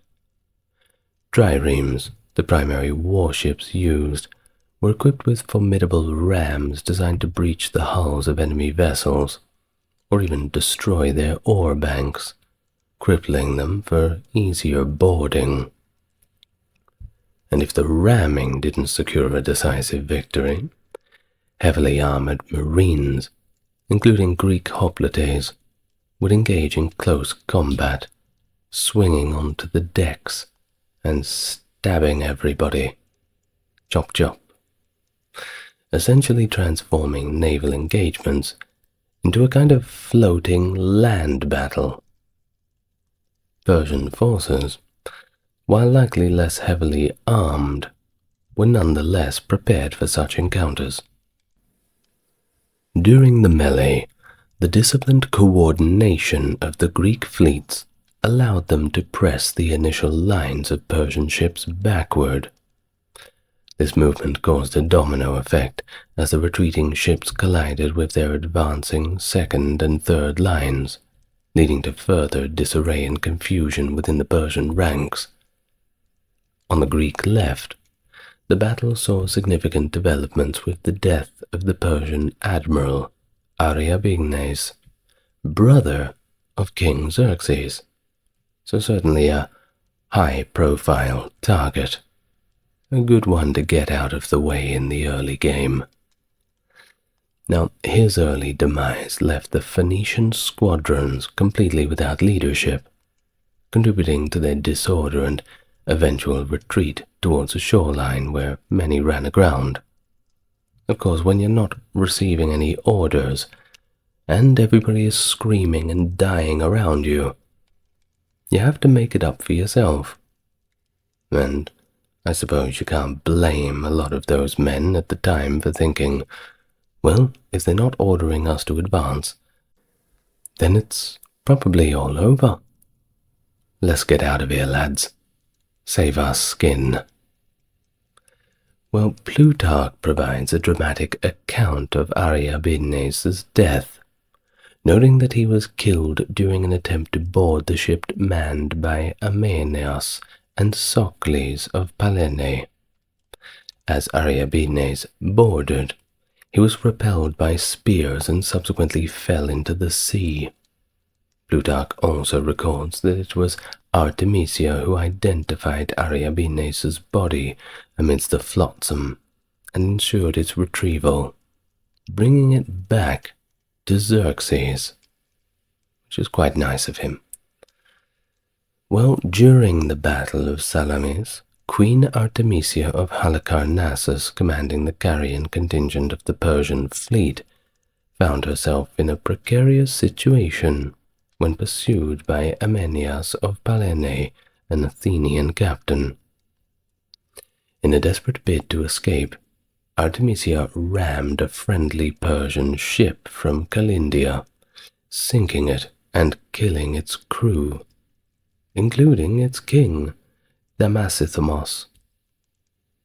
This act of self-preservation misled Amenias into believing that she was an ally, prompting him to cease his pursuit. Well, from his vantage point on Mount Aigeleo, Xerxes observed the incident and mistakenly thought Artemisia had struck an enemy vessel. Impressed by her apparent aggression amidst the otherwise lackluster performance of his commanders, he reportedly remarked, "My men have become women, and my women have become men." Well, the battle had definitely turned against the Persians, leading to their chaotic retreat towards Phalerum. The Aeginetans took advantage of this situation, ambushing the retreating Persian ships, further compounding their losses. The remnants of the Persian fleet sought refuge at the harbor of Phalerum under the protection of the Persian land forces. Meanwhile, the Athenian general Aristides led a force to Citaleia, an island where Xerxes had stationed a garrison, and executed all of the Persian troops that were stationed there. The aftermath of the battle left the Persian naval forces severely depleted. Herodotus notes that the following year, the Persian fleet was reduced to 300 triremes, indicating a loss of possibly 200 to 300 ships. That's a lot of wood, based on earlier estimates of its strength. Now, this disparity in casualties between the two sides was exacerbated by the fact that many Persians, unlike the Greeks, could not swim. This, of course, led to a higher rate of drownings among the Persian ranks. But you really think they would have learned before joining the navy? Hindsight is a beautiful thing. Xerxes' reaction to the defeat was, let's say it was one of bitter disappointment. He was a little upset. Observing the defeat all the way from his comfortable chair on Mount Aigaleo, he witnessed some Phoenician captains accusing the Ionians of cowardice. Seizing upon a counter-example of Ionian valor, witnessing an Ionian ship capturing an Aeginetan vessel, Xerxes ordered the execution of the Phoenician accusers, decrying their slander against men who he thought were more noble than them. Later, as reported by Diodorus, Xerxes executed those Phoenicians responsible for initiating the fleet's retreat and threatened severe punishment for the remaining crews, prompting the surviving Phoenician ships to flee to Asia under the cover of night.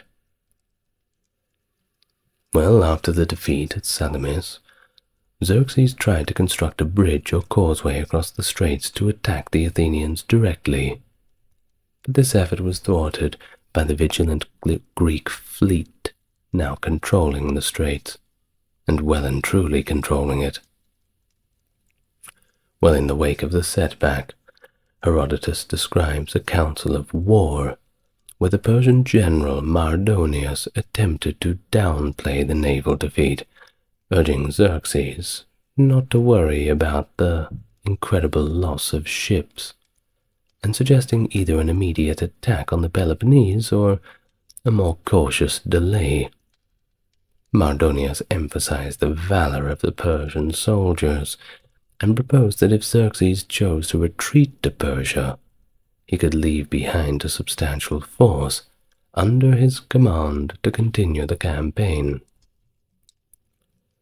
Xerxes, concerned about the security of the bridges over the Hellespont, and the possibility of his army being trapped in Europe, decided to withdraw the majority of his forces back to Persia. He left Mardonius in Greece with a select force of elite infantry and cavalry to attempt to finish subduing the Greeks. This decision led to the Persian troops to vacate Attica, allowing the Athenians to return to their city, which had unfortunately been ravaged by the Persians. Now in 479 BC, Mardonius once again struck Athens, prompting the second destruction of the city. However, the Greek states, primarily under Spartan leadership, resolved to confront Mardonius and march to Attica. Mardonius, preferring to fight in open terrain where he could effectively use his cavalry, withdrew to Boeotia. The two forces eventually clashed near Plataea, where the Greeks secured a decisive victory, effectively annihilating a large portion of the Persian army, and effectively ending the Persian invasion. Simultaneously, the Greek fleet engaged the remnants of the Persian navy at the Battle of Mycale, further crippling Persian naval power, and effectively marking the strategic end of Persian ambitions in Greece, at least for now. In the May of 334 BC, during Alexander the Great's campaign against the Persian Empire, he scored his first major victory at the Battle of the Granicus, a conflict that occurred in northwest Anatolia, modern-day Turkey, close to the Granicus River.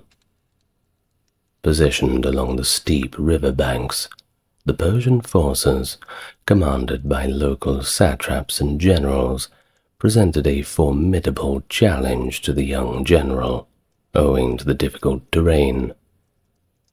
Crossing the river and charging straight at the Persian commanders was an act of bold leadership and tactical genius under pressure on the part of Alexander. The Macedonian cavalry and infantry were able to gain a foothold on the opposite bank, despite the difficult crossing and initial heavy resistance, thanks to the Persian battle line being disrupted by their aggressive approach. Eventually, the Persian line collapsed, and Alexander's forces swiftly gained the upper hand.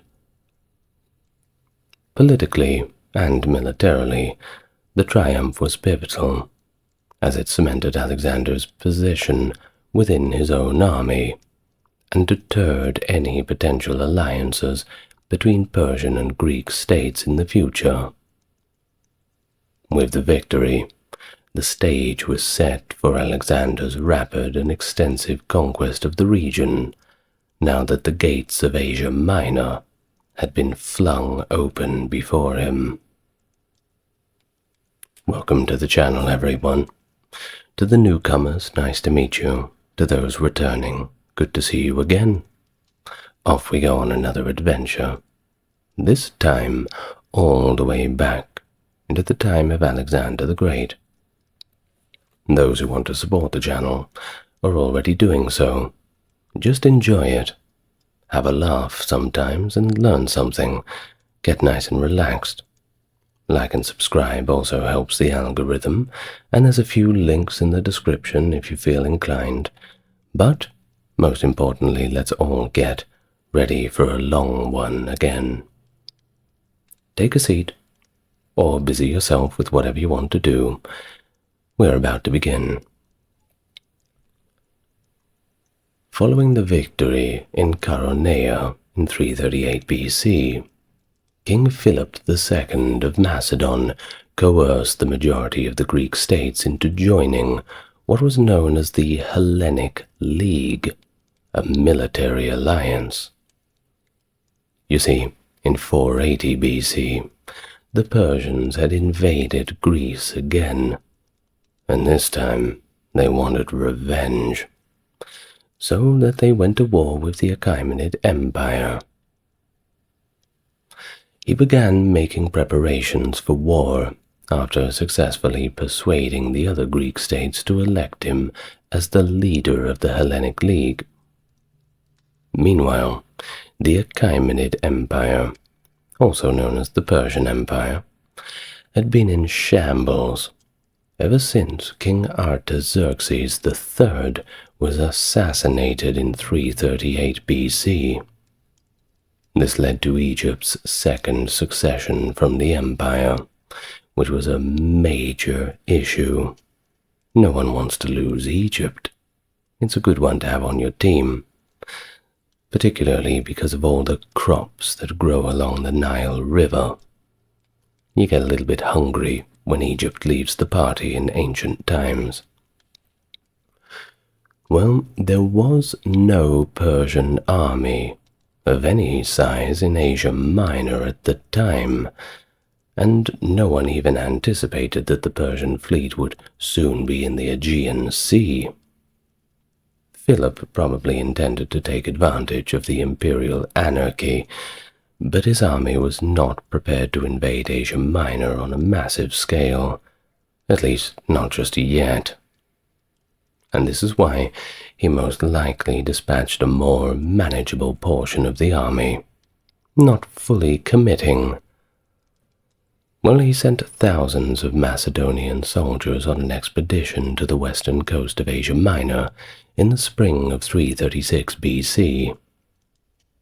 This advance guard was probably sent out with orders to seize as much ground as possible, or, short of that, to lay the groundwork for a bridgehead across the Hellespont from Asia to help the main army cross later when it needed to. Now, in comes one of the main characters. Parmenion, Philip's finest general, was probably in charge of the advance guard, while Attalus serving as his deputy.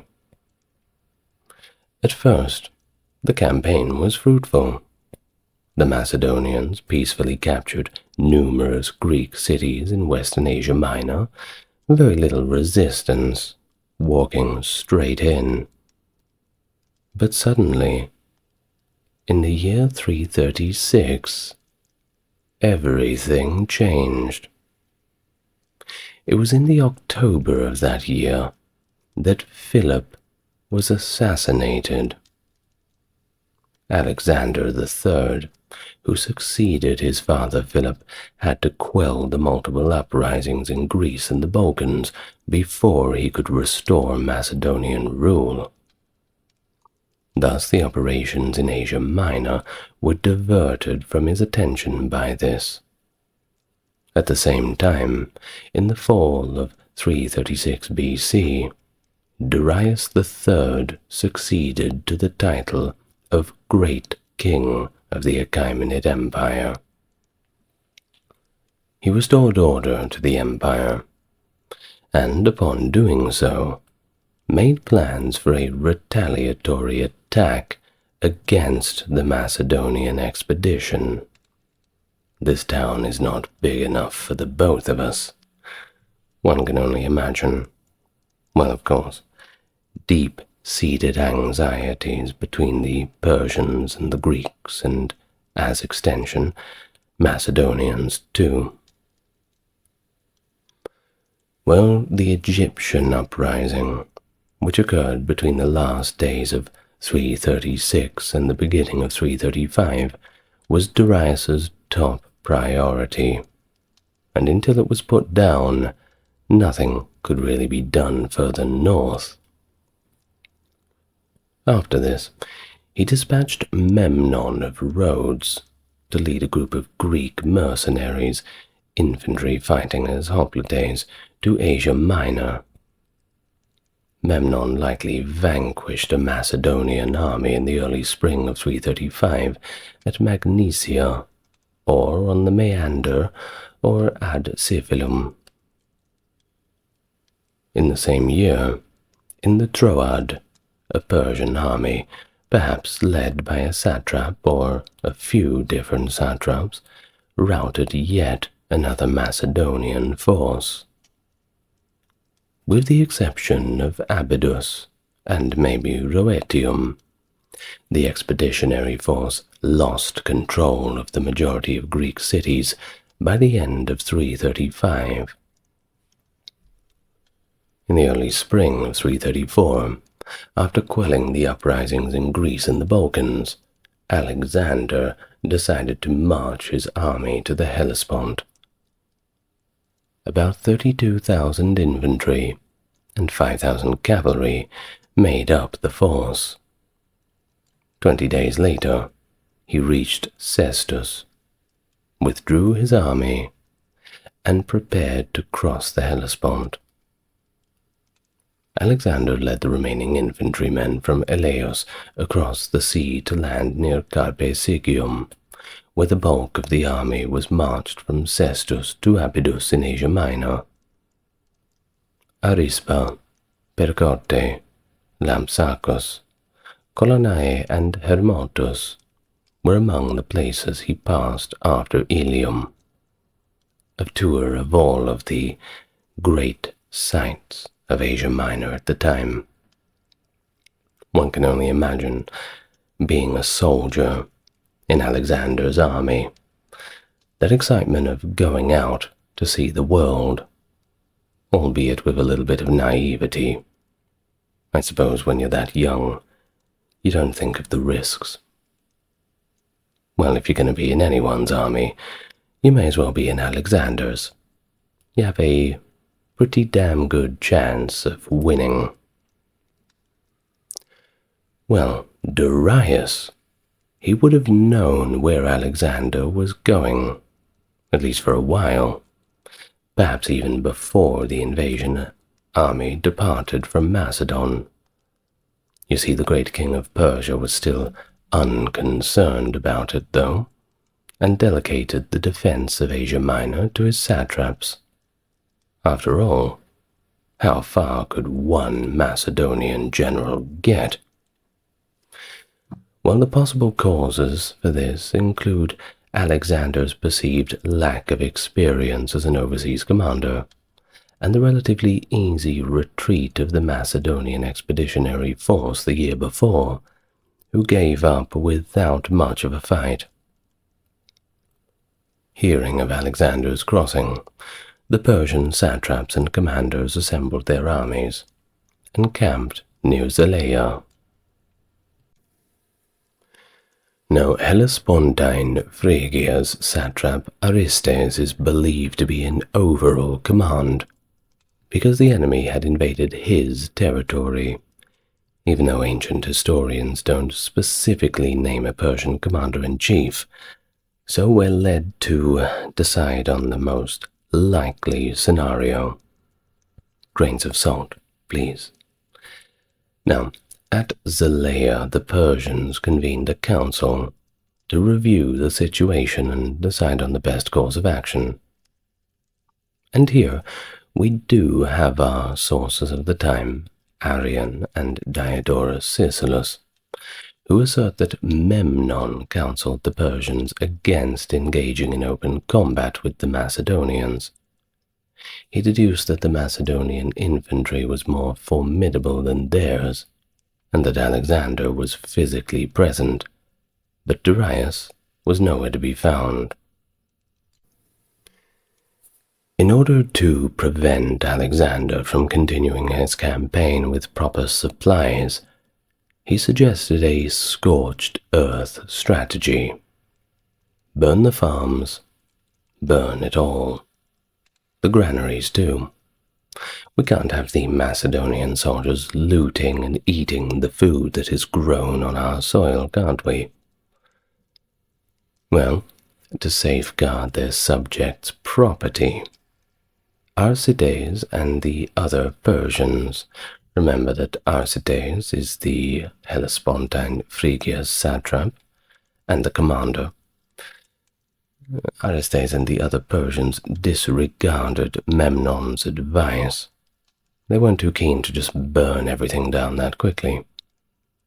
In addition, they had perceived that Memnon was plotting to keep the war going, in hopes of making himself a golden boy in the eyes of Darius. There has been parallels drawn between the wise counsel offered by the Greeks to the Persians in Herodotus's work and Memnon's words of wisdom. According to Herodotus, the Persians were mocked because they suffered misfortune after rejecting such advice, and this is why it is implied that Arrian and Diodorus concocted Memnon's counsel. Although the debate may have transpired as depicted, some maintain that the significance of Memnon's advice was exaggerated, since the objective of gathering was not to discuss strategy. The council at Zelea probably did not discuss war strategy, but rather the tactics of the approaching battle, because Darius had probably already ordered his satraps to engage Alexander's army anyway. Regardless, following the council, the Persian forces positioned themselves on the eastern bank of the Granicus River, patiently awaiting the Macedonian assault.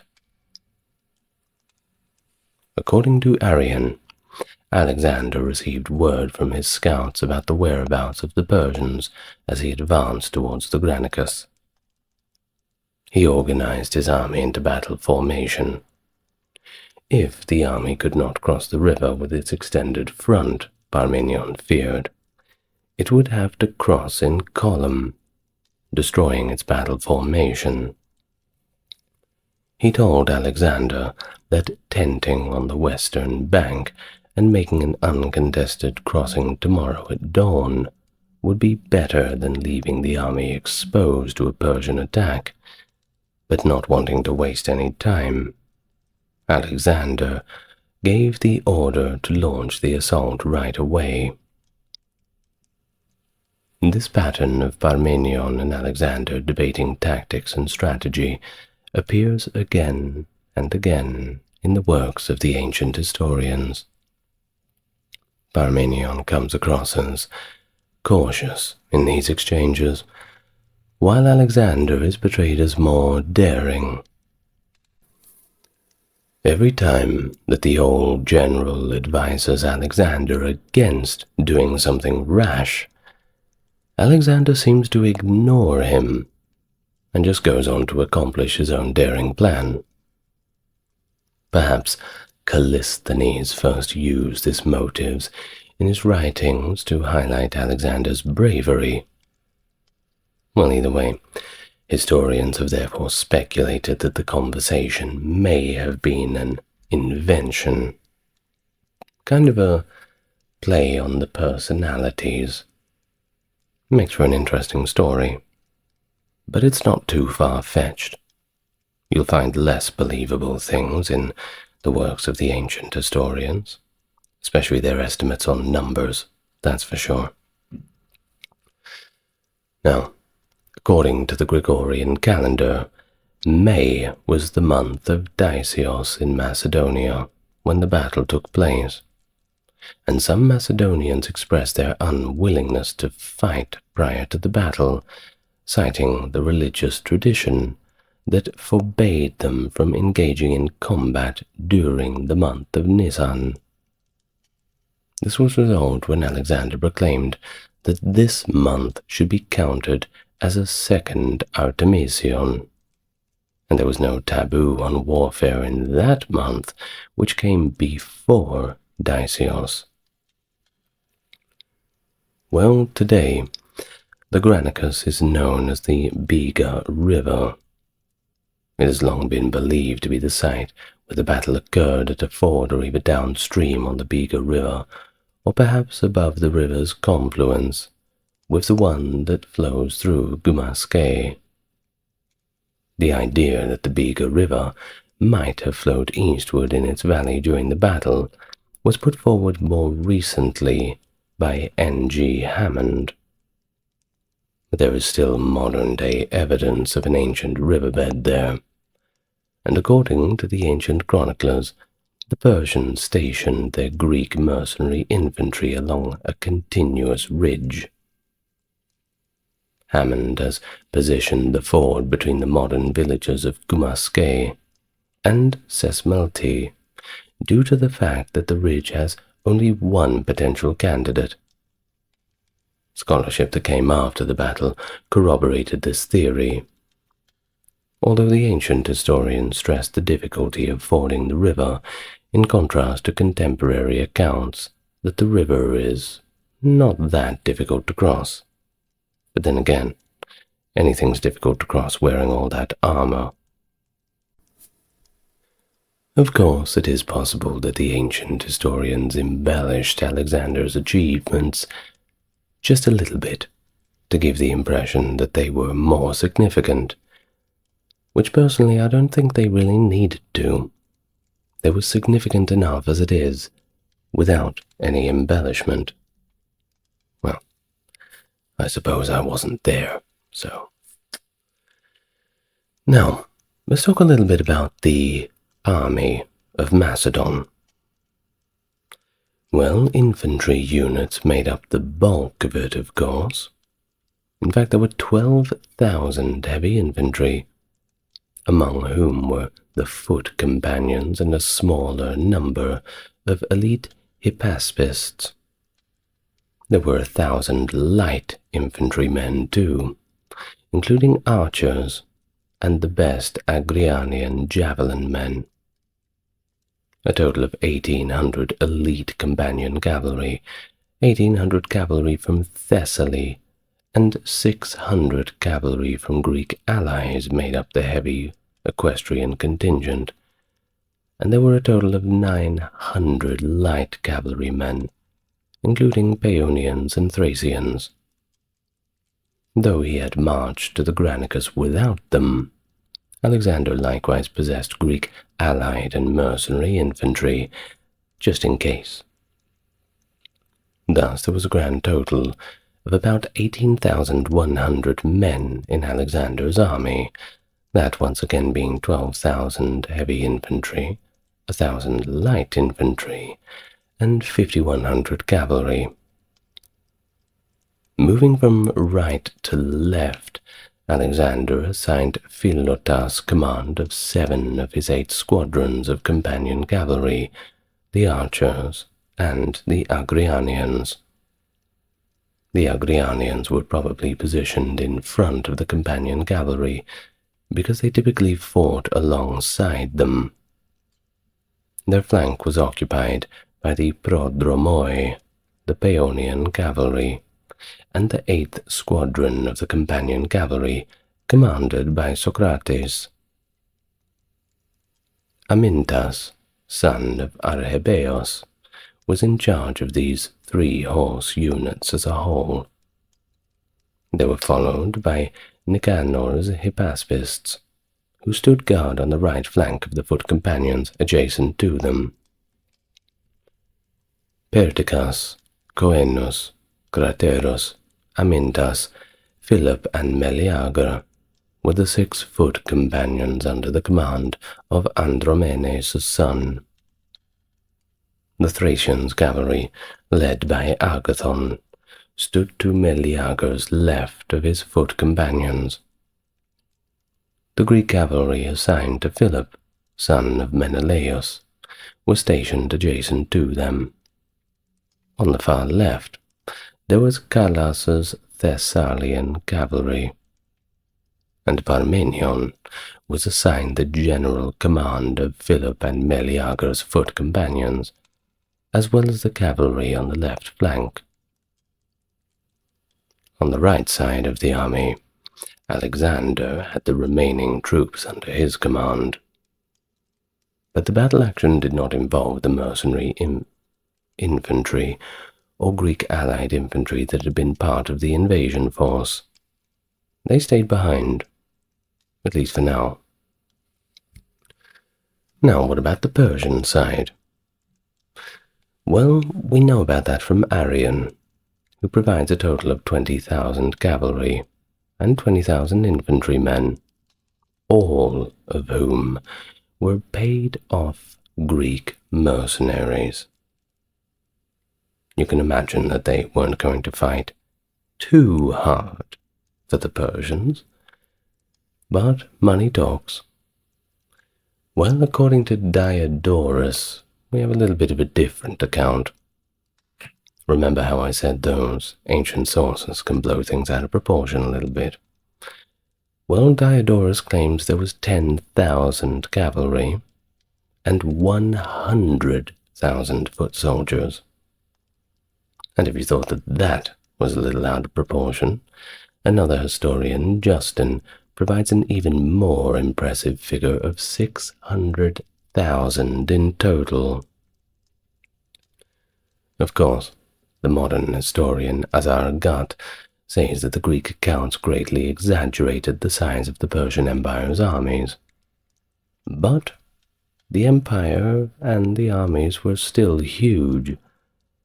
Well, since they were biased towards nationalism and lacked accurate information, pre-modern writers did this quite a lot. And according to Gut, it is an invariable habit. Well, if you've read through Herodotus, I'm sure you'd know about that. Well, according to Arrian, N.G.L. Hammond accepts the number of Persian troops. The figures provided by Justin and Diodorus are pretty much considered fictitious, due to the logistical impossibility of fielding such an army. Most historians agree that Diodorus's estimate of 10,000 cavalry is the more credible one. The claim made by Arrian regarding the number and makeup of the Persian infantry has prompted a more in-depth examination, and there are differing opinions on whether the number of 20,000 is indeed correct, especially considering that it encompasses native infantry, who are not even Greek. Well, some have hypothesized that the sparse number of Greek mercenaries may have been the sole infantrymen on the scene. Although Arrian's assertion of 20,000 infantrymen is credible, one modern historian, Christoph Nowotka, does not believe that they were all Greek mercenaries. It would have been extremely rare for the great king of Persia to summon such a huge army without extensive planning and supervision.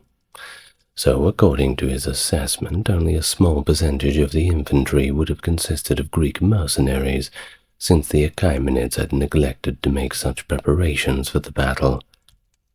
So, most of the infantry were small, local units that weren't really all that useful in terms of grand strategy.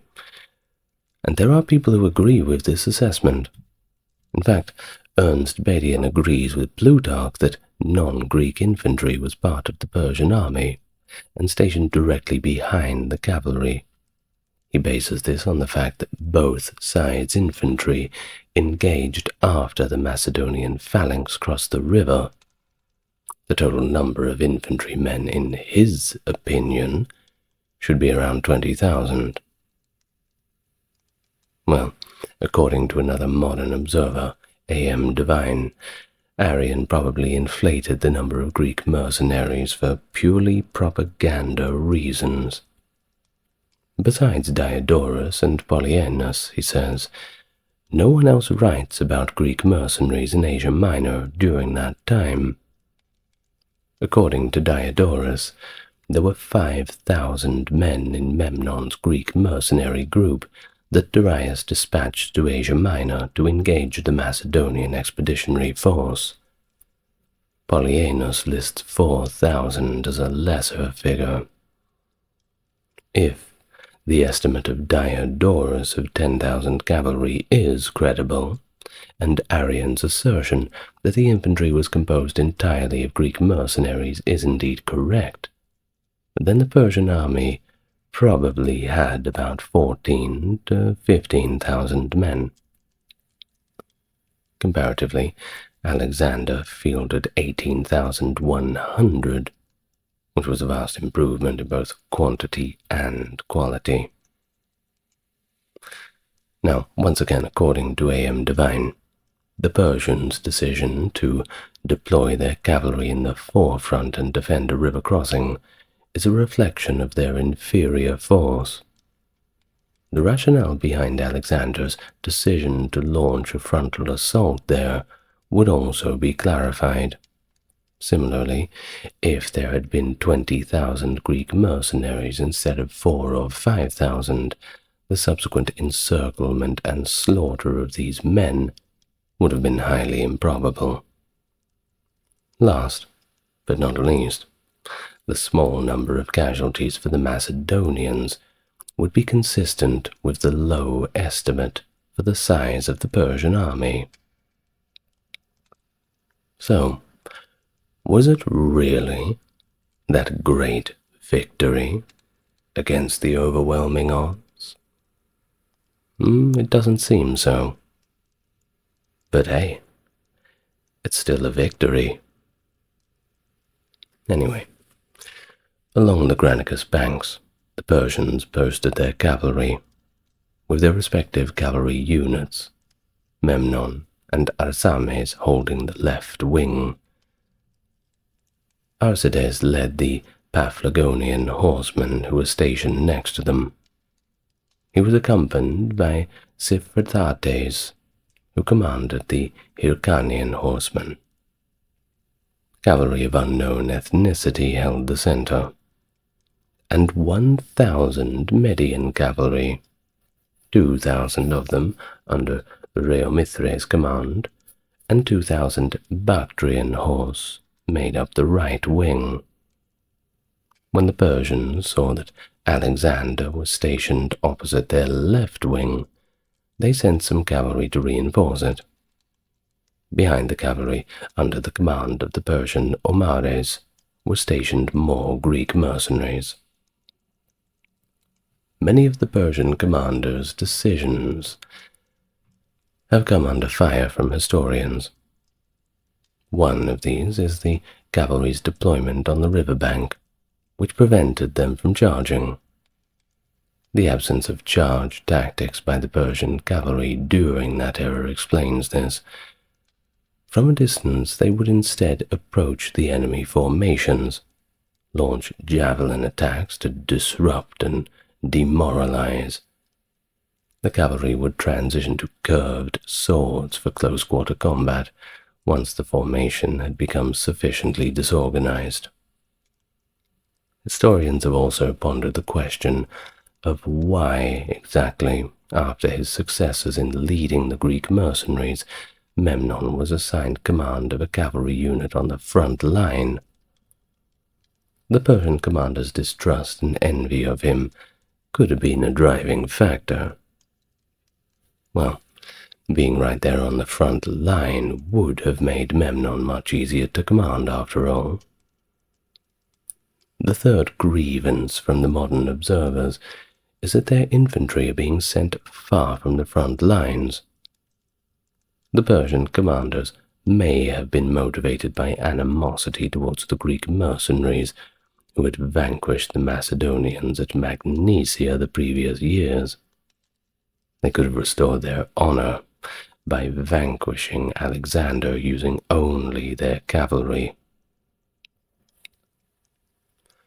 Well, Arrian, Plutarch, and Diodorus are the three ancient historians who presented conflicting versions of the account.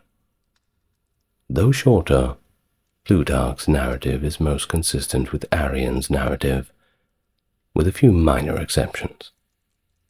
Arrian's account is the longest and most detailed. In contrast to Arrian and Plutarch's accounts, Diodorus Siculus presents a very different picture.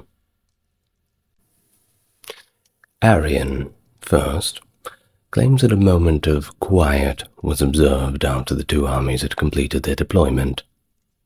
Following this, Alexander gave the order for Amyntas, the son of Arrhabaeus, to launch an attack on the Persian left flank.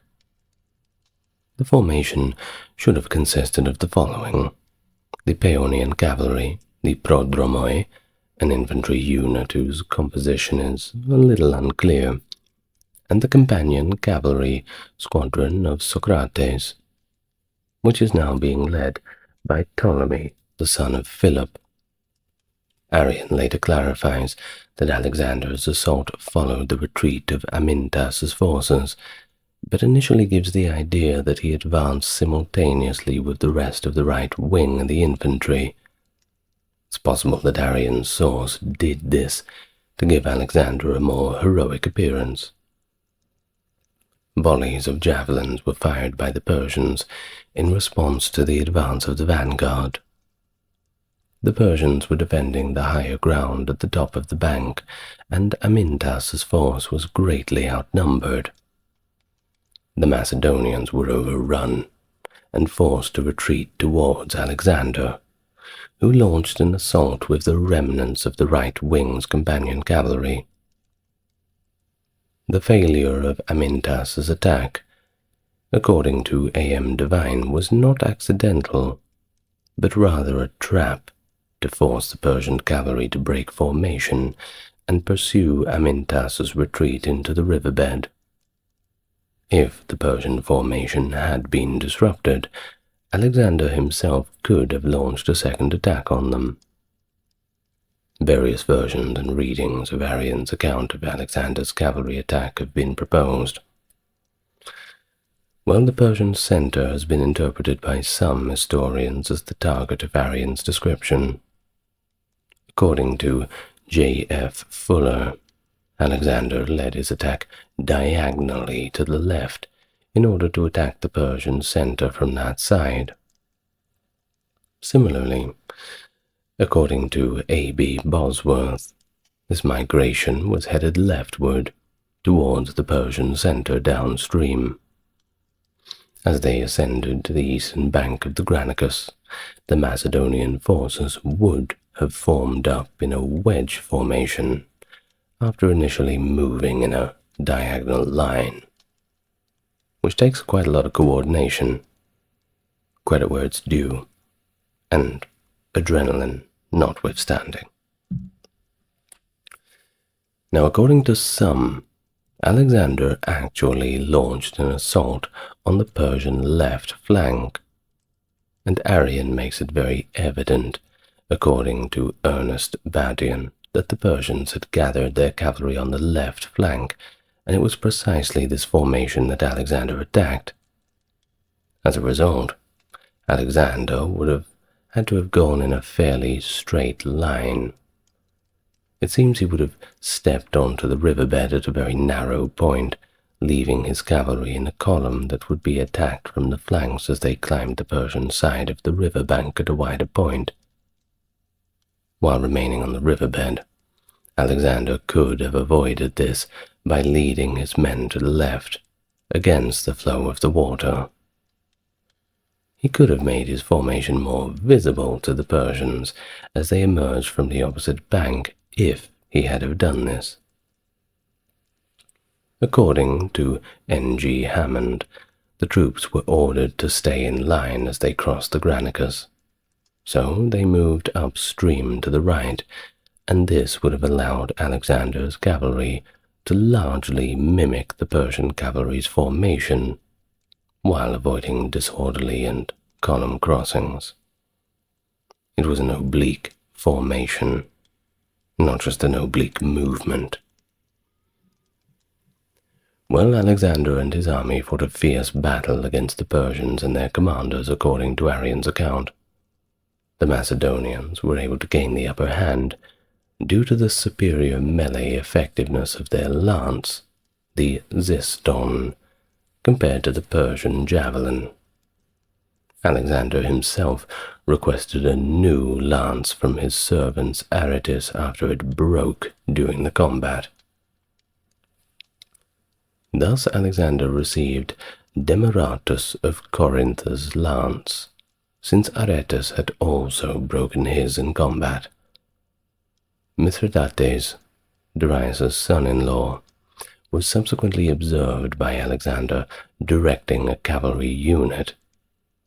After charging at him, Alexander slashed him in the throat with the lance. The helmet then shielded Alexander from another Persian nobleman, Rosakes, who struck him with a sword. With a swift thrust to the chest, Alexander vanquished him in turn with the lance. As Mithridates prepared to sneak up on Alexander from behind, Cleitus the Black severed his sword arm, and by this point Alexander's force had been reinforced by the other Macedonian cavalry who had taken up positions on the banks. By this stage of the fight, the Persian cavalry had been driven back by the Macedonian cavalry and light infantry that were scattered among them. It was all starting on Alexander's left flank, according to Arrian, where the Persians were fighting the hardest. Afterwards, the Persian cavalry on either flank fled as the center was breached.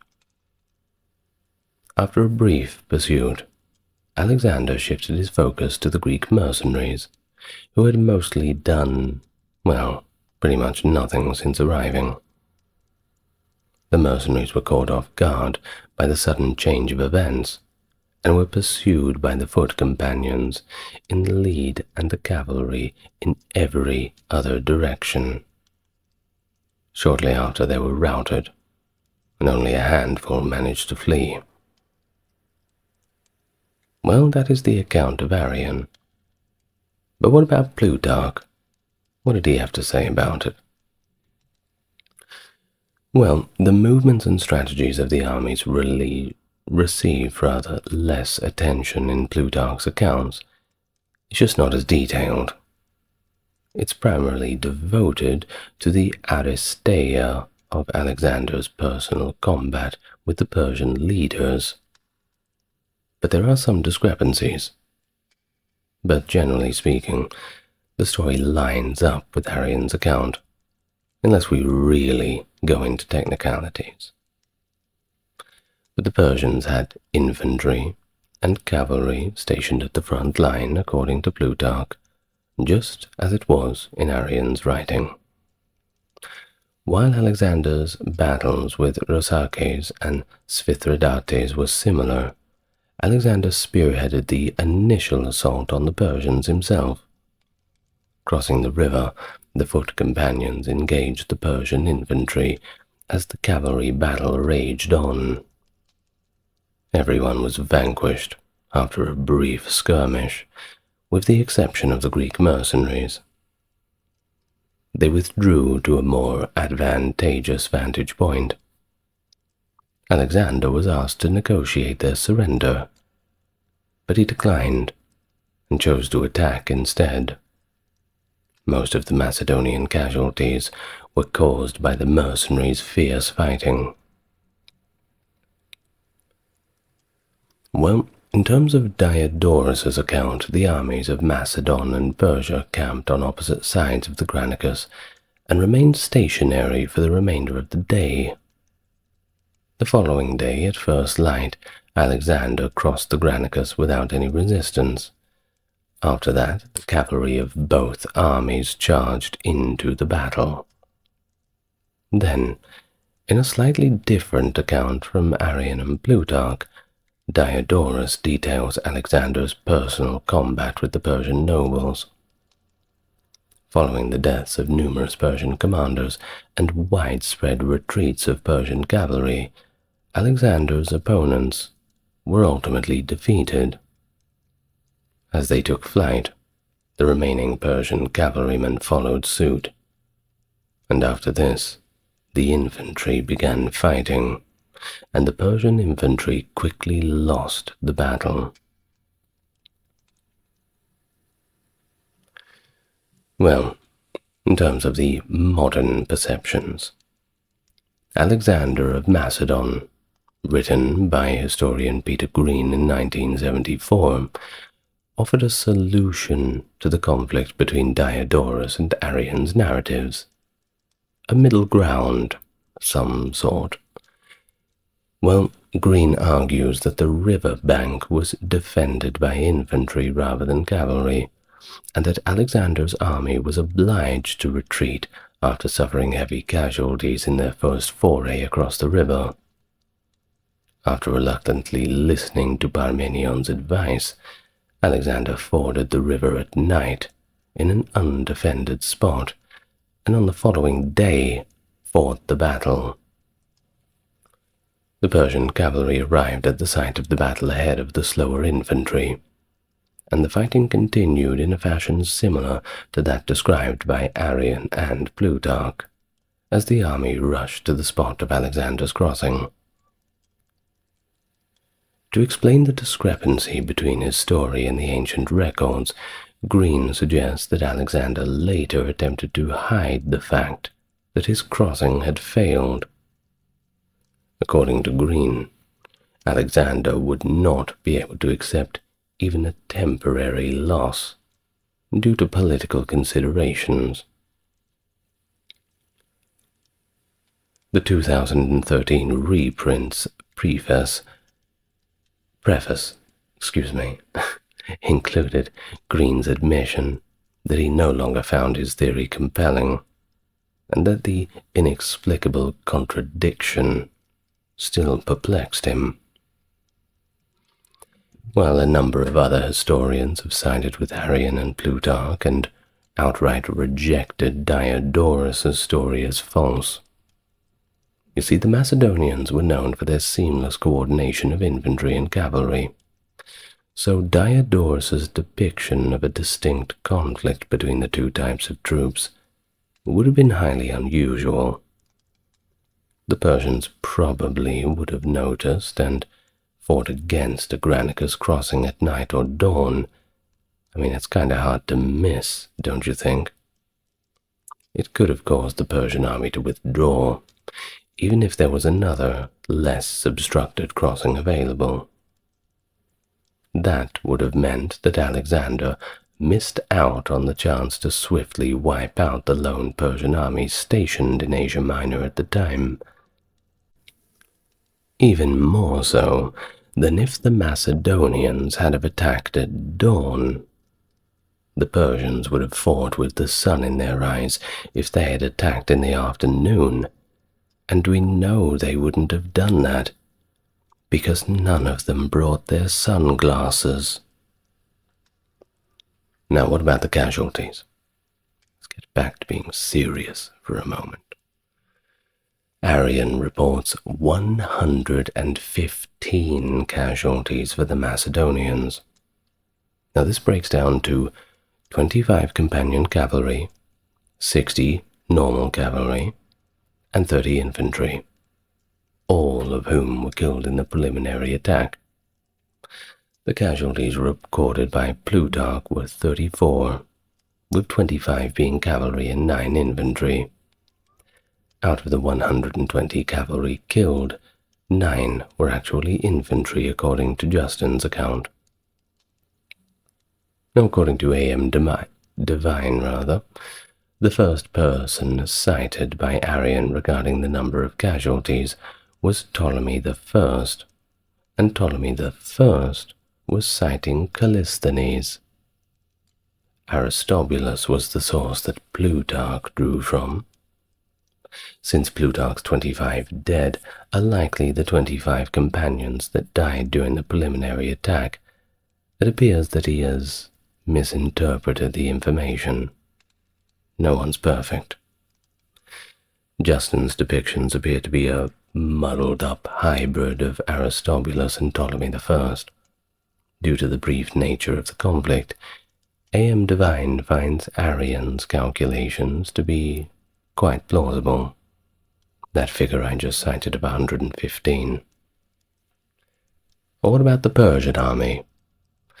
Well, according to the Macedonians, they lost 1,000,000 bajillion gajillion men. No, I'm just joking. Well, countless Persian chieftains met the same fate as the nobles who fought side by side with Alexander. Among the individuals mentioned by Arrian are Niphates, Petennes, Arbopales, who was Darius's brother and Artaxerxes II's son, Pharnaces, Darius's wife's brother, and Omares. After escaping to Phrygia, Arsaces took his life due to the guilt he felt over the loss. Artaxerxes, the satrap of Greater Phrygia, is mentioned as killed by Diodorus. However, he is later mentioned as a casualty at the Battle of Issus. 1,000 Persian cavalrymen were killed and 2,000 Greek mercenaries captured, according to Arrian. Plutarch records a death toll of 2,500 horsemen and 20,000 foot soldiers. 2,000 cavalry and 10,000 infantry were killed, according to Diodorus, and 20,000 men were captured. While modern historians such as A.M. Devine finds the death tolls reported by Plutarch and Diodorus, of course, to be absurdly high. He thinks that Arrian's estimates of 2,000 captured Greek mercenaries and 1,000 killed cavalry to be about right. He uses Arrian's number on the mercenaries who were captured to suggest that the other 18,000 were killed, a claim he denies. His assumption that the number of Greek mercenaries was no more than 4,000 to 5,000 suggests that between 2,000 and 3,000 of them may have perished in the slaughter. The sum of these losses amounts to anywhere between 5,000 to 6,000 Persians. Well, what about the aftermath? Well, Macedon received the 2,000 captured Greek mercenaries, and they sent them there to serve as slave laborers. Alexander considered them to have betrayed their fellow Greeks by selling themselves out to the Persians. A fair assessment. Well, this was in direct violation, however, of the Hellenic League Pact, which had mandated that the Greeks fight Persia and not each other. In addition, he sent 300 sets of Persian armor to the Acropolis in Athens as a sacrifice to Athena, and I'm sure Athena was very pleased to receive it. Alexander, son of Philip and all the Greeks, except the Lacedaemonians, presenting this offering from the spoils taken from the barbarians inhabiting Asia. He had an inscription fixed over them to mark the absence from his united Greek army. Alexander the Great had a group of statues called the Granicus monument erected in the Dion temple of Zeus. Bronze sculptures by Lysippus depicted Alexander riding a horse alongside 25 of his comrades who had perished in the first cavalry charge. And after the Fourth Macedonian War in 146 BC, Quintus Caecilius Metellus Macedonius brought this group of statues to Rome and placed them in a portico he constructed beneath the Capitoline Hill. But what about Parmenion? Well, he took control of Dascylium after the Persian garrisons evacuated. Sardis capitulated to Alexander as he marched toward it, and after continuing to Ephesus, he found that its garrison of Greek mercenaries had also evacuated the city. After receiving surrender offers from Magnesia and Tralles, he dispatched Parmenion to those cities. He had Lysimachus restore democracy and dismantle the oligarchies in the city of Aeolis and Ionia that were still under Persian rules, and Miletus fought back when Alexander arrived, so that the city was placed under siege. But what about the Persians? Well, a sizable section of them, were actually able to escape, and they fled to Halicarnassus. Their casualties on the way were not catastrophic, but of course they had to leave all of the dead behind. But the Achaemenid Empire faced a strategically dangerous conclusion. You see, it was the first time that the citadel of Sardis had fallen, and that an enemy could continue its march without significant obstacles all the way to Halicarnassus. Achaemenid satraps had been vanquished in Asia Minor, and Sardis had been besieged before. So, the Persians now, looking north and contemplating a retreat east, viewed those dark clouds rolling in, and it seemed there was nothing they could do about it.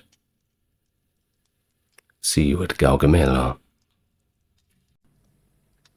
A turning point in ancient history, the Battle of Gaugamela, taking place on the 1st of October 331 BC, perhaps the most critical confrontation of Alexander the Great's military career. The Persian Empire, ruled by King Darius III, was Alexander's final opponent in this conflict. Darius chose the battlefield of Gaugamela, close to modern-day Mosul in Iraq, so that he could take advantage of his numerical superiority and the strength of his chariots. Even though the Macedonian force was fewer than the Persians, Alexander used inventive tactics to overcome the numerical disadvantage. He adopted a rejected flank tactic, which drew Persian infantry out of formation and let his cavalry take advantage. As a result of the nimble movements of Alexander, he was able to launch a decisive charge at Darius and achieve victory. And, as of the Battle of Gaugamela's conclusion, the path was cleared for his unimpeded push into Central Asia and India. Hello everyone, and welcome to the new viewers. Welcome back to the regular viewers. If you'd like to support the channel, a like and subscribe is right there. Otherwise, just enjoy the content. If you want to go above and beyond, there's a few links in the description. But for now, let's all get nice and relaxed. Today's a special one, all about the Battle of Gaugamela, taking you back more than 2,000 years ago. Following Alexander the Great's victory over King Darius III at the Battle of Issus in November 333 BC, the wife of Darius, along with his mother and daughters Stateria II and Dripetus, were taken captive by the Macedonians. Additionally, Alexander gained complete control over southern Asia Minor, which is present-day Turkey. Now, as a consequence of his defeat, King Darius retreated back to Babylon, where he aimed to regroup his remaining forces from a previous battle. After a prolonged conflict that started in January and lasted until July 332 BC, Alexander had successfully taken control of the Levant. The siege of Gaza marked Alexander's second significant military encounter, and due to the high casualties and redeployment of Persian troops to assist in the Battle of Issus, the number of Persian forces in Egypt was very much diminished. As a result, when Alexander arrived in Egypt, the Persian satrap named Mazakes surrendered without much notable resistance. In terms of Darius, well, he attempted to discourage Alexander from launching additional military offenses against his dominion through diplomatic means. One modern historian, Nawotka, asserts that due to the contradictory accounts from the ancient authors, it's somewhat speculative to rebuild the peace discussions. Now, ancient historians, on the other hand, offer varying descriptions of his interactions with Alexander, which can be categorized into three distinct instances of bargaining. According to reports, Darius first sought peace and the safe return of his family, who, by the way, were being treated with kindness by the Macedonians. He first proposed paying a ransom of 10,000 talents, then suggested giving up property in Asia Minor, west of the Halys River. But eventually, he even offered to acknowledge Alexander as an equal monarch, which is ironic because Darius's title, or one of, in the traditional fashion of those kings, is actually the King of Kings, extending an olive branch of equality in royal status. Well, that seems to be quite an act of desperation. Unfortunately for Darius, Alexander declined every single one of these offers. Now, the 1st and 2nd century historians, Justin, Arrian, and Curtius Rufus, have their own accounts of the battles of the time. Now, according to them, Darius had dispatched a letter to Alexander following the Battle of Issus.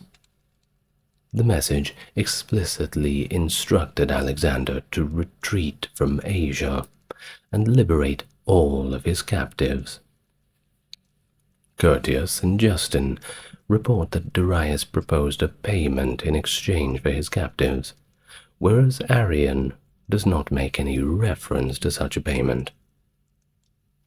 Curtius characterizes the tone of the letter as reportedly quite offensive, almost threatening. And of course, Alexander did not appreciate that kind of attitude. A subsequent negotiation endeavor occurred following the seizure of Tyre. Darius proposed a matrimonial alliance between Alexander and his daughter Statera II, along with the concession of all land located to the west of the Halys River. Justin is more general and does not specify a particular daughter. He merely refers to a part of Darius's realm. Diodorus Siculus, you may have heard of him, a Greek historian from the 1st century, also recounts the proposal of granting all land located to the west of the Halys River, along with a covenant of friendship and a substantial ransom for Darius's prisoners. Diodorus is the sole ancient historian who records the occurrence of Alexander's concealment of this letter, and his subsequent presentation of a counterfeit one that served his own personal goals. Well, as Diodorus is the only one who cites this, must be taken with a little bit of a grain of salt. Following this unsuccessful second diplomatic attempt, King Darius commenced preparations for another confrontation with Alexander. However, despite previous attempts, Darius made one more endeavor to engage in negotiations with the Macedonians following Alexander's departure from Egypt. The third offer made by Darius was even more generous. He commended Alexander for his treatment of his mother, Sisygambus, and granted him several rewards, that being all land located to the west of the Euphrates, a shared control over the Achaemenid Empire, the marriage to one of his daughters, and a substantial amount of 30,000 talents of cash. According to Diodorus, Alexander openly discussed this proposal with his companions, and one can't blame him. It's a pretty good deal. Well, Parmenion was the sole individual who voiced his opinion, stating, "If I were Alexander, I would willingly accept the proposed terms and establish a formal agreement." Well, according to the ancient sources, Alexander said back to him, "I would do the same if I were Parmenion." Alexander ultimately declined Darius' invitation and firmly asserted that there could be only a single ruler of Asia. He summoned Darius to either submit to him or get ready to fight, with the purpose of determining the ultimate ruler of all Asia. The accounts provided by other historians regarding the third negotiation have resemblance to Diodorus' narrative, but with variations in specific aspects. Diodorus, Curtius, and Arrian assert that an embassy was dispatched in lieu of a written correspondence, a claim which, by the way, is also made by Justin and Plutarch, who lived in the 1st century. Plutarch and Arrian state that the amount of ransom provided for the prisoners was 10,000 talents, whereas Diodorus, Curtius, and Justin all report a value of 30,000. According to Arrian, Darius made his third attempt during the siege of Tyre. However, other historians believe that the second negotiating attempt occurred during that period. Despite his previous unsuccessful negotiation attempts, Darius had made the decision to now prepare for another confrontation with Alexander. Thus, Alexander traveled from Egypt to the Tigris River, passing through Syria in the northeast during the late spring or early summer of 331 BC. He arrived at Thapsacus on the Euphrates River in July or August. Mazaeus, under the orders of Darius, was supposed to lead 3,000 cavalrymen to protect the Euphrates crossing near Thapsacus, but he managed to escape as Alexander's army approached. According to Arrian, Alexander reached the Tigris by the end of September. In the summer of 331 BC, Alexander traversed the Euphrates River. Instead of taking a direct southeast route to Babylon, he opted for a northern path. This decision allowed him to have a clear view of the Armenian mountains and the Euphrates River on his left side. Additionally, this route provided easier access to supplies and spared his soldiers from enduring the intense heat of the more direct road. The Macedonians received information from the captured Persian scouts that Darius had established a camp beyond the Tigris River.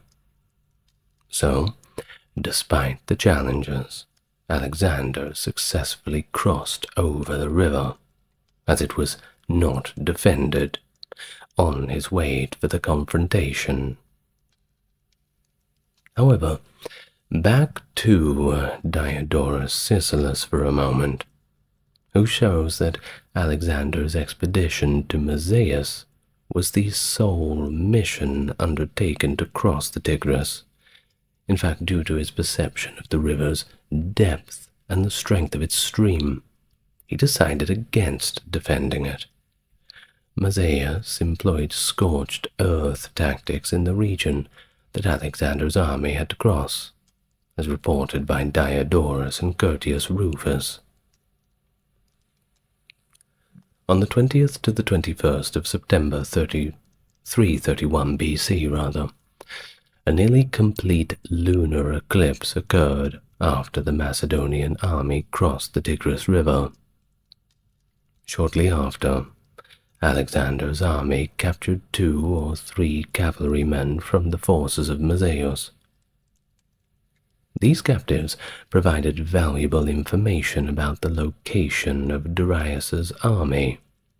They told him that they were all about 8 miles away, at a place called Gaugamela. Based on this intelligence, Alexander deduced that Darius would not respond to the ground-flattening activities at Gaugamela. So he allowed his soldiers 4 days to rest and recover before engaging in battle with Darius's army.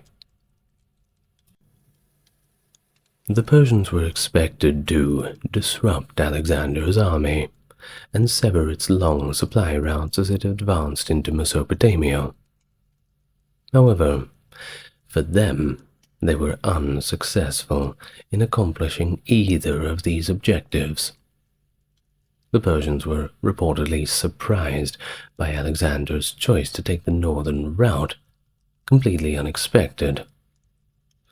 Well, just like Cyrus the Younger, who chose to take the direct southern route to Babylon, Darius would have anticipated Alexander to follow the same way. However, Cyrus was ultimately defeated at the Battle of Cunaxa in 401, so perhaps taking the southern route's not the best idea. Now, Darius's use of scythed chariots and the second scorched earth strategy indicates his intention to replicate that battle. Despite the failure of the scorched earth campaign, Alexander's army would still lack sufficient provisions to maintain itself if it had taken the southern route. At the plain of Cunaxa, Darius planned to decisively defeat a malnourished and overburdened Macedonian army. But lo and behold, they took the northern route instead. So it looks like they burned all of the farms for nothing. Well, after Alexander left for the northern road, Mazaeus undoubtedly returned to Babylon to convey the news. Darius most likely made the decision to prohibit Alexander from crossing the Tigris. It is probable that Alexander crossed the river around Thapsacus instead of Babylon, causing the strategy to fail. Darius intentionally led the Macedonians to Gaugamela, according to one historian, Jonah Lendering, which was the Persians' preferred location for war.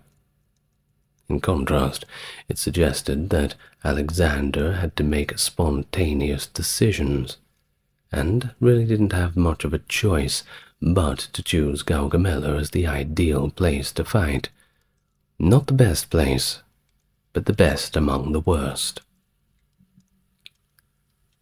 Now, in terms of the ancient sources, the exact location of the conflict remains a little bit hazy.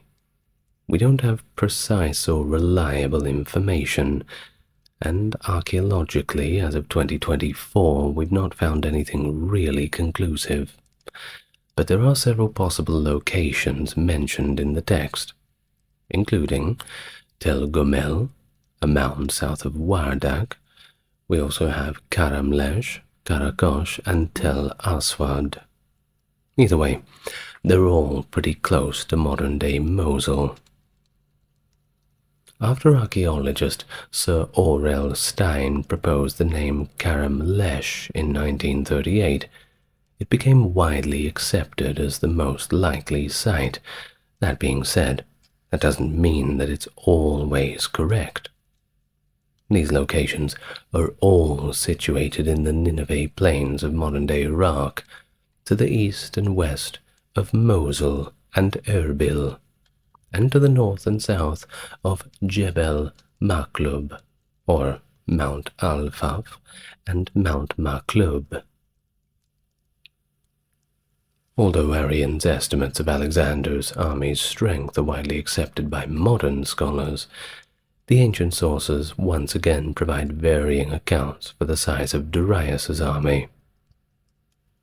Contemporary writers agree only on the fact that exaggerating figures mentioned in the ancient sources is pretty common, and they're not really reliable. In fact, the figures presented by Diodorus, Plutarch, and Curtius are excessively inflated to illustrate overwhelming numerical disadvantage of Alexander's army.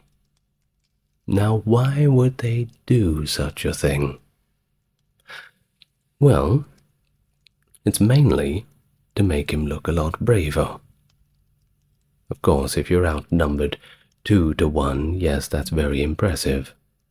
But 20 to 1, that makes for a better story. Well, there was one Reinhold Bickler in his case study who utilized 20 sources published from 1920 all the way to 2014 to illustrate the varying assessments made by authors regarding the strength of Darius's forces. Some authors argue that the Persians simply had a larger number of soldiers compared to Alexander's army. But on the other hand, Hans Delbruck claims, not complains, do apologize to Mr. Delbruck, claims that the Persian cavalry numbered around 12,000, citing issues with their management.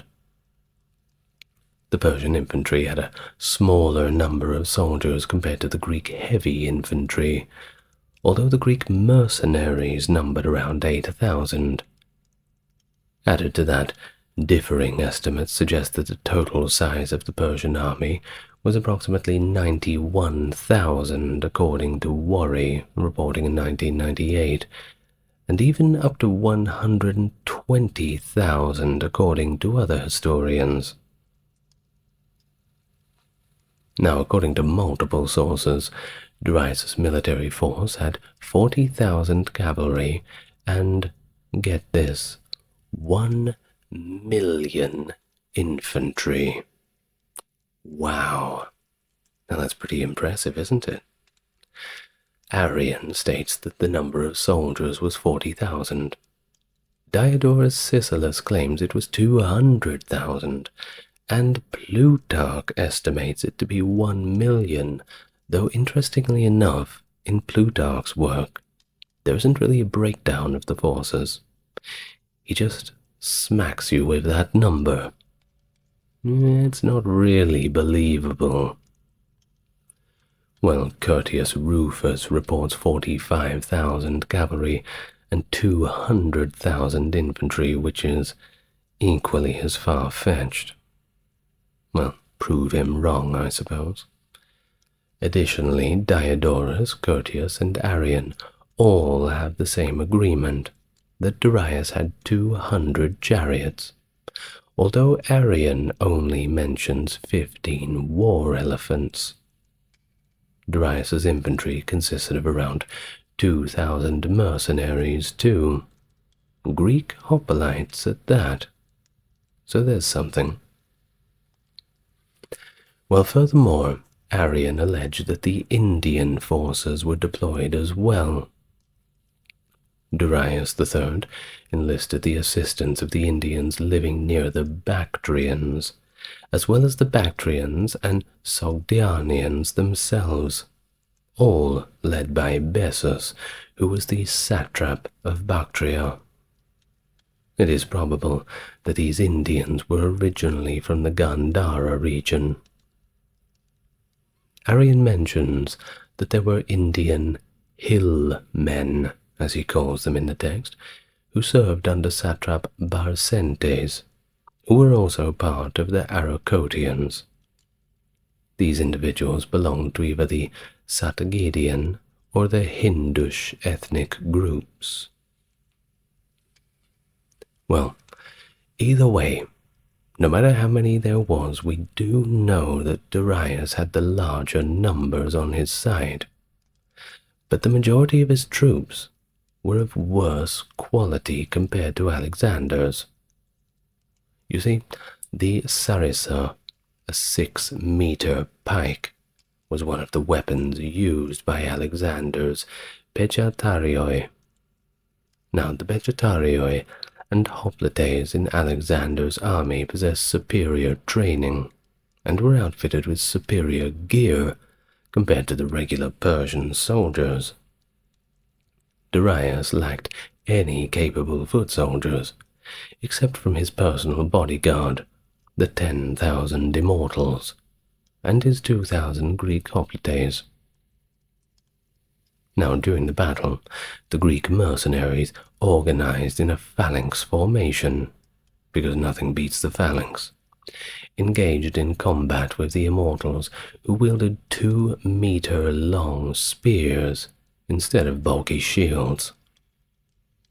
The Armenians, who presumably also fought in a phalanx configuration and were well equipped in the Greek fashion, possessed the most formidable weaponry among the Persian troops.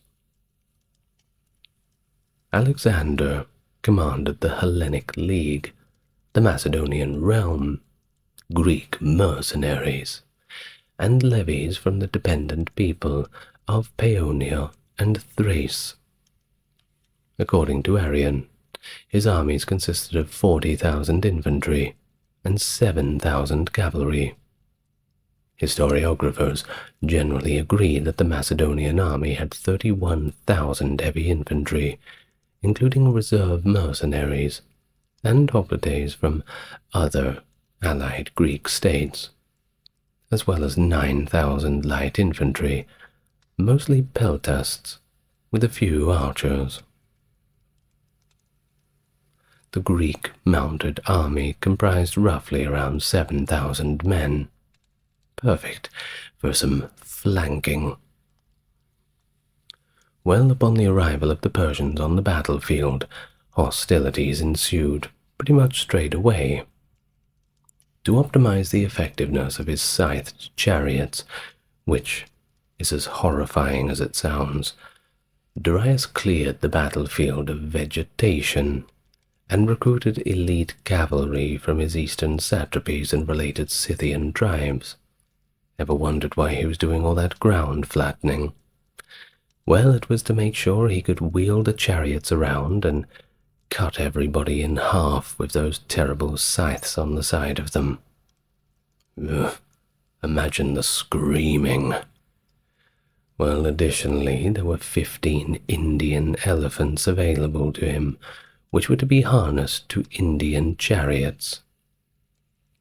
However, it seems that these elephants were removed from the battlefield, as they were not mentioned during the combat, and were subsequently seized in the Persian camp. There's a few possible causes, but it was probably fatigue. And here's the thing. Elephants in battle have a tendency of, they can go a little bit into a mode of panic. There's been many times where elephants have been used, and they've simply turned straight around and charged into the forces that were trying to use them against the other. Not the ideal situation. Well, Persian emperors, such as Darius, traditionally positioned themselves prominently with their most elite soldiers. Positioned to his right were the Persian horse guards, Greek mercenaries, and Carian cavalry. In the right center, he strategically placed his Persian foot guards, known as apple-bearers or immortals by the Greeks, along with his Indian cavalry and Mardian archers. The cavalry were positioned on both sides. The Bactrians, Dahe, Arcosians, Persians, Susians, Cadusians, and Scythians were positioned on the left wing, under the direction of Bessus. A limited quantity of Bactrians were stationed in front of the chariots. Matthias commanded the cavalry of the Syrian, Median, Mesopotamian, Parthian, Tapurian, Caucasian, Albanian, and Armenian troops on the right wing, among some others. The Cappadocians and Armenians led the assault before the other cavalry divisions, and the Albanian cavalry were instructed to reverse their direction in order to provide help to the Greek left flank. Curtius asserts that each of the archers belonged to the Armadi tribe.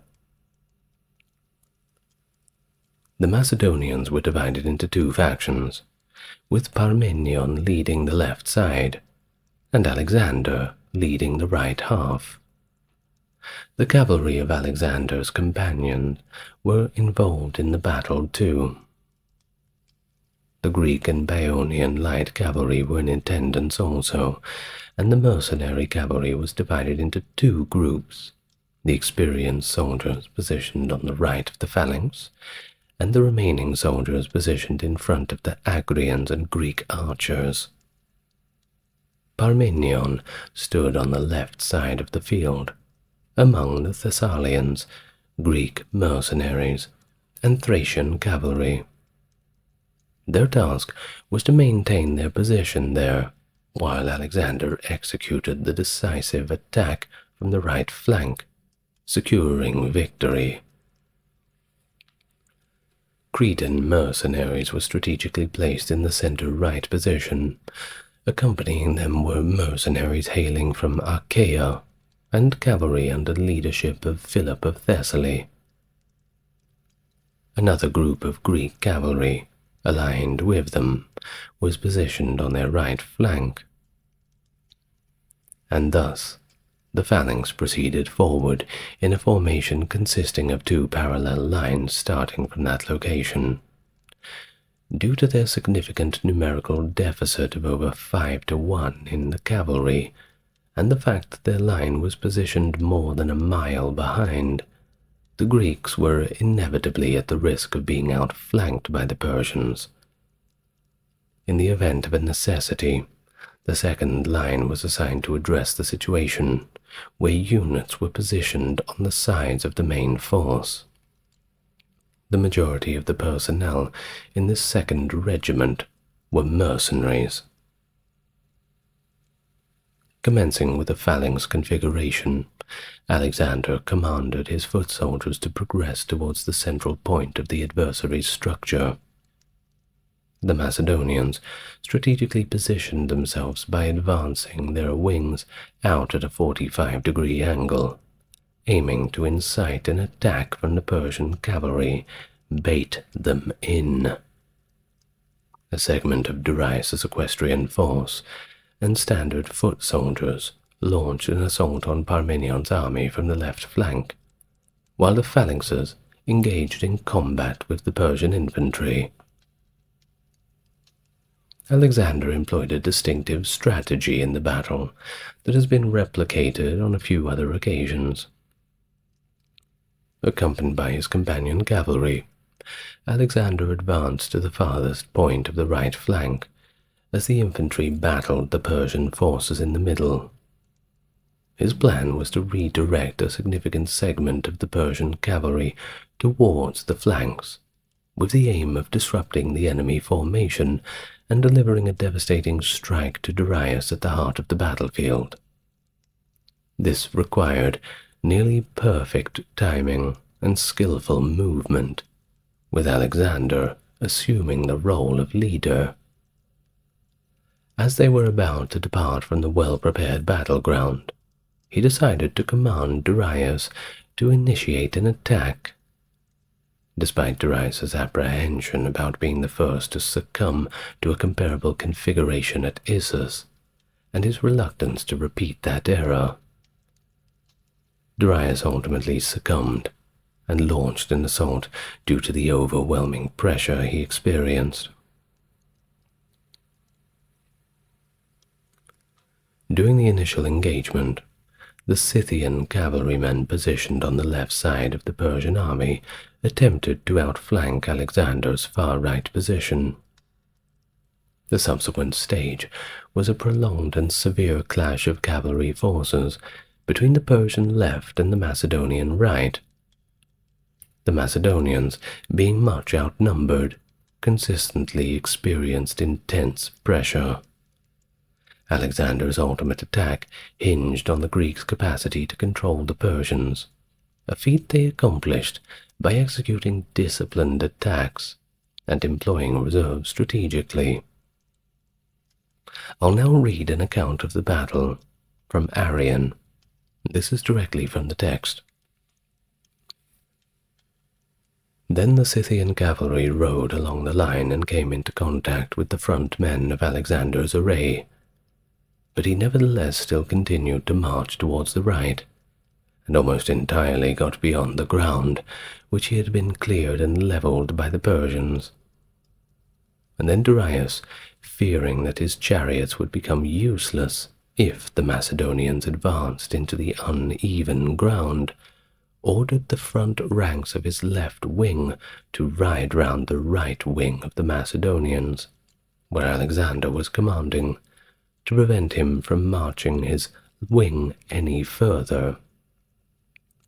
This being done, Alexander ordered the cavalry of the Grecian mercenaries under the command of Menidas to attack them. But the Scythian cavalry and the Bactrians, who had been drawn up with them, sallied forth against them, and being much more numerous, they put the small body of Greeks to rout. Alexander then ordered Aristo at the head of the Paeonians and the Grecian auxiliaries to attack the Scythians, and the barbarians gave way. But the rest of the Bactrians, drawing near the Paeonians and Grecian auxiliaries, caused their own comrades, who were already in flight, to turn and renew battle.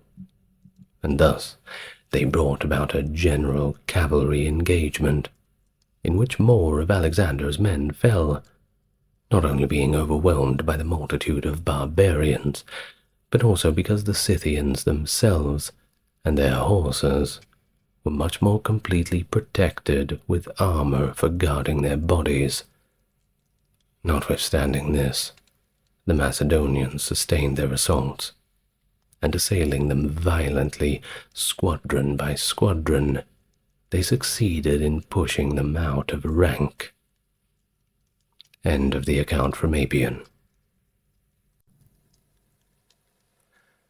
When Arates Prodromoi, perhaps serving as the final defensive line in this particular section of the battlefield, launched their assault, the balance of power swung in favor of the Greeks. However, at this juncture, Alexander had already determined the result of the conflict in the center.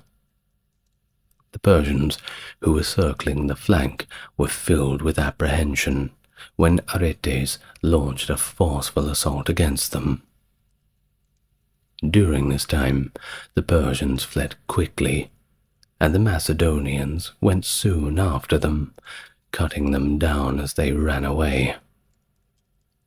Darius then launched his chariots at the army led directly by Alexander. However, the companion cavalry and the Agrianians managed to stop several of the chariots by throwing their javelins. The Macedonians, observing that a portion of their chariots had endured the javelin attack, strategically created gaps in their formation to enable the chariots to proceed without being wounded. The remaining survivors were subsequently attacked and slain by the Hypaspists and the grooms of the cavalry. Alexander systematically repositioned his rear guard as the Persians progressively extended their assault towards the sides of the Greek army.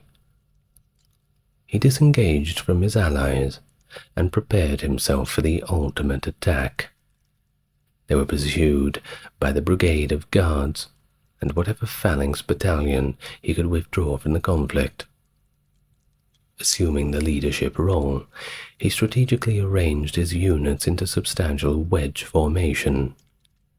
The Persian soldiers in the center remained in active fight with the phalanxes, hindering their ability to counterattack Alexander's progress. And subsequently, the Persian center was relentlessly assaulted by a colossal formation, resulting in the demise of Darius's elite bodyguards and the Greek hired soldiers. Many individuals in the present era hold the belief that Darius, upon realizing that he was on the verge of being isolated, escaped with the remaining members of his military force.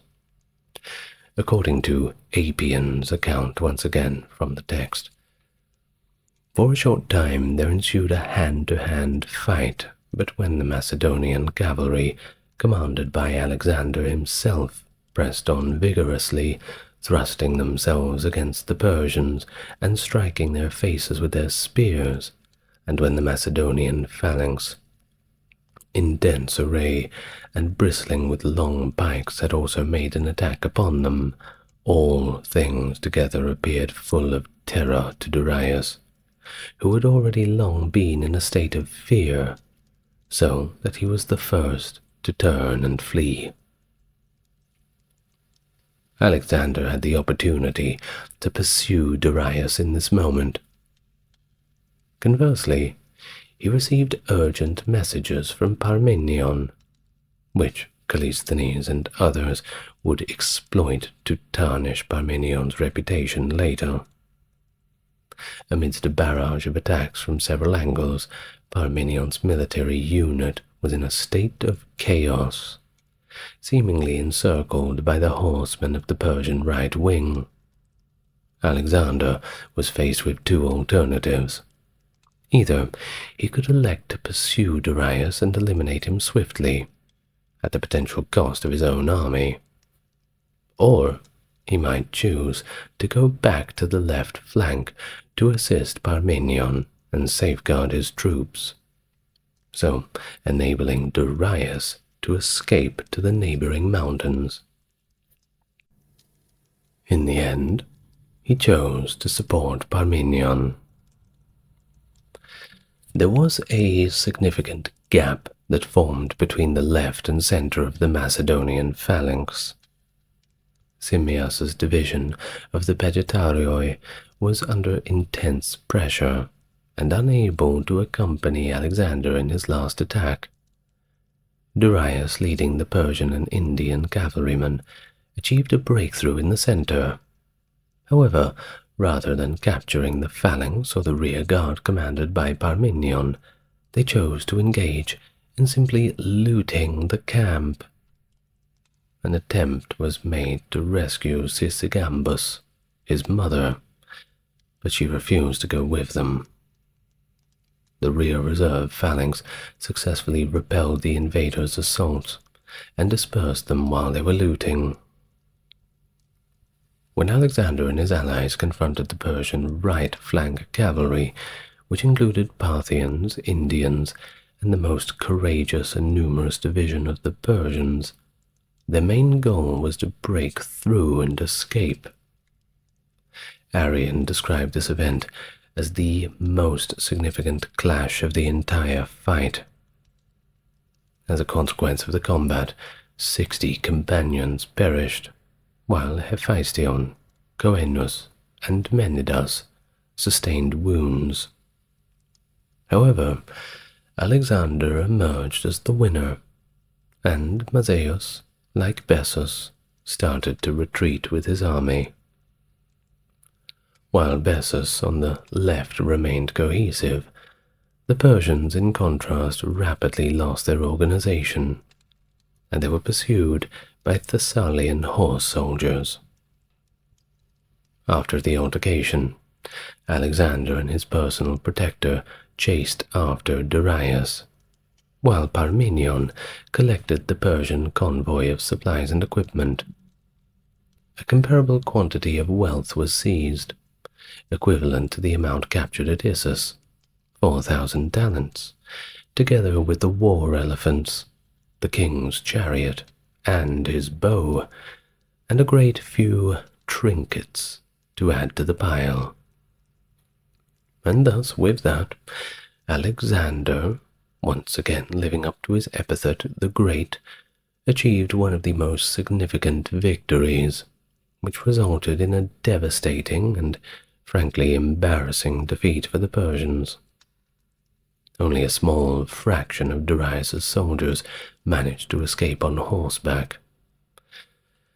Immediately behind them were the Bactrian cavalry, led by Bessus, accompanied by a limited number of surviving members of the royal guard, as well as 2,000 Greek mercenaries.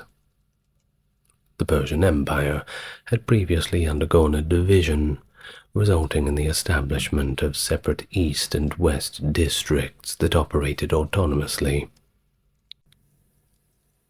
While making his escape, Darius spoke to the remaining members of his army. Presuming that the Greeks would withdraw to Babylon, his intention was to recommence his journey towards the east and gather a new military force to attack Alexander.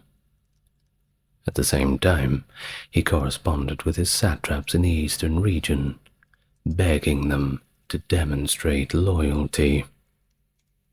However, the satraps had their own plans that somewhat contrasted with Darius's ideas for them. Following the assassination of Darius, Bessus escaped into the east.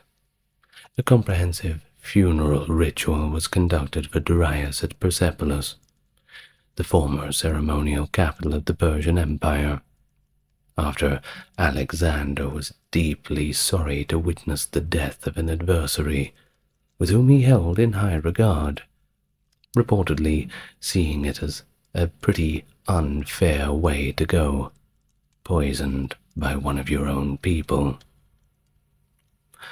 Well, in the subsequent year, Alexander ardently pursued Bessus, apprehending him, and then carried out his own execution. After that, most of the remaining satraps swore loyalty to Alexander, and were therefore allowed to keep their positions. Upon the death of Darius, it was commonly believed that the Achaemenid Persian Empire had reached its end. The Battle of Zama, fought in 202 BC near present-day Tunisia, decisively ended the Second Punic War between Rome and Carthage. Roman general Scipio Africanus faced Hannibal Barca's war elephants by training his troops to create gaps, allowing the elephants to pass through without causing damage, along with leveraging his strategic alliance with the Numidian king Massinissa to gain a superior cavalry force. This allowed the Roman cavalry to flank and encircle Hannibal, leading to a significant victory that forced Carthage to seek peace. And the subsequent peace treaty effectively marked the end of Carthage as a major power and cemented Rome's dominance in the Mediterranean, not to mention establishing Scipio's legacy as one of Rome's greatest military strategists. Hello and welcome to the channel. Is it your first time here? If it is, welcome. And to those who are coming back for more, off we go again. Back to the Second Punic War this time. I hope you're excited. Now, if you want to support the channel, you're already doing it. You know what it's like. Just watching the content, having a good time. That's all I need. But a click on the like and subscribe certainly helps. And how about you tell me in the comments what you want to see next? Perhaps I'll make a video on it. If you want to go further to that, check out the merchandise and the other links in the description. But enough of that. Let's all just get nice and relaxed first, shall we? Because today we'll talk all about the Battle of Zama. We begin in the First Punic War. Must set the background, you know. This major conflict between Rome and Carthage, spanning 23 years from 264 to 241 BC. This prolonged battle for supremacy in the western Mediterranean occurred mainly in Sicily and its nearby waters, and also parts of northern Africa, and it ultimately concluded with a Carthaginian defeat. After the war, Carthage sought to expand its territories into Iberia. That's modern Spain and Portugal, by the way, beginning in 236 BC. And by 226 BC, the Ebro Treaty was signed with Rome, marking the Ebro River as the northern limit of Carthaginian influence. Now, despite this, Rome later allied with Saguntum, which was a city that was well south of the Ebro River, which of course the Carthaginians did not like. Well, Hannibal, then leading Carthage in Iberia, besieged and destroyed Saguntum in 219, prompting Rome to declare what would become the Second Punic War the following year. But, as we all know, they were always looking for an excuse anyway. They wanted to get rid of Carthage, two burgeoning empires, and that Mediterranean Sea. It ain't big enough for the both of us, as they say. Well, Hannibal, he was a formidable character of his own. I have made a video about him and some other battles in which he was involved. Surely you've seen my Battle of Cannae video, which I will briefly mention on it. Now, Hannibal embarked on a daring campaign. He moved his large army from Iberia all the way through Gaul and crossed the Alps into mainland Italy in 218. Over the next 3 years, he dealt severe blows to Roman forces in the battles of Trebia, Lake Trasimene, and of course what I just mentioned, Cannae, where he inflicted catastrophic losses on the Romans. Some say around 65,000 plus were killed and captured in Cannae alone. Well, could have been lower, but we will go by the contemporary sources at least for now. If you want more detail, go and watch my full video on that.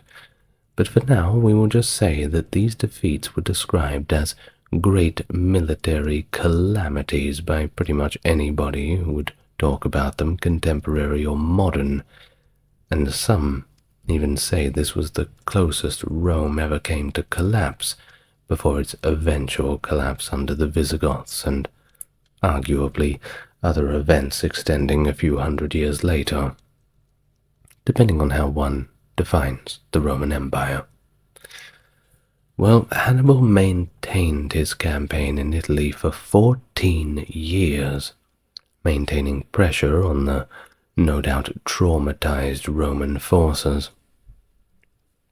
At the same time, significant military actions continued back in Iberia starting in 218 BC. Publius Cornelius Scipio took command of the Roman forces there in 210, and over the next 4 years succeeded in driving the Carthaginians out of Iberia by 206.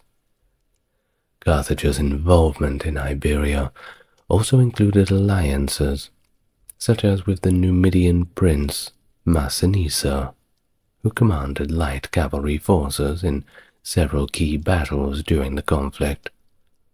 A good general, but perhaps not the best friend. We'll get to that later.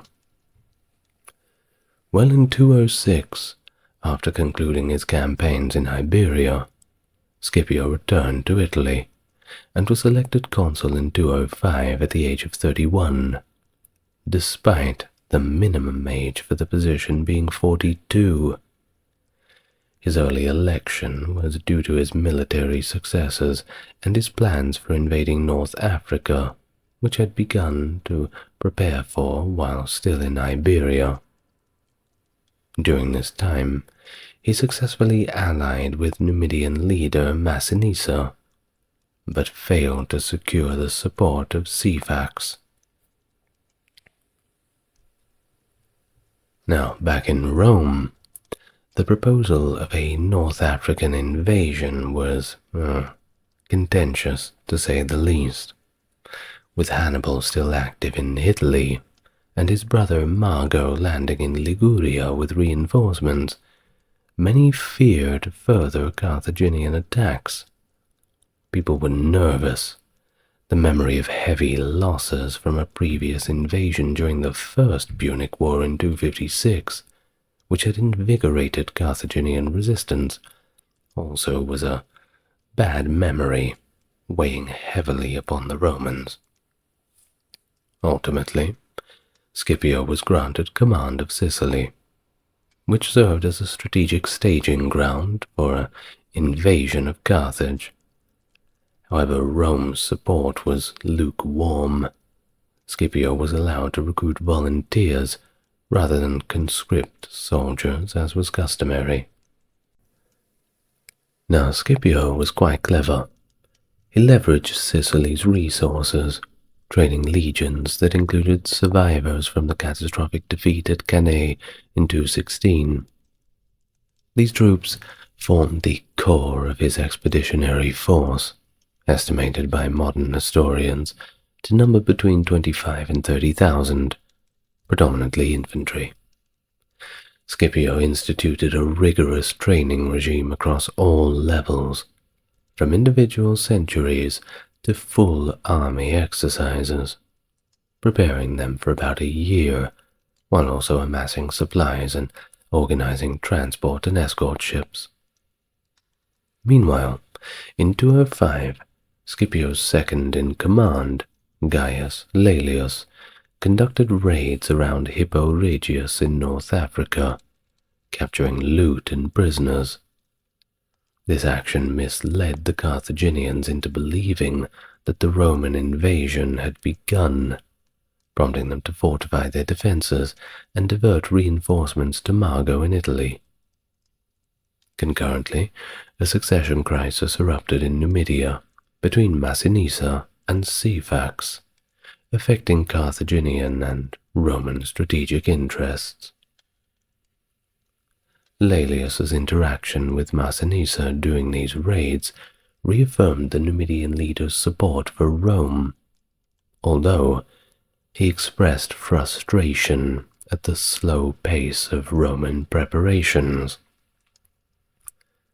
Well, in the structure of the Roman military, most male citizens were obliged to serve, whether as infantry, which was typical, with wealthier individuals providing cavalry.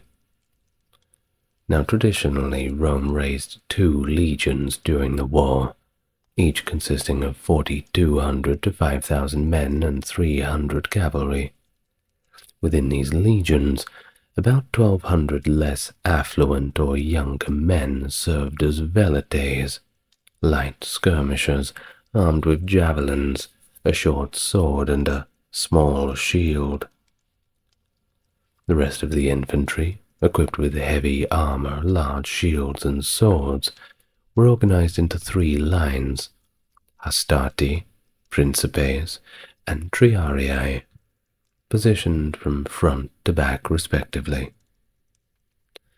Roman military strategy involved forming armies under the command of consuls, who were elected annually. Typically, each consul would lead a combined force of a Roman legion and a comparable legion from Latin allies, which generally included a larger contingent of cavalry. By this period in the war, Roman armies were larger, usually comprising about 4 legions, 2 Roman and 2 allied, so amounting about 20,000 men in total. The army that invaded Africa, however, was unusually large, with each of the Roman legions expanded to 6,200 infantry and the customary 300 cavalry, leading a total force estimated between 25 and 30,000 men, including 2,500 cavalry. Carthaginian military practices differed notably from those of Rome, particularly in their reliance on foreign mercenaries rather than citizen soldiers, except under direct threat to Carthage itself. When Carthaginian citizens did serve, they fought as heavy infantry with long spears and substantial armor, but they lacked the discipline and training, especially compared to the Romans. Typically, Carthage's armies were composed of hired foreign troops, many from North Africa, commonly referred to as Libyans. These Libyan units included close-order infantry equipped with large shields, helmets, short swords, and spears, light infantry skirmishers who threw javelins, and close-order shock cavalry, known as heavy cavalry that wielded spears.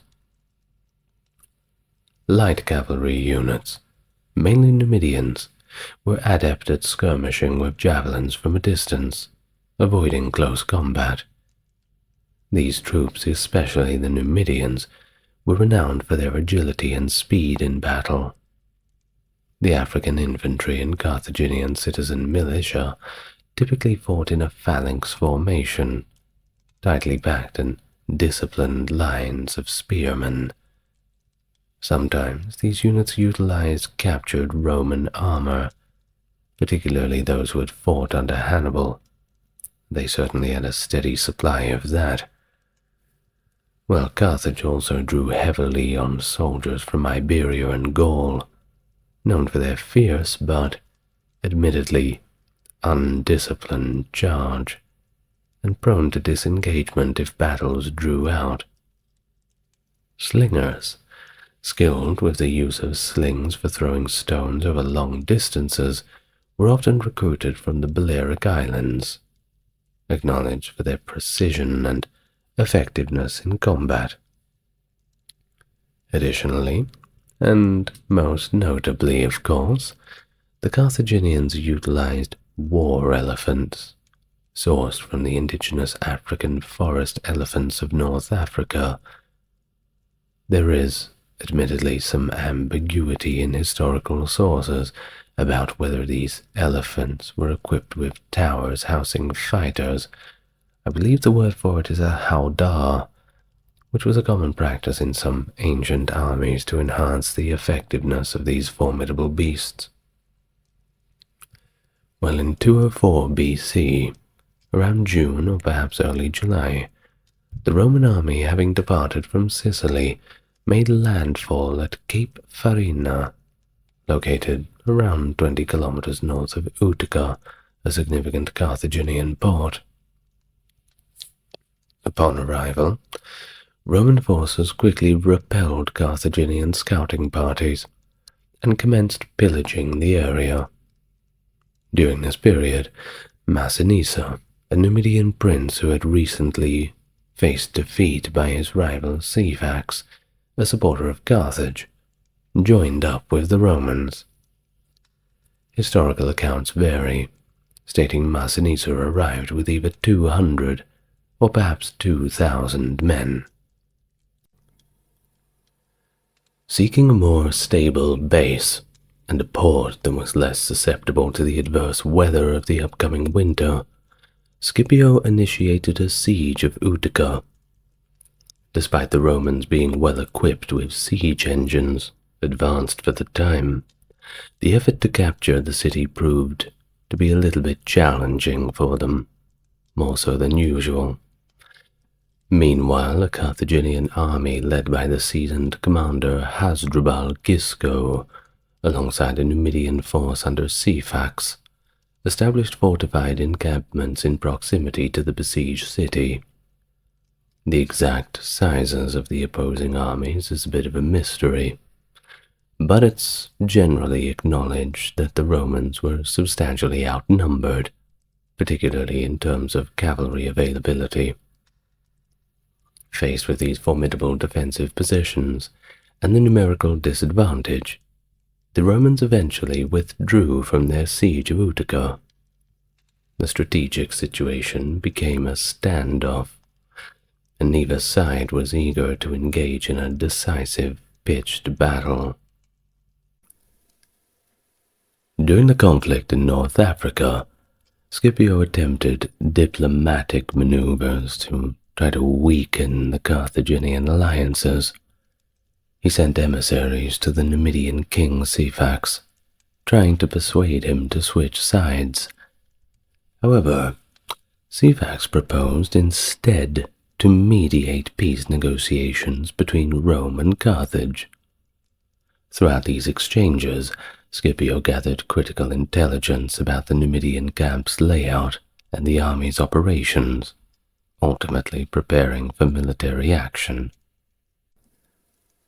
As the weather improved, Scipio feigned preparations for an all-out assault on Utica, misleading the enemy.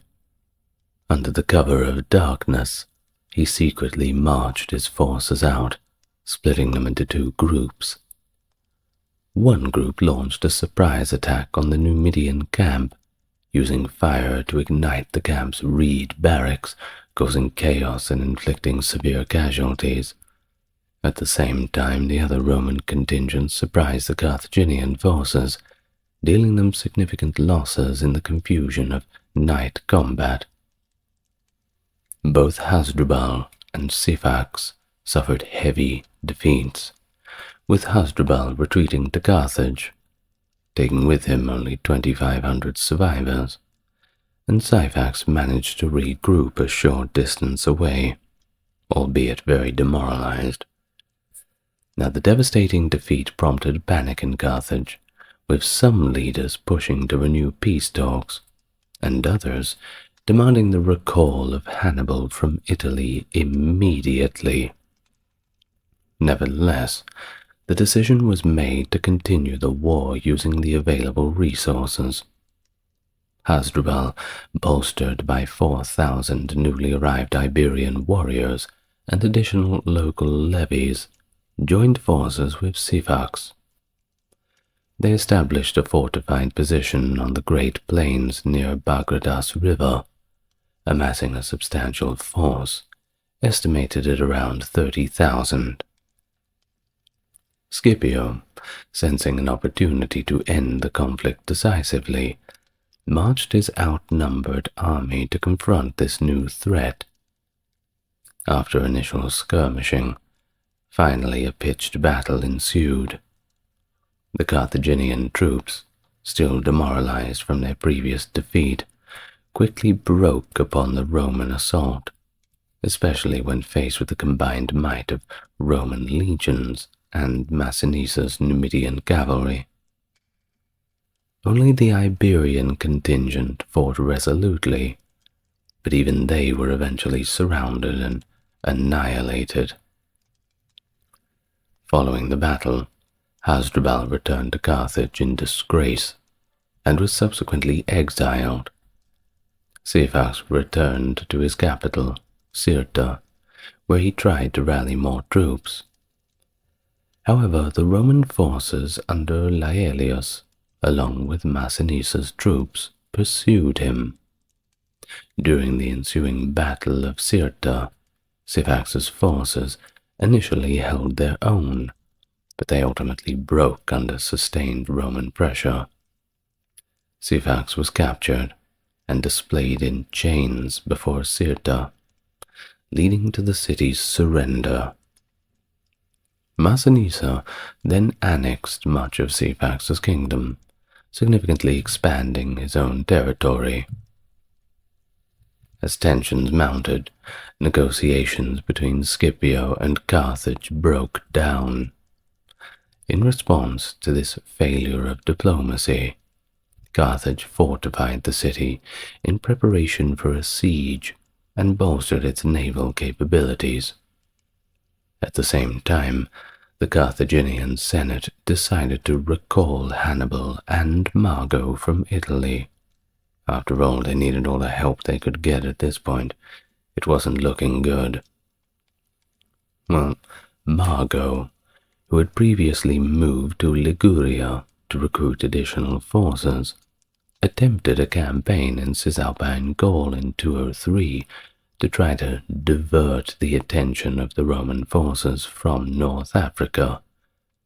But the endeavor ended in defeat at the Battle of Insubria, and Mago succumbed to his wounds during the return journey to Carthage.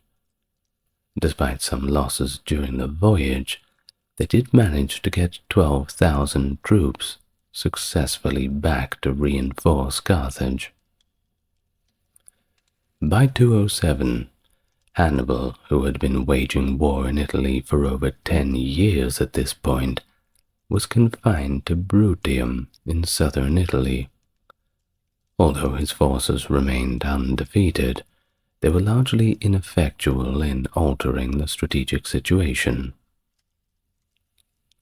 Upon his recall, Hannibal managed to transport 15,000 to 20,000 of his veteran soldiers to North Africa, landing near Leptus Minor, south of Carthage.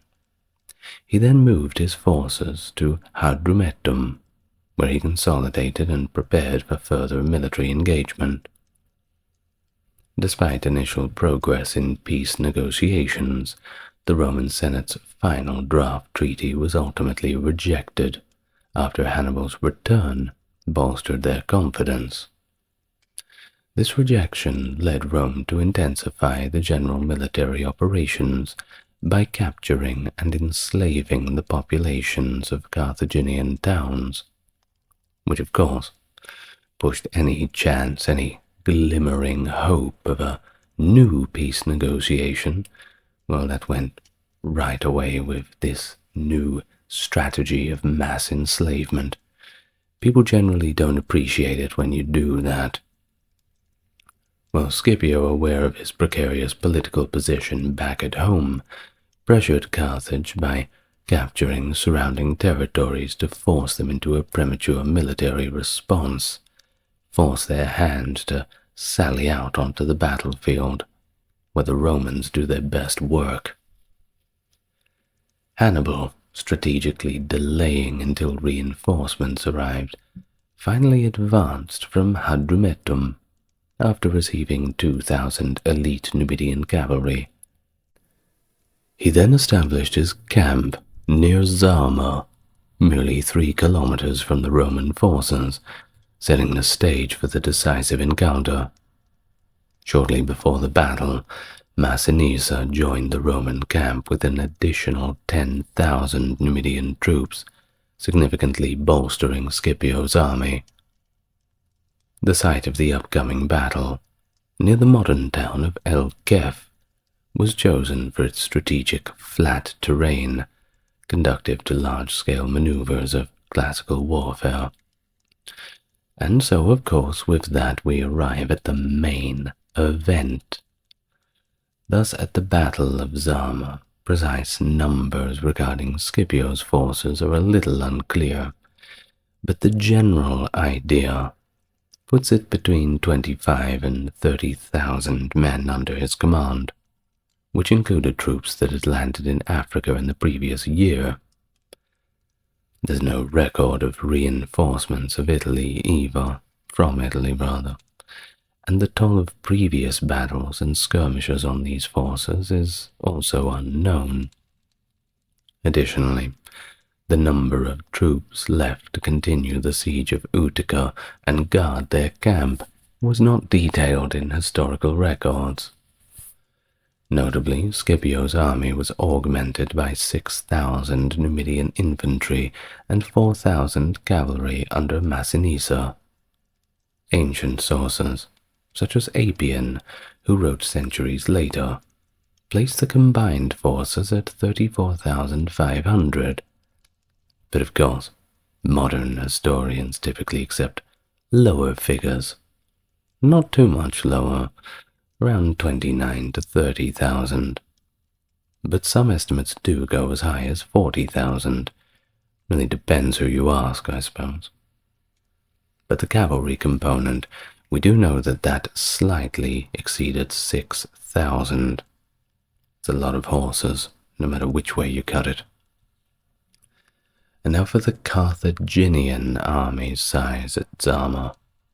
Said by Appian to be 50,000, once again generally considered to be an exaggeration by modern observers who prefer the estimate of 40,000, which is, by the way, based on Polybius's accounts. The composition included predominantly infantry, as Hannibal's forces had to abandon many of their horses in Italy, mainly due to shipping constraints, and also a reduced supply of Numidian cavalry after Massinissa's victory over Sifax. Consequently, Carthage managed to field only about 4,000 cavalry at Zama. Hannibal also utilized 80 war elephants. That's right, 80, not 18. A significant, but not a unique development in the Punic Wars. His elephants had become kind of a hallmark of his since the crossing of the Alps in 218. Very terrifying, of course. While the inability of Carthage to deploy a fully trained elephant force at Zama or after Scipio's invasion remains a little unclear. Now, the Roman forces were meticulously organized by Scipio. The heavy infantry of the two Roman legions was placed centrally, flanked by allied legions. Typically, Roman legions were arrayed in 3 lines, the Hastati, the young and lightly armored soldiers in the front, followed by the Principes, those seasoned warriors, and the Triarii, the veteran troops at the rear. However, at Zama, Scipio deviated from the traditional checkerboard formation, as they called it, by aligning a maniple of Principes directly behind each Hastati maniple. Now, this created broad lanes in the formation, which were occupied by velites, the light infantry armed with javelins. This arrangement allowed for greater flexibility and mobility within the Roman lines.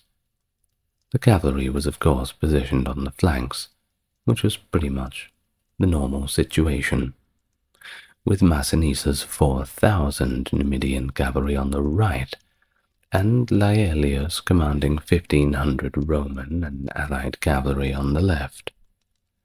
An additional 600 Numidian cavalry under Dacamus were also present, but their exact deployment is not specified in the ancient sources. Perhaps they may have been on the Roman line to somewhat even out the numbers a little bit. Now, as for the role of the 6,000 Numidian infantry, that is also not detailed in the ancient sources, leading to various modern speculations about their development, which might have included supporting the cavalry, guarding the Roman camp, supplementing the skirmishers, or serving as a close order infantry beside the legions. All possible uses, of course. Hannibal's army reflected the composition of a force pieced together from different sources and not fully integrated into a cohesive unit. His infantry also formed the center of his line, with the first line comprising veterans from Mago's failed Italian campaign, and other heavy infantry groups such as Iberians, Gauls, and Ligurians. In front of this heavy infantry were light infantry skirmishers, including Balearic slingers and Moorish archers and javelin men. Spread out in front of these troops were 80 war elephants, which were spaced roughly 30 meters apart. Behind this first line, Hannibal positioned a second line of Carthaginian and other African troops. These were likely a mix of poorly morale veterans from early campaigns and newly recruited and minimally trained soldiers, most likely arrayed in a phalanx formation, although the precise nature of the deployment is also a subject of debate. Now, approximately 200 meters behind the second line, Hannibal stationed his most experienced troops. That was those veterans from his Italian campaign. This third line was made up of Bruttians, alongside Africans, Iberians who had left Iberia with Hannibal over 17 years prior, and Gauls, recruited in the early years of the Italian campaign. In terms of cavalry, well, Hannibal deployed approximately a number of 4,000 troops, splitting them between his left flank, where he placed the Numidians opposite Massinissa's forces, and the right flank comprised other African cavalry. The exact distribution of these cavalry forces is unclear once again, but it is suggested that the Numidians on the left were likely the stronger contingent. Well, on to the actual engagement. Hannibal began his engagement by deploying 80 war elephants in a bold charge against the Roman infantry, with the intention of breaking their lines early. This was, actually, a departure from his previous successful tactics, where the elephants were used a little more cautiously, often on the flanks and against cavalry. Now, modern historians, of course, criticize this choice, suggesting that the elephants would have been more effective against the superior Roman cavalry rather than the disciplined and prepared infantry. Well, either way, as the elephants charged, they were met by a determined response from the Roman velites, who moved into the gaps between the Roman maniples, hurling javelins at the advancing elephants. The Roman infantry, anticipating the charge, employed tactics to sow confusion among the elephants. They sounded bugles, and possibly clashed their weapons against their shields, making a whole bunch of scary noise designed to startle and disorient the animals. This noise and aggression caused panic among some of the elephants, particularly affecting the younger ones and little less experienced elephants, and as a result, several of them turned away from the front line, stampeding through the Carthaginian and Numidian cavalry stationed on Hannibal's left flank, causing chaos and disrupting their formation. Taking advantage of the disarray among the Numidian cavalry, Massinissa, commanding the Roman allied Numidian cavalry, launched a decisive charge, routing them from the field. Meanwhile, most of the remaining elephants continued to charge into the Roman lines. Despite suffering heavy losses from the concentrated javelin throws, the elephants managed to break into the Roman infantry ranks. However, the Roman soldiers' tactical discipline allowed them to manage and effectively neutralize the elephant threat. The velites continued to attack the disoriented elephants from within the Roman formation, targeting their flanks and forcing many of them into retreat. Now, some of the elephants did manage to veer off and attack the Roman cavalry positioned on the flanks. However, most of these elephants were severely wounded by then, leading them to flee the battlefield, bypassing the Carthaginian infantry but causing further disorder among Hannibal's right flank cavalry. The disorganization was promptly exploited, of course, by the Roman cavalry under Laelius, who, mirroring Massinissa's actions on the opposite flank, charged and effectively cleared the field of the remaining Carthaginian cavalry. The initial phase of the battle thus concluded, with the Carthaginian cavalry defeated on both flanks, and Hannibal's strategic use of elephants having failed miserably. And thus, it was all going to come down to the infantry. Well, as the Carthaginian and Roman front lines engaged in intense close-quarters combat, The initial Carthaginian enthusiasm seemed to provide an advantage. However, the more disciplined Roman hastati eventually managed to push back and disrupt the Carthaginian first rank. When these troops broke, they tried to retreat through their second rank, which refused passage, effectively forcing the broken units to move around the flanks, from where they tried to rejoin the battle by extending the second line. Despite their losses, particularly from the earlier elephant chargers, the hastati launched an assault on the Carthaginian second rank, composed predominantly of African spearmen. These troops fought back, and fiercely at that, pushing the Roman first rank into disorder, and nearly, but not quite, breaking it. Recognizing the critical situation, Roman commanders swiftly committed their second line, the Principes, into the fight. Although initially struggling to stabilize the line, the Principes eventually managed to overpower the Carthaginian second rank, forcing them to flee.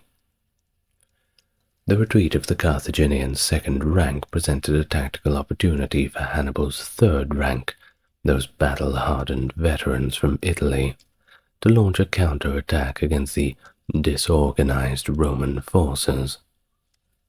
However, several factors prevented this maneuver. The gap between the Roman and Carthaginian lines was filled with the dead and wounded, creating treacherous terrain that would have complicated any organized advance. Additionally, the routing soldiers from the first two Carthaginian lines blocked a straightforward charge by the third rank, further inhibiting their ability to exploit the Romans' temporary vulnerability. Too bad. So sad. Well, according to historical interpretations, Hannibal considered, but ultimately decided against ordering his third rank to attack.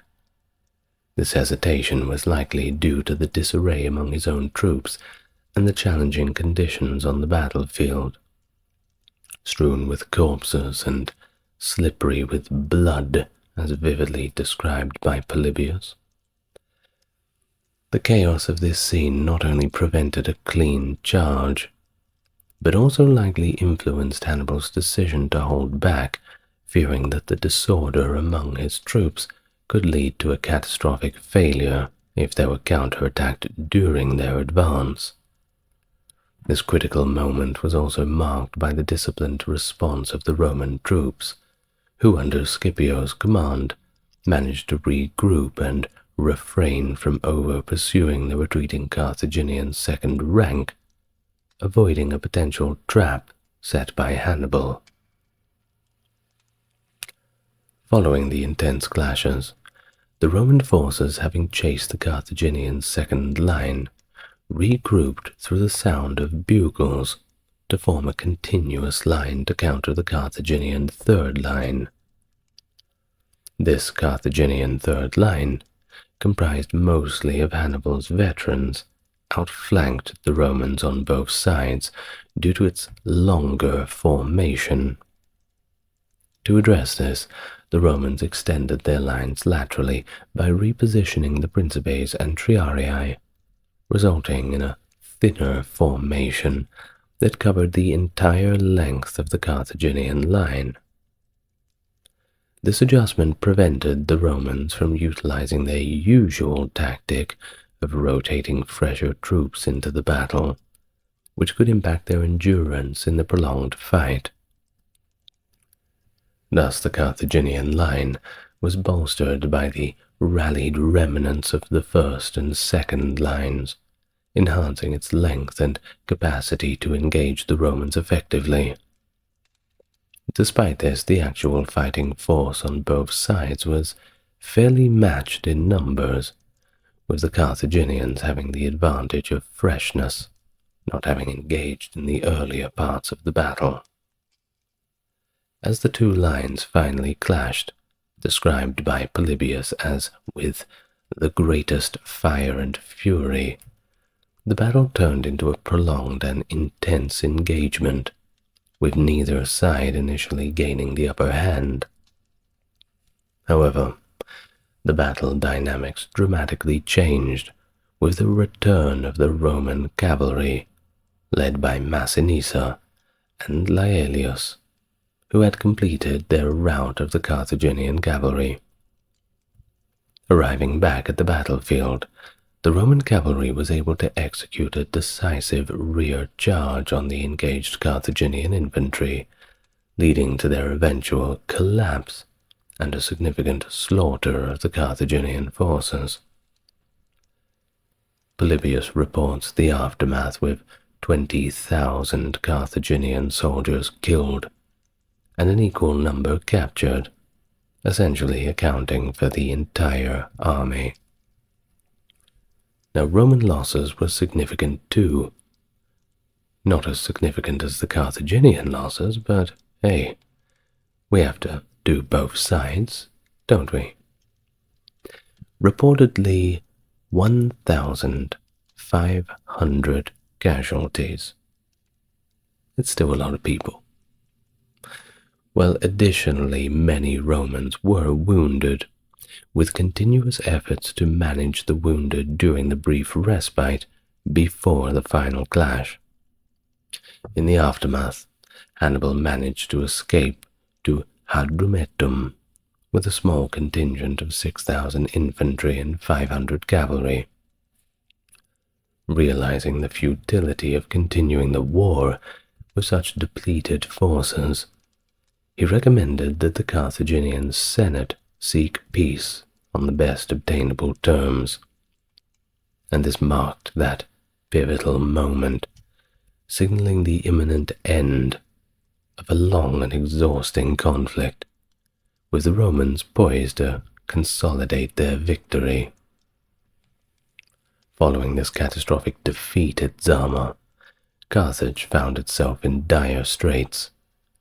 The Romans, having decisively looted the Carthaginian camp, marched their victorious legions back to Tunis. Faced with the overwhelming defeat and devastation of their forces, the Carthaginians were compelled once again to sue for peace. Scipio, aware of the logistical and strategic challenges of directly assaulting or besieging the fortified city of Carthage, and also wary of the political dynamic in Rome that might see him replaced, opted to engage in diplomatic negotiations. During these negotiations, a potential twist arose, with the march of a Numidian army under Vermina, the son of Syphax, aiming to aid Carthage. However, the force was promptly intercepted and, well, the Roman cavalry mopped the floor with them, for lack of better words, pretty much crippling any hope of relief for the Carthaginians.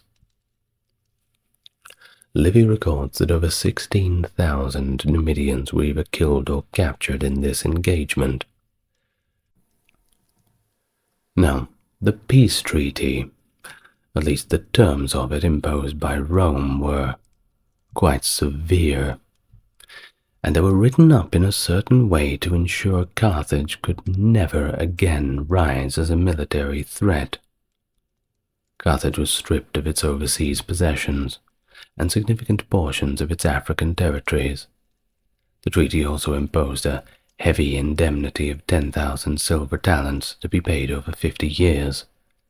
Furthermore, stringent military restrictions were placed on Carthage. It was forbidden from keeping war elephants.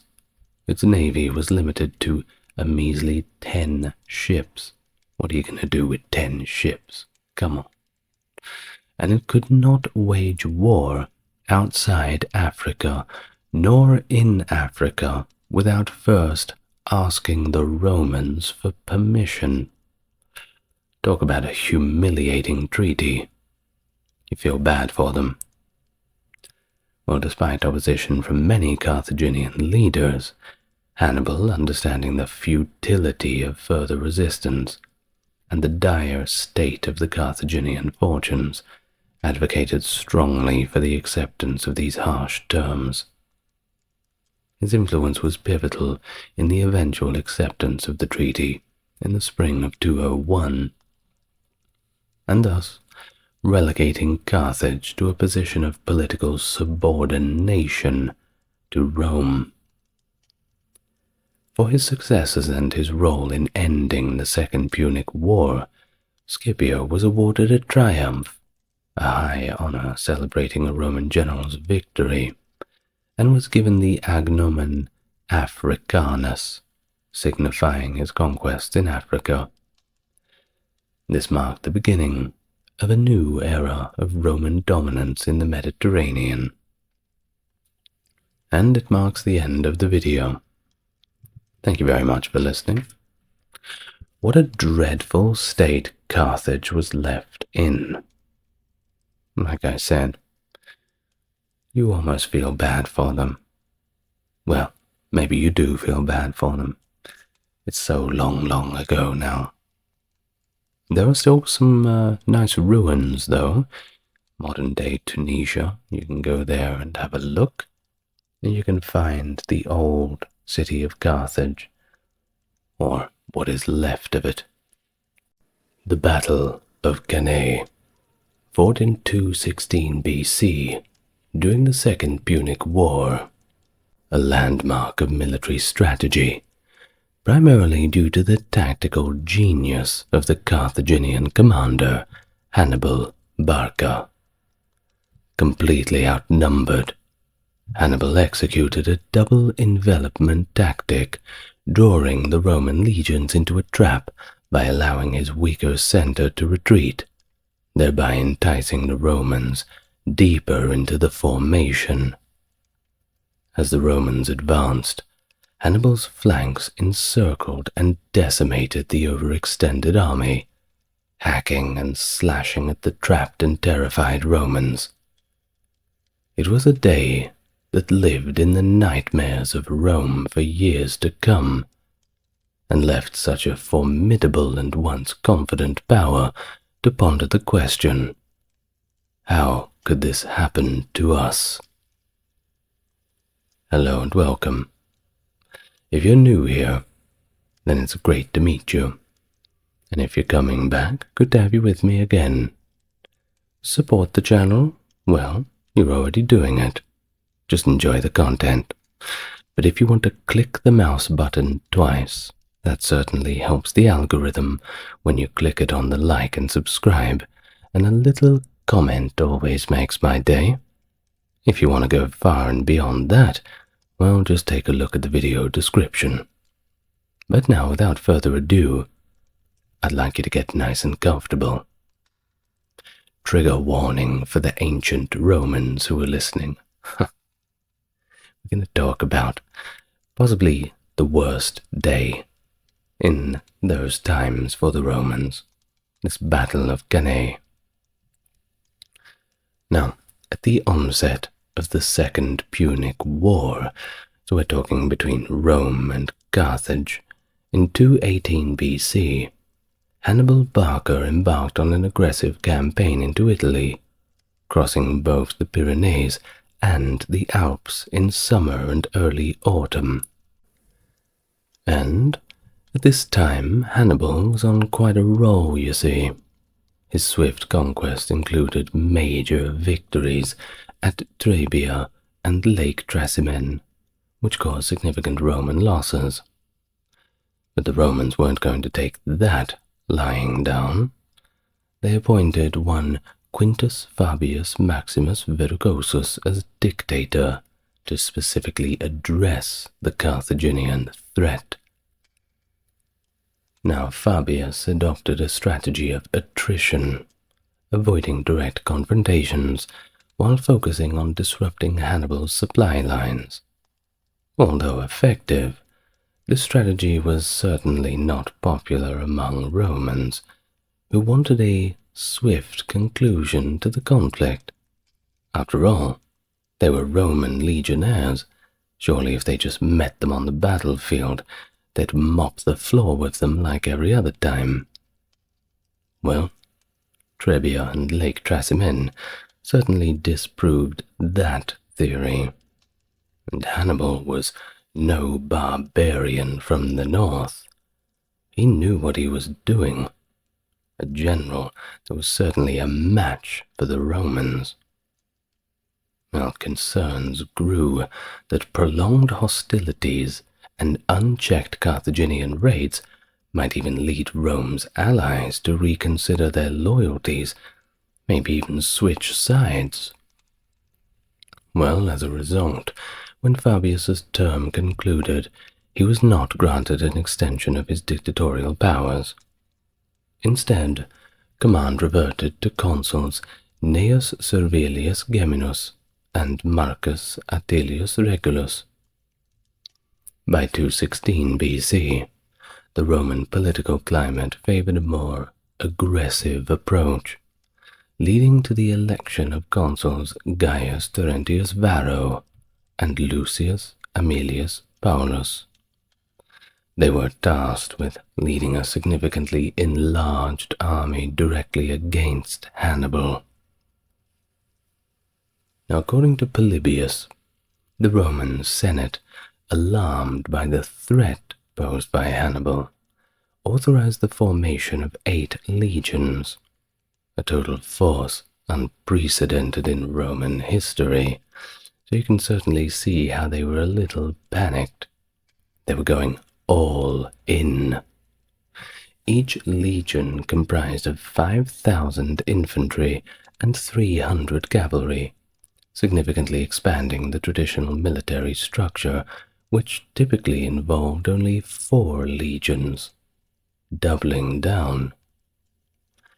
Well, this strategic escalation reflected the intense fear and urgency felt by Rome in the face of Hannibal's seemingly unstoppable advances. In the strategic organization of the Roman army during the Second Punic War, each of the consuls, at least under normal circumstances, would command 2 of the 4 traditional legions. However, given the severity of the threat from Hannibal, the Senate decided to deploy an unprecedented total of 8. This never happened before. Now, the massive army was unusual not only in size, but also in command structure. Roman law stipulated that when 2 consuls commanded a single combined force, they must alternate command daily. This rule was adhered to during the campaign against Hannibal, adding more complexity to the leadership dynamic. And on the day of the decisive battle, Varro was in command, according to the rotation. Historically, Varro has often been blamed for the catastrophic defeat that followed, but contemporary and later sources suggest that his relatively humble origins were highlighted to underscore his alleged incompetence or recklessness. Unlike Paulus, who had influential descendants like Scipio Aemilianus to safeguard his legacy, Varro lacked such familial advantages. This absence of powerful advocates may have contributed to his portrayal as the principal scapegoat for the Roman disaster, shaped significantly by the narratives of the elite historians, such as Polybius, who was, by the way, closely connected to the Scipionic circle. Really makes you think, doesn't it? Well, in the spring of 216, Hannibal seized control of Cannae, a major Roman supply depot, strategically positioning himself to disrupt Roman logistics. This was a big problem for the Romans. It significantly alarmed them due to loss in the strategic advantage it gave Hannibal over the region as a whole. The Roman consuls, determined to face Hannibal head-on, marched their forces to confront him. finding his position on the left bank of the river Aufidus after 2 days. Varro, leading the army on the first day, was characterized by ancient sources as impulsive and overly confident. His encounter with Hannibal's forces near Cannae involved a minor skirmish with Hannibal's light infantry and cavalry, which Varro did manage to repel. And this small victory, of course, boosted Roman morale, and possibly contributed to Varro's reported overconfidence.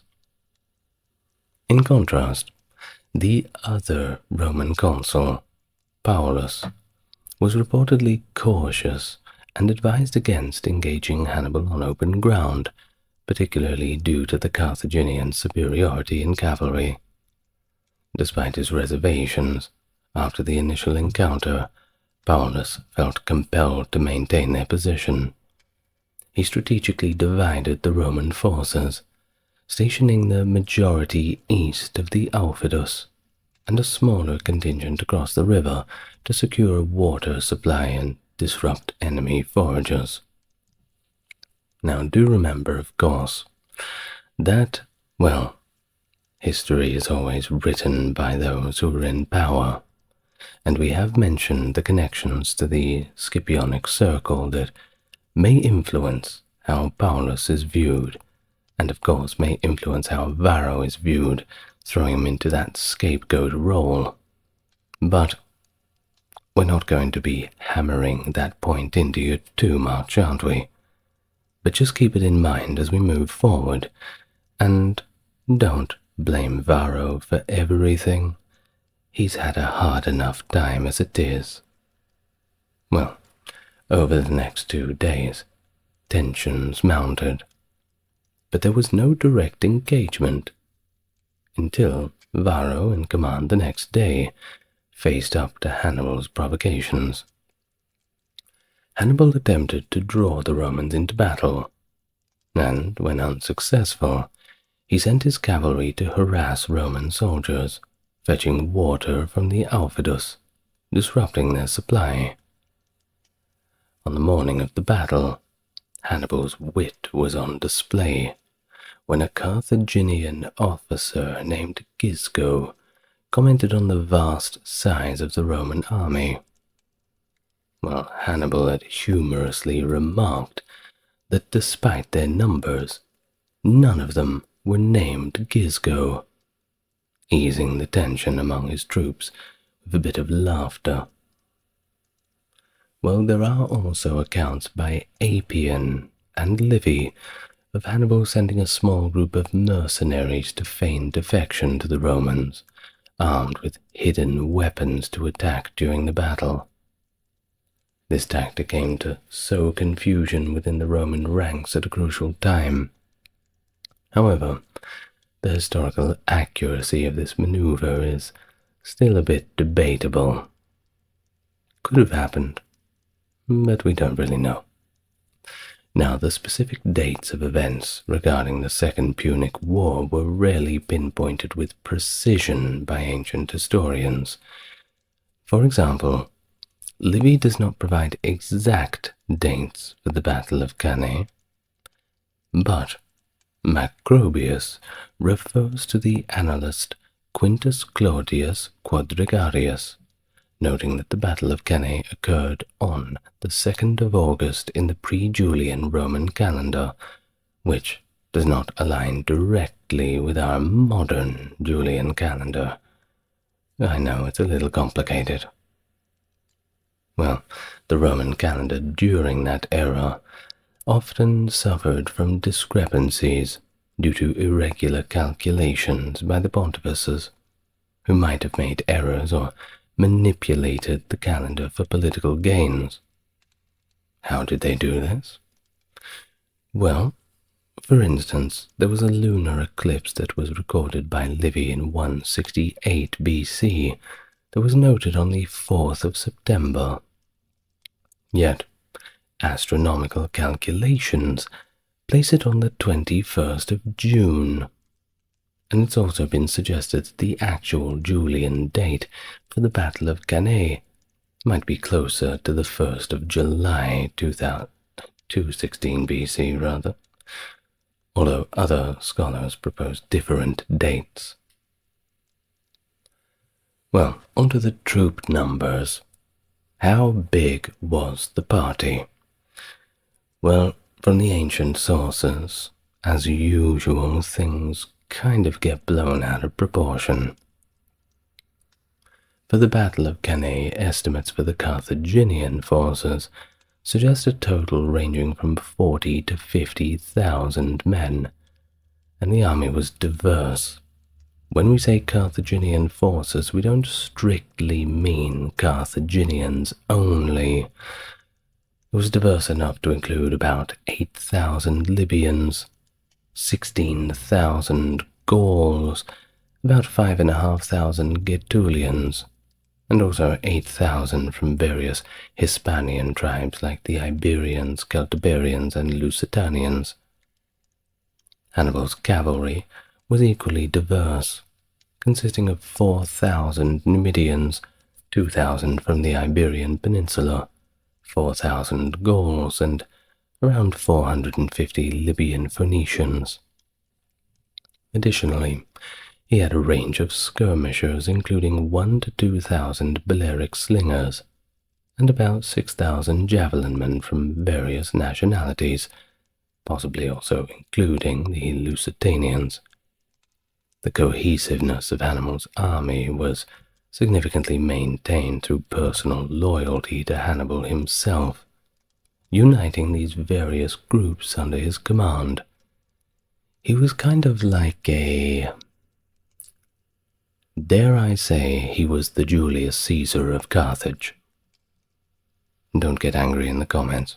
I doubt you will, but I think in terms of how his men viewed him as that eternal general who they were staunchly loyal to leading the charge himself, I can and will draw that parallel. Fight me on it if you want. Well, the Roman military, at least during the Second Punic War, utilized standard equipment including heavy javelins known as pila and hastae for thrusting.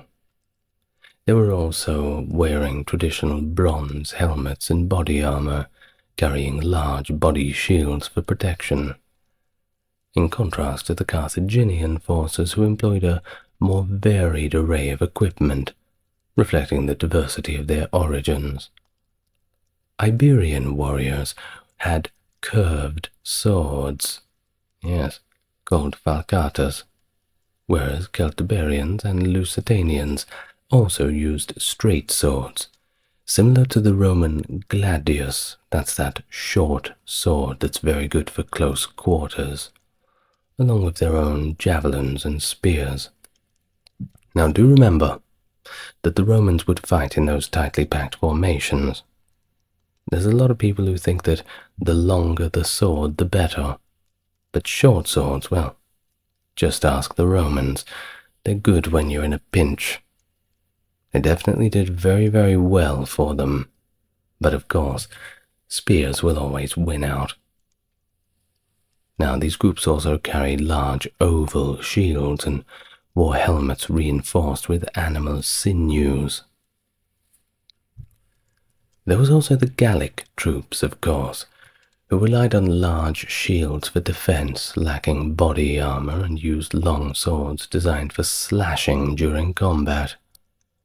Numidian cavalry were known for their minimalistic approach, riding without even saddles or bridles, and carrying small shields and javelins, sometimes accompanied by a knife or a longer blade.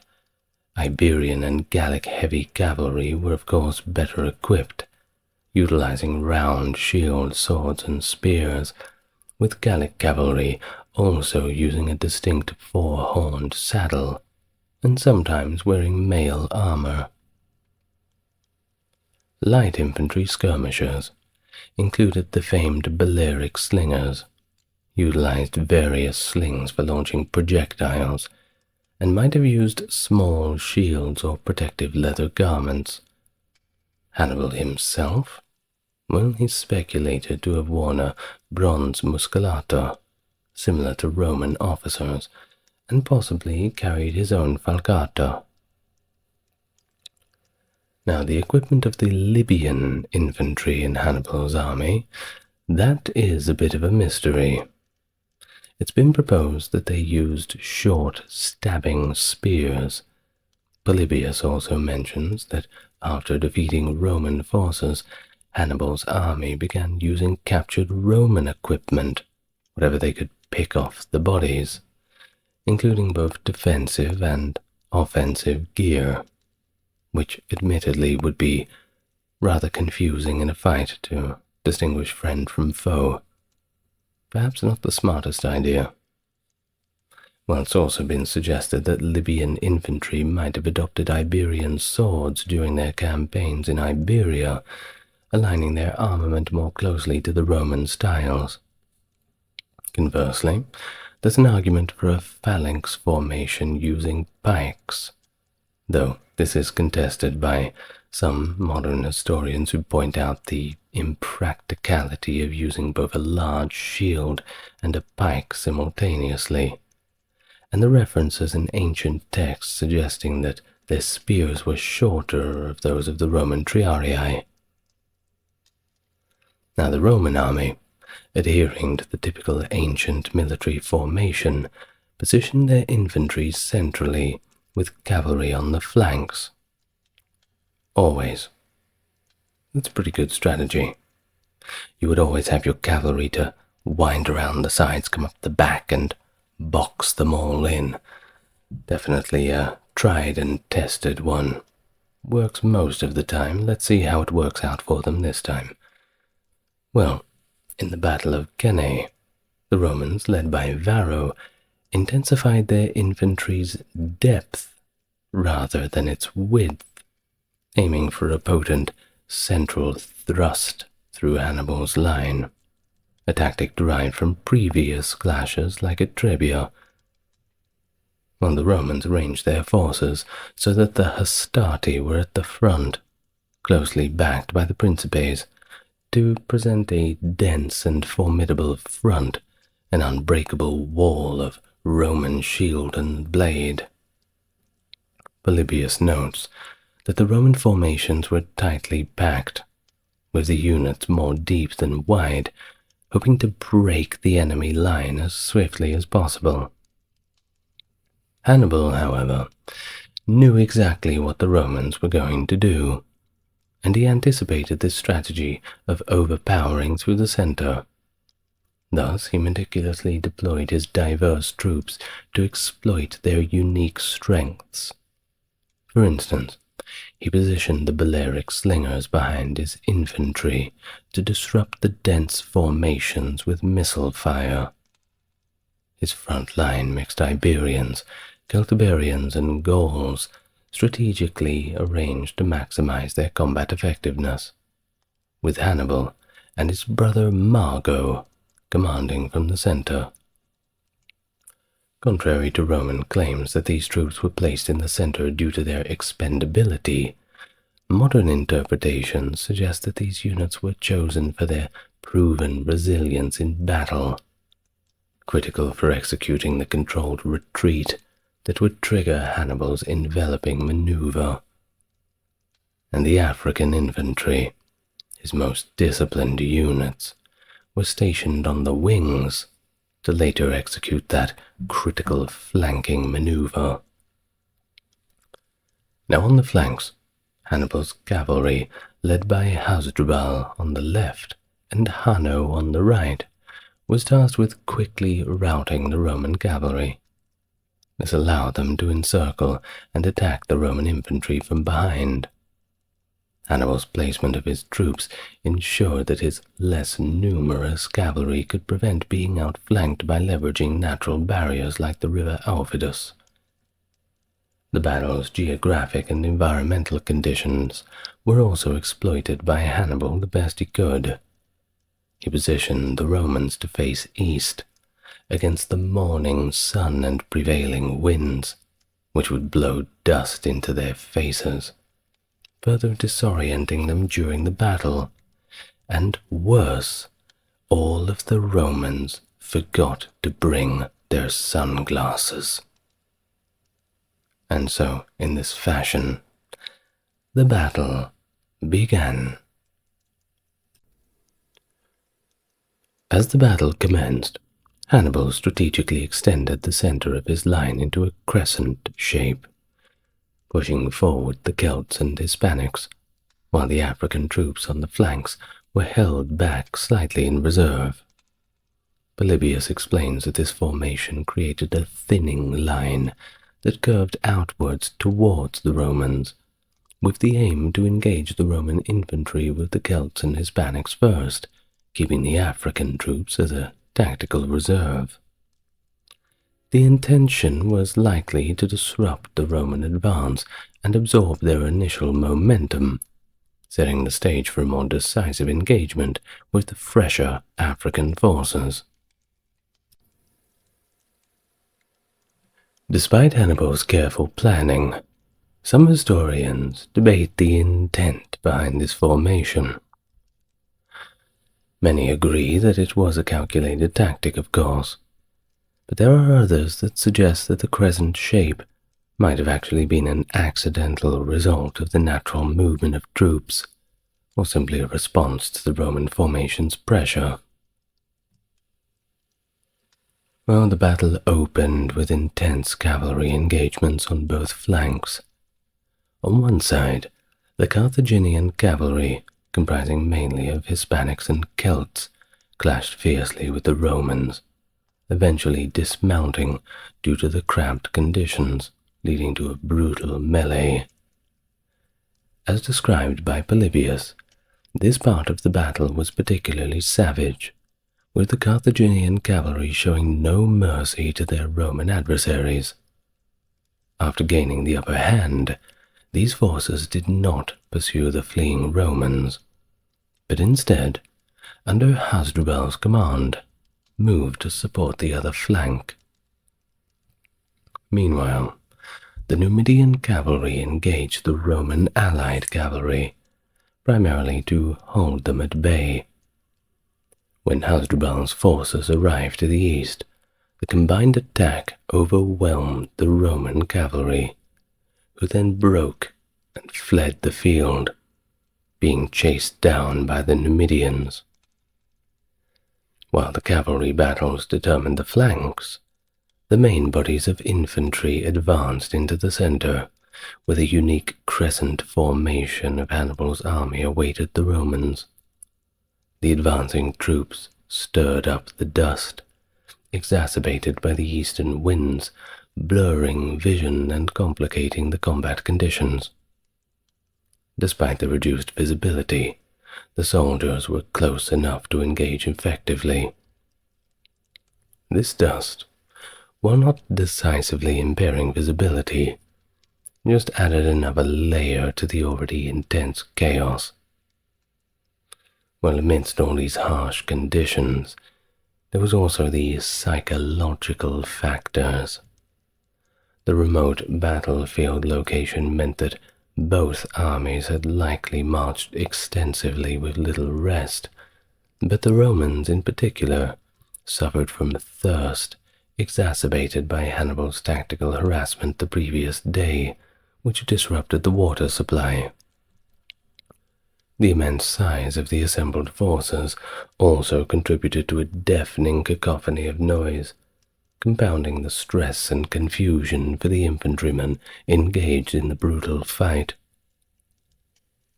Light infantry from both sides initially engaged in skirmishes that were inconsequential in terms of casualties, but significant in setting the stage for the heavier infantry clashes.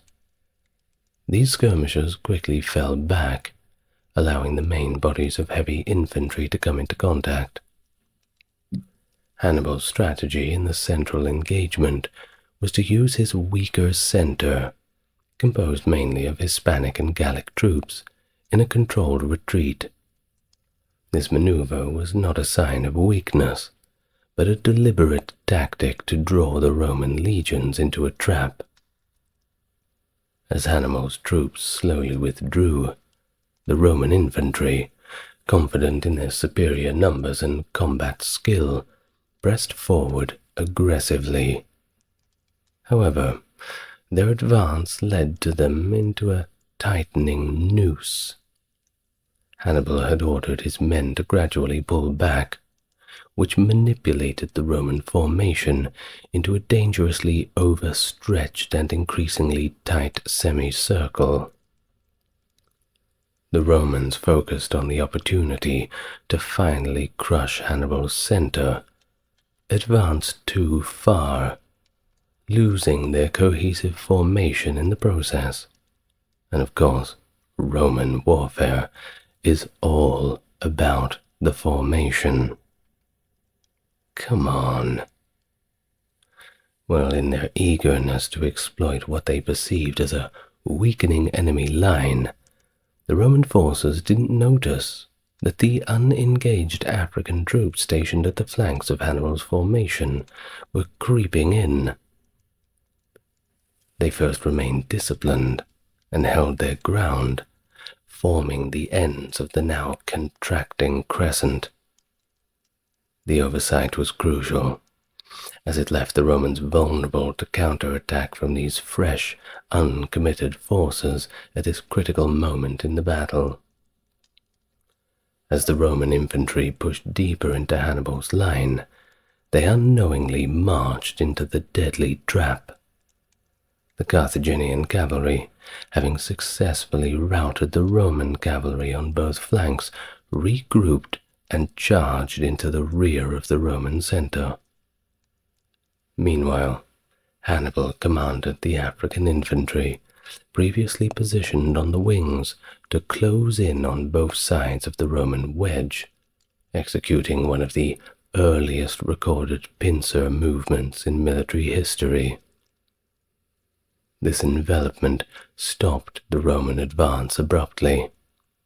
Surrounded on all sides, the Carthaginian cavalry at their rear and the African troops on each flank, the Roman soldiers found themselves trapped in a tightening vice.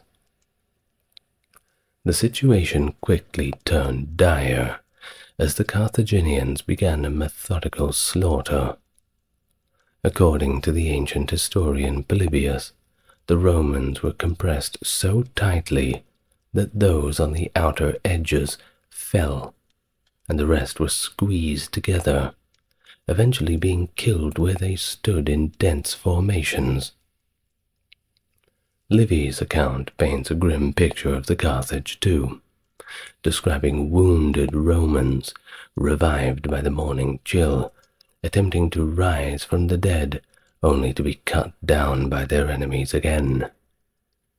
Some Romans were even found with their heads buried in holes they had dug in the earth, presumably in a desperate attempt to avoid suffocation or capture, only to suffocate themselves. The scale of the massacre was never before seen. It's estimated that nearly 600 Roman soldiers were killed every minute, with the slaughter only ceasing once the sun went down. Of the vast Roman forces, only about 14,000 managed to escape the encirclement. Among these was Scipio Africanus, who would later rise to prominence, along with approximately 500 men who were able to fight their way to the safety of the nearby town of Canusium. And thus, this battle at Cannae stands as perhaps the most devastating defeat in Roman history, demonstrating Hannibal's strategic genius and the lethal effectiveness of proper pincer movements in ancient warfare.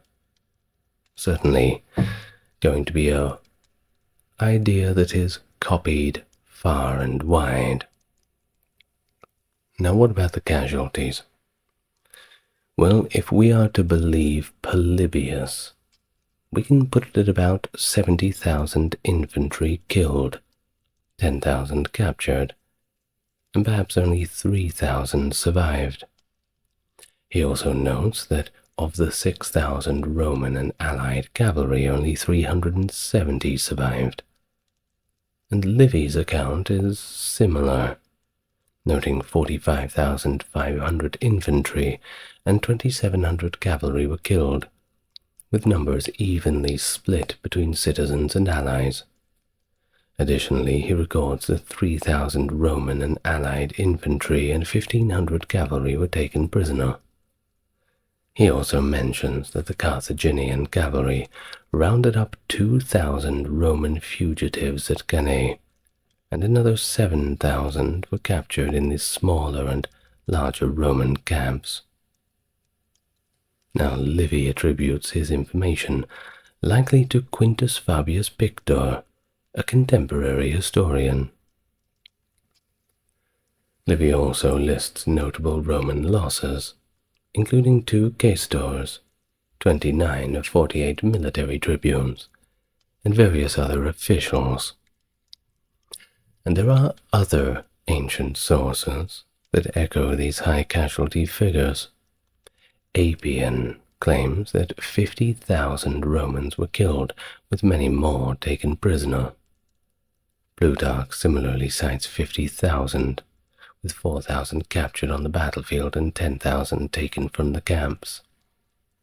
Quintilian states 60,000 killed, while Eutropius records the deaths or capture of numerous high-ranking officers, alongside 40,000 infantry and 3,500 cavalry.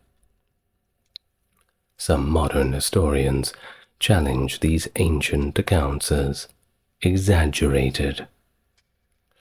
Cantalupi in 1891 suggested Roman losses were actually between 10,000 and 16,000.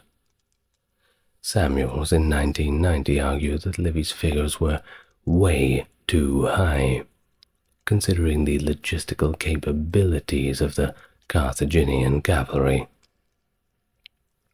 Now, in contrast, Livy notes that Hannibal's losses were approximately 8,000 of his bravest men, while Polybius reports a lower figure of 5,700, broken down into 4,000 Gauls, 1,500 Hispanics and Africans, and 200 cavalry. And we actually have a passage from Livy's writings about the events. And it goes like this. Never when the city was in safety was there so great a panic and confusion within the walls of Rome. I shall therefore shrink from the task and not attempt to relate what in describing I must make less than the reality.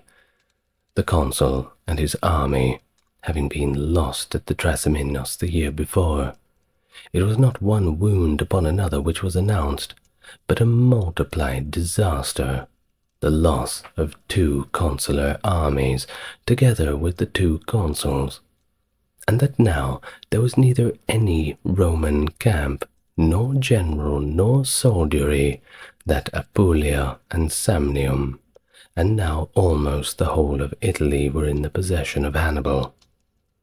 No other nation surely would not have been overwhelmed by such an accumulation of misfortune. So, as you can imagine, Rome was in quite a sorry state. Of course, after Cannae, the whole city was plunged into deep mourning, with nearly every citizen touched by the loss of a relative or a friend. In desperation, the Romans resorted to archaic rites, including human sacrifices at the Forum and casting an oversized infant into the sea. Extreme measures in their response to the crisis. It's a bold strategy. Let's see if it pays off. Well, the defeat not only demoralized Rome, but it severely dented its military might, and, well, its reputation, I'm sure. with 1/5 of all Roman males over 17 reportedly lost within just 20 months. The staggering impact of this loss caused many of Rome's allies in southern Italy to defect to Hannibal. Major city-states such as Capua and Tarentum, along with others like Arpi, Salapia, and Herdonia, shifted their allegiance from Rome to Carthage.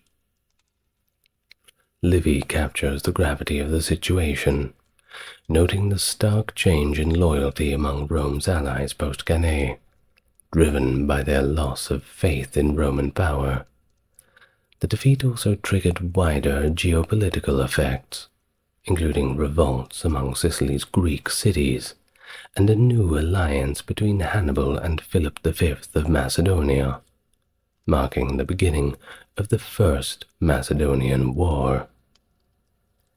Hannibal's diplomatic efforts extended to securing a pact with Hieronymus of Syracuse, further consolidating his position in the region. Livy provides two compelling anecdotes to illustrate the despair among the Romans after their defeat at Cannae. The first involves Hannibal's brother, Mago, who returned to Carthage with the news of the victory.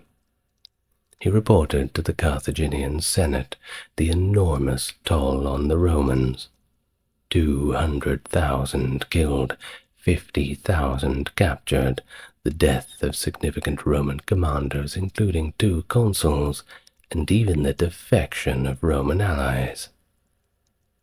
Mago dramatically demonstrated his point by dumping a collection of golden rings taken from the slain Roman horsemen onto the Senate floor, asserting that each ring came from a distinguished Roman killed in battle.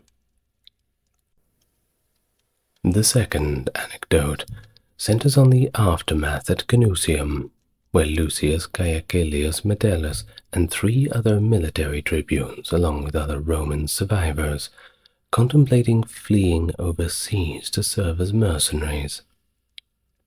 When Publius Cornelius Scipio learned of this, he and a few companions went to confront them. In a dramatic moment, Scipio declared, "I swear with all the passion in my heart that I will never desert our homeland or permit any other citizen of Rome to leave her in the lurch. If I willfully break my oath, may Jupiter, greatest and best, bring me to a shameful death. With my house, my family, and all I possess, swear the same oath, Caecilius. And the rest of you, swear it too.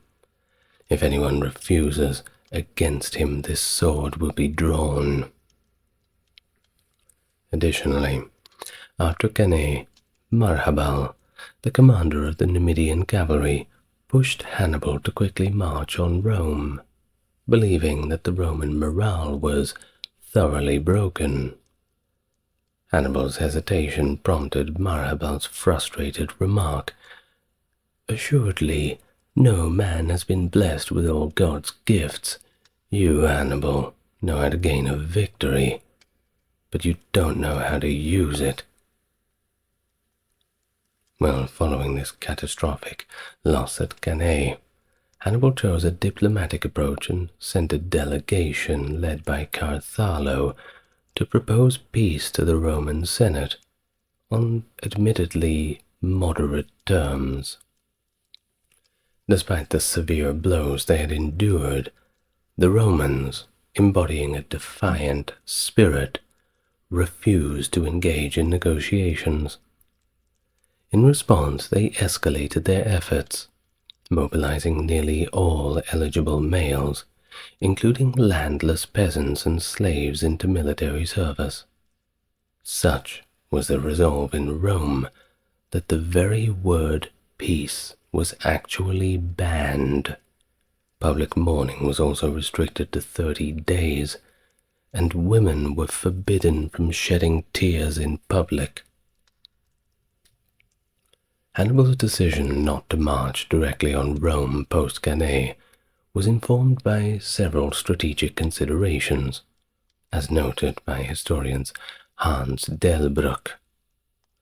His army was heavily depleted, not only in numbers due to casualties, but also in its combat readiness, making a direct assault on Rome pretty impractical, at least for now. Any such attempt without securing the necessary supply lines and subduing the surrounding regions would have been futile and could have jeopardized the psychological advantage gained through the victory at Cannae. Despite the defections of numerous allies post-Cannae, Rome still possessed substantial manpower reserves. They maintained considerable forces, not just on the Italian peninsula, but also in distant theaters like Iberia, Sicily, and Sardinia.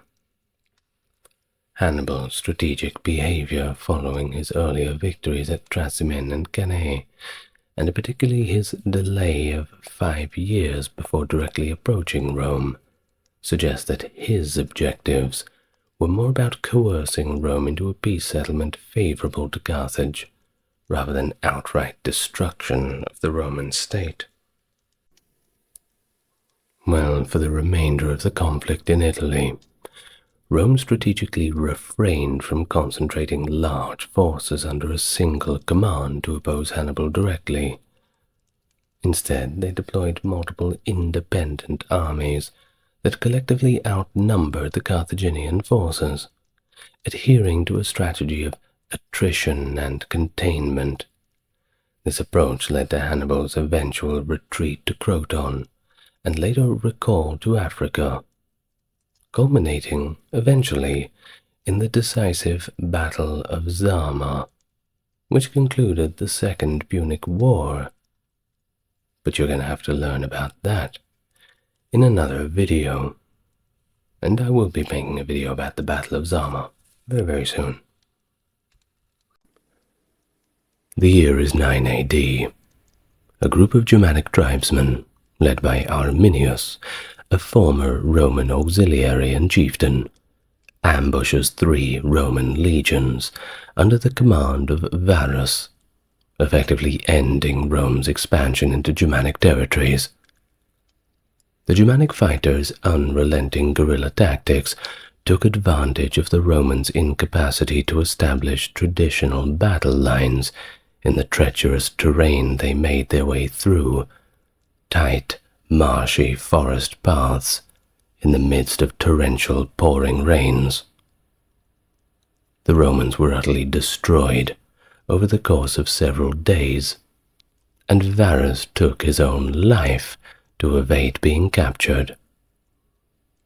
The end of Roman expansion east of the Rhine and the sharp demarcation of cultural and political borders between Roman-controlled Western Europe and the Germanic tribes in the east were both profoundly impacted by this catastrophic failure, an embarrassment that the Romans held in bitter memory for quite some time. Welcome to the channel. For the newcomers, good to meet you. Those returning, here we go again. Supporting the channel is just as easy as enjoying it, and I hope you're already doing that. Like and subscribe helps other people know that you want them to enjoy it too, and further to that, if you feel inclined, take a look at the description. There's a few links that you may find relevant to you. But first, let's get nice and relaxed, because we're going all the way back to a very dark day for the Romans. The Roman Republic, especially under the leadership of Julius Caesar, expanded greatly in the 1st century BC. Between 58 and 50 BC, Caesar achieved victory in the Gallic Wars, fought up in Gaul, kind of modern-day France, which allowed him to conquer a sizable chunk of Western Europe, and he even got to the British Isles. Well, combat with various Germanic tribes was of course part of the Gallic Wars. but they mainly involved the Gauls. There were 2 occasions when Caesar crossed the Rhine to fight Germanic tribes, but both times the results were tactically uncertain. When Caesar's civil war began in 49 to 45 BC, all of his military campaigns had to be put on hold. Well, following the Gallic Wars, continental Europe was largely neglected for the subsequent 20 years due to ongoing power conflicts within the Republic. Too many troubles at home to be thinking about abroad. But in 31 BC, the troops that were previously stationed in Gallic lands were withdrawn in preparation for the decisive confrontation between Octavian and Mark Antony at the Battle of Actium. The Gauls required no additional encouragement and immediately revolted. They were pretty good at doing that. The re-establishment of Roman control did not reoccur until 28 BC. Well, in 27 BC, Gaul and Rome experienced significant transformations. The Roman Republic underwent a reorganization and transformed into what was known as the Roman Empire. Yes, they are 2 different things. A republic is different to an empire. I won't go into it now. But we need to draw that line. A lot of people think that the Roman Empire was just always what it was. Well, the Roman Empire now was with the new guy, Octavian, officially being proclaimed as the inaugural emperor. Now Octavian, who was now known as Augustus, sought to centralize his authority over Gaul and partitioned the area into 3 smaller administrative divisions, a little bit more easy to manage. The reorganization highlighted the strategic significance of the Rhine Valley.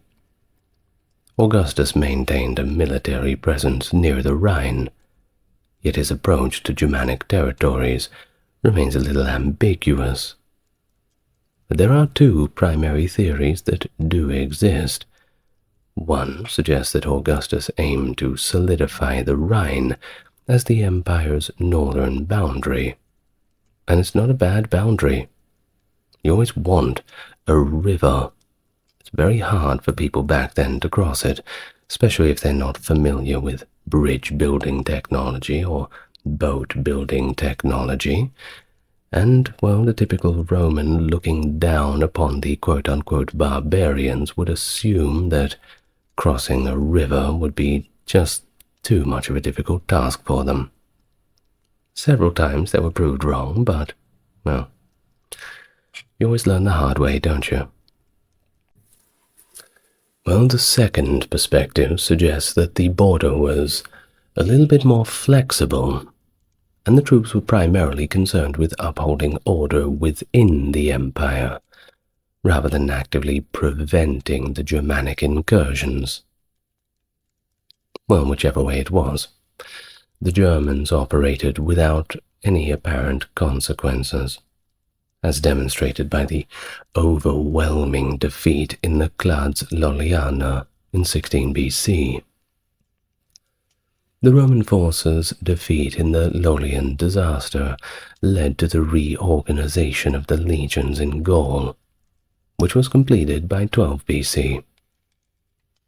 Augustus now endeavored to subdue the Germanic tribes and initiated preparations for a military campaign in Germanic territory to prevent further embarrassments. He appointed his stepson, Drusus I, as the governor of Gaul. Drusus engaged in military operations against the Germans from 11 to 9 BC, and he was bloody good at it. He achieved a consistent string of triumphs, despite significant challenges. In fact, They should talk about him a little bit more. Maybe I'll do a video on Drusus. Everyone always talks about Caesar in Gaul. Well, perhaps it's because Caesar lived a little bit longer to tell about it. You see, the premature demise of Drusus, caused by a riding mishap in 9 BC, oh, that's not the best and most heroic way to go. And it once again halted the progress of territorial expansion into the Germanic tribes. Tiberius, the older sibling and subsequent ruler, was appointed as commander of Germany in 8 BC, and he carried on his brother's military operation against the Sugambri, effectively expanding Roman control, even if not officially recognized. However, he lost favor and opted for voluntary exile in 6 BC. Lucius Domitius Ahenobarbus, who had previously served as consul in 16 BC, took over as his successor. Ahenobarbus quelled several regional rebellions and successfully traversed the Elbe River, making him the sole Roman general to achieve this feat. As the end of the 19th century neared, the Romans became complacent and believed that the Germanic lands were safe due to the prosperous trade and a period of relative tranquility. Now that's a foreshadowing if you've ever heard one, isn't it? Well, we jump forward a little bit to 6 AD. Legatus Gaius Sentius Saturninus and consul Legatus Marcus Aemilius Lepidus commanded a formidable army consisting of 13 legions, and of course their support staff, adding up to approximately 100,000 individuals. This force included 65,000 heavily armed infantry soldiers, 10 to 20,000 cavalrymen, archers, and 10 to 20,000 non-military personnel. Their objective? Confront Maroboduus, the ruler of the Marcomanni tribe, which was part of the Suebi people. Subsequently, Tiberius was compelled to divert his focus towards the Bellum Battonianum, alternatively referred to as the Great Illyrian Revolt, that erupted in the Balkan region of Illyricum.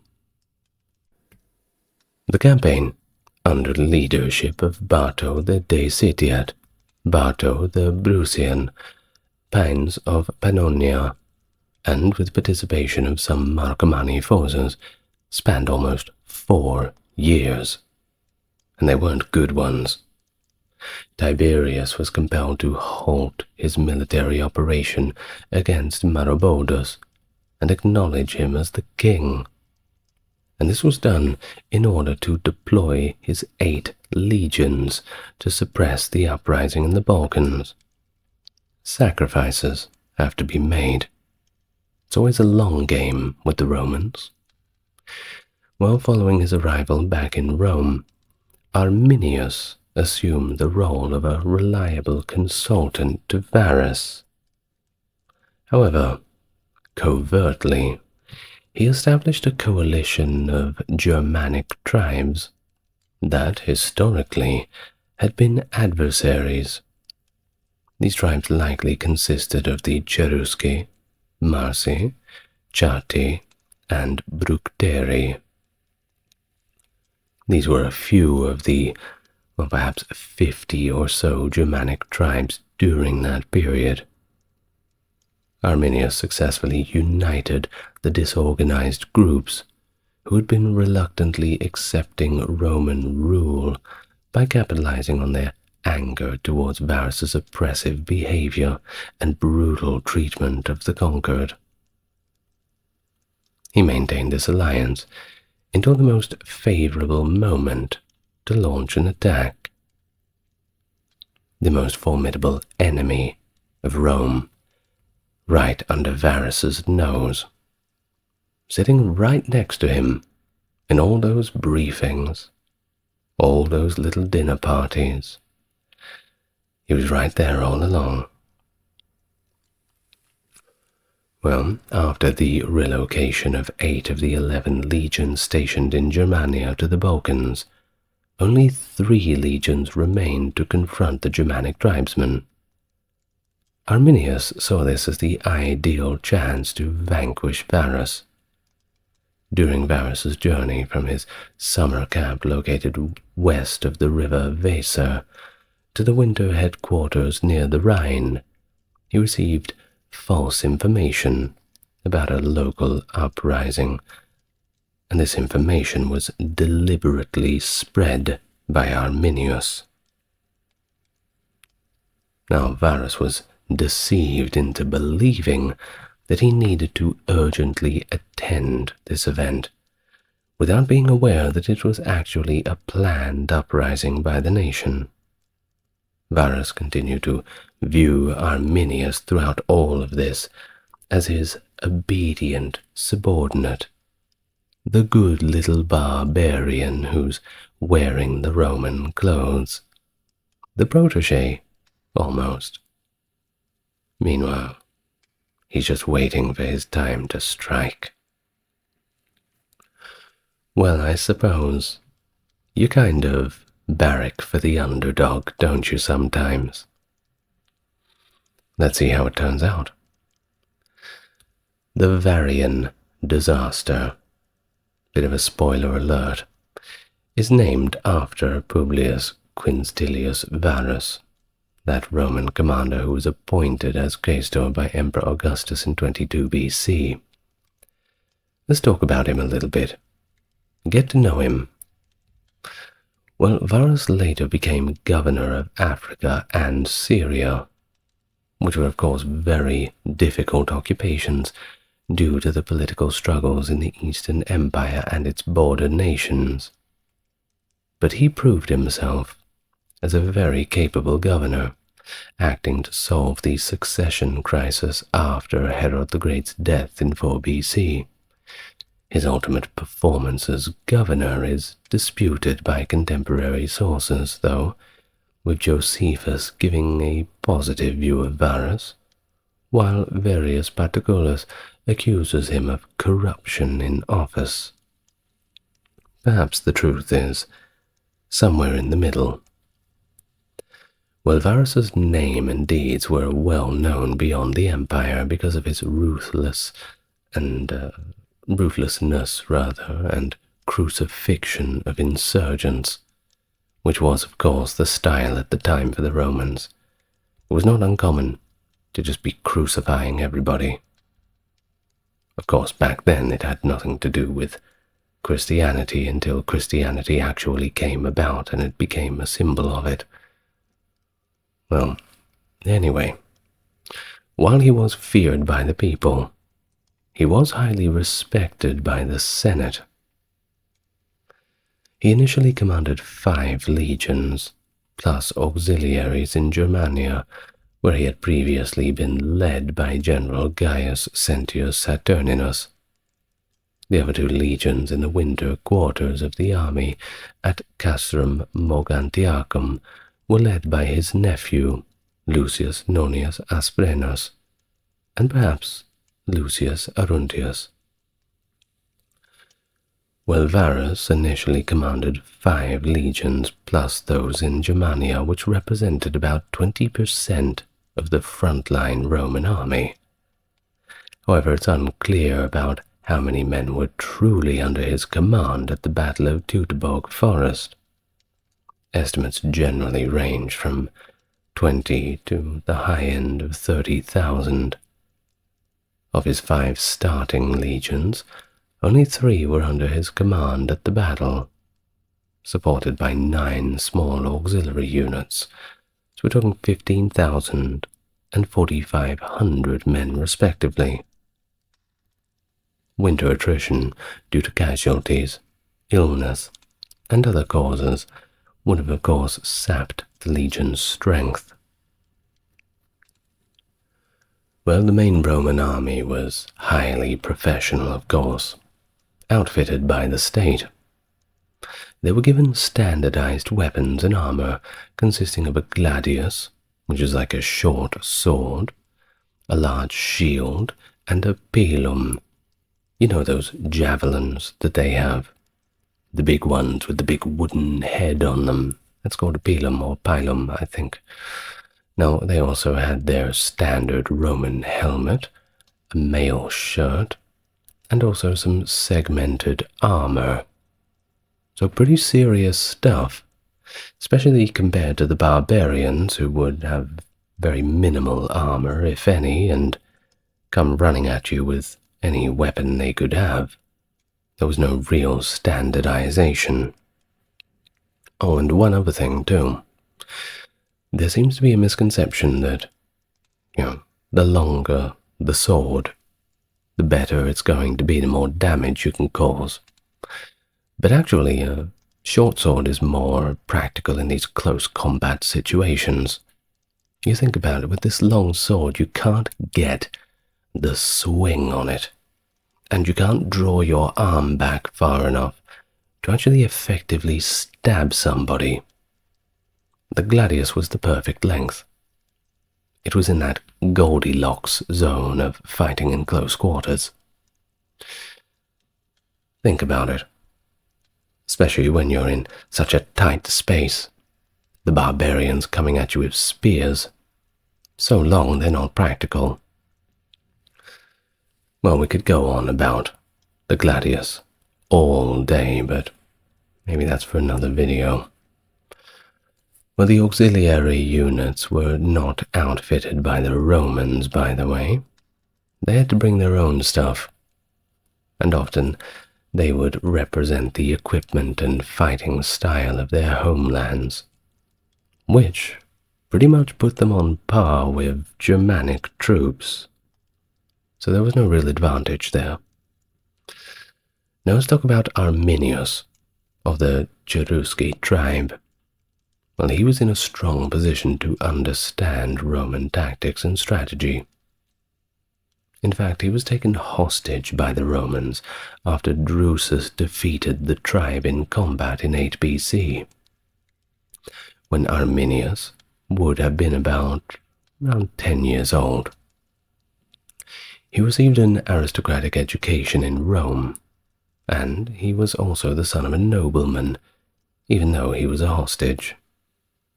When he eventually came of age, he joined the Roman cavalry, Ordo Equestor, which would later lead to his appointment as a commander of the Roman auxiliaries.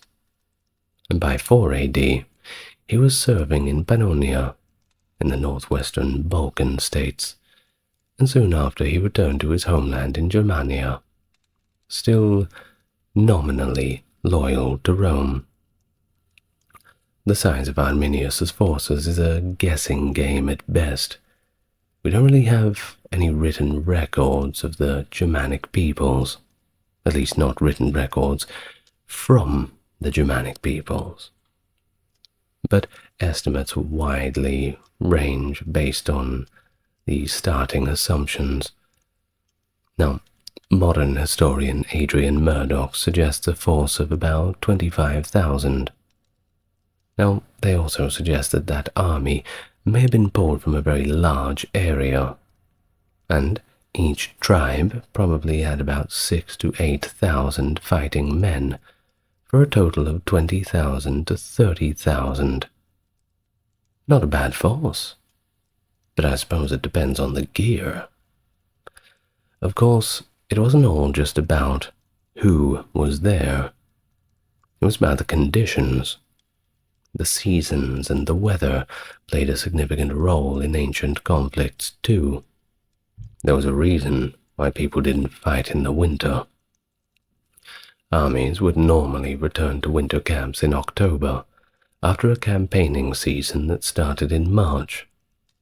Varus prepared a basic campaign for the following year during the winter of 8 to 9 AD.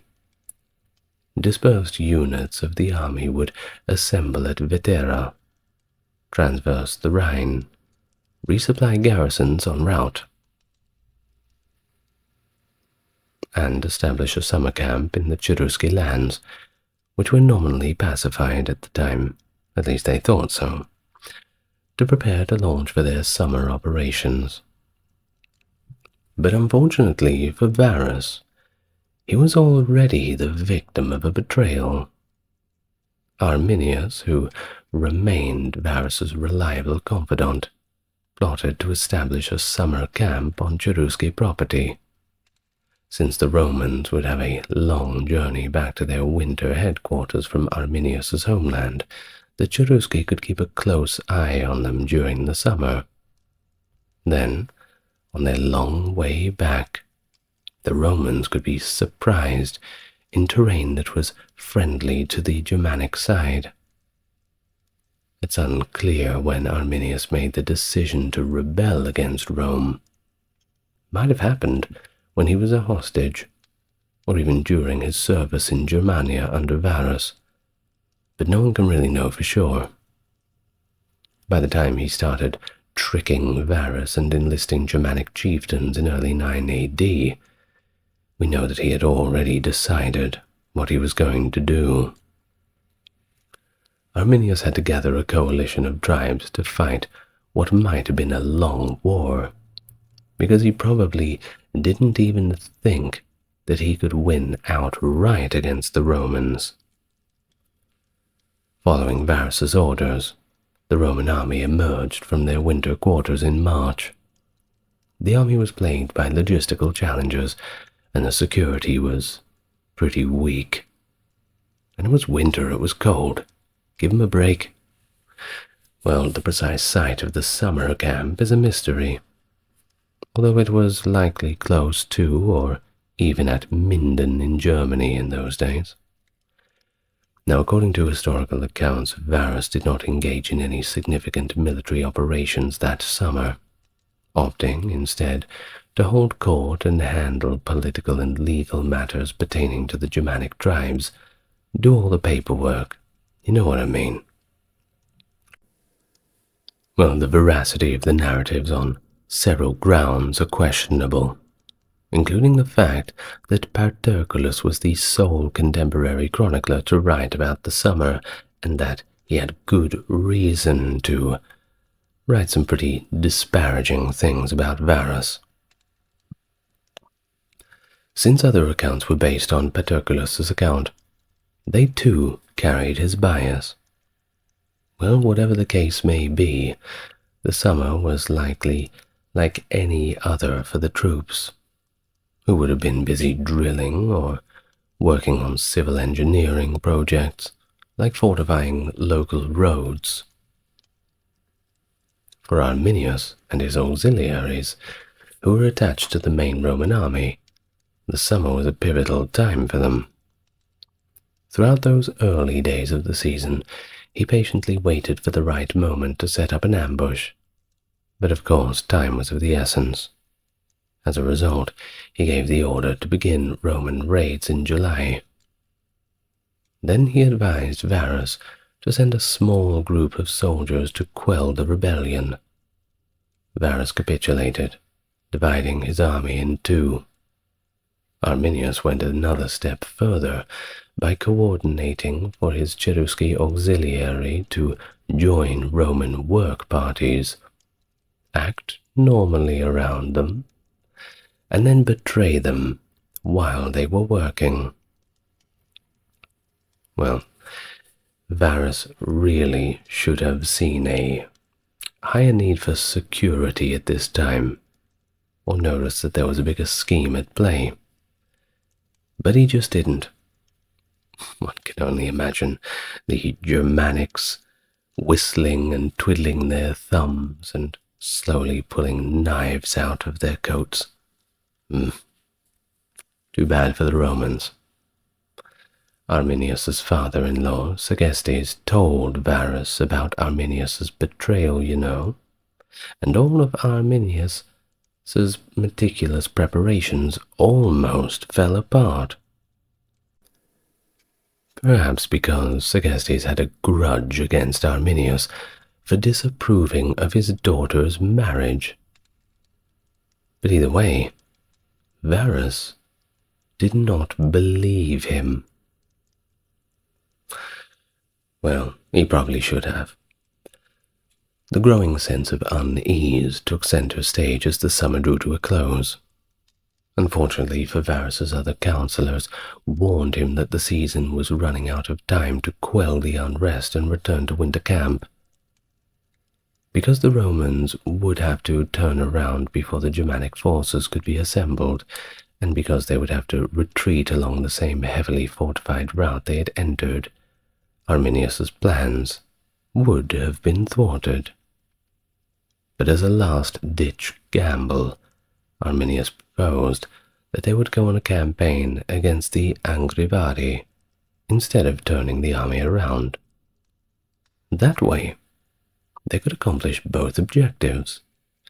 You see, the Romans, if they did this plan, could put down the uprising and take a shorter route back by passing through the Angrivari territory.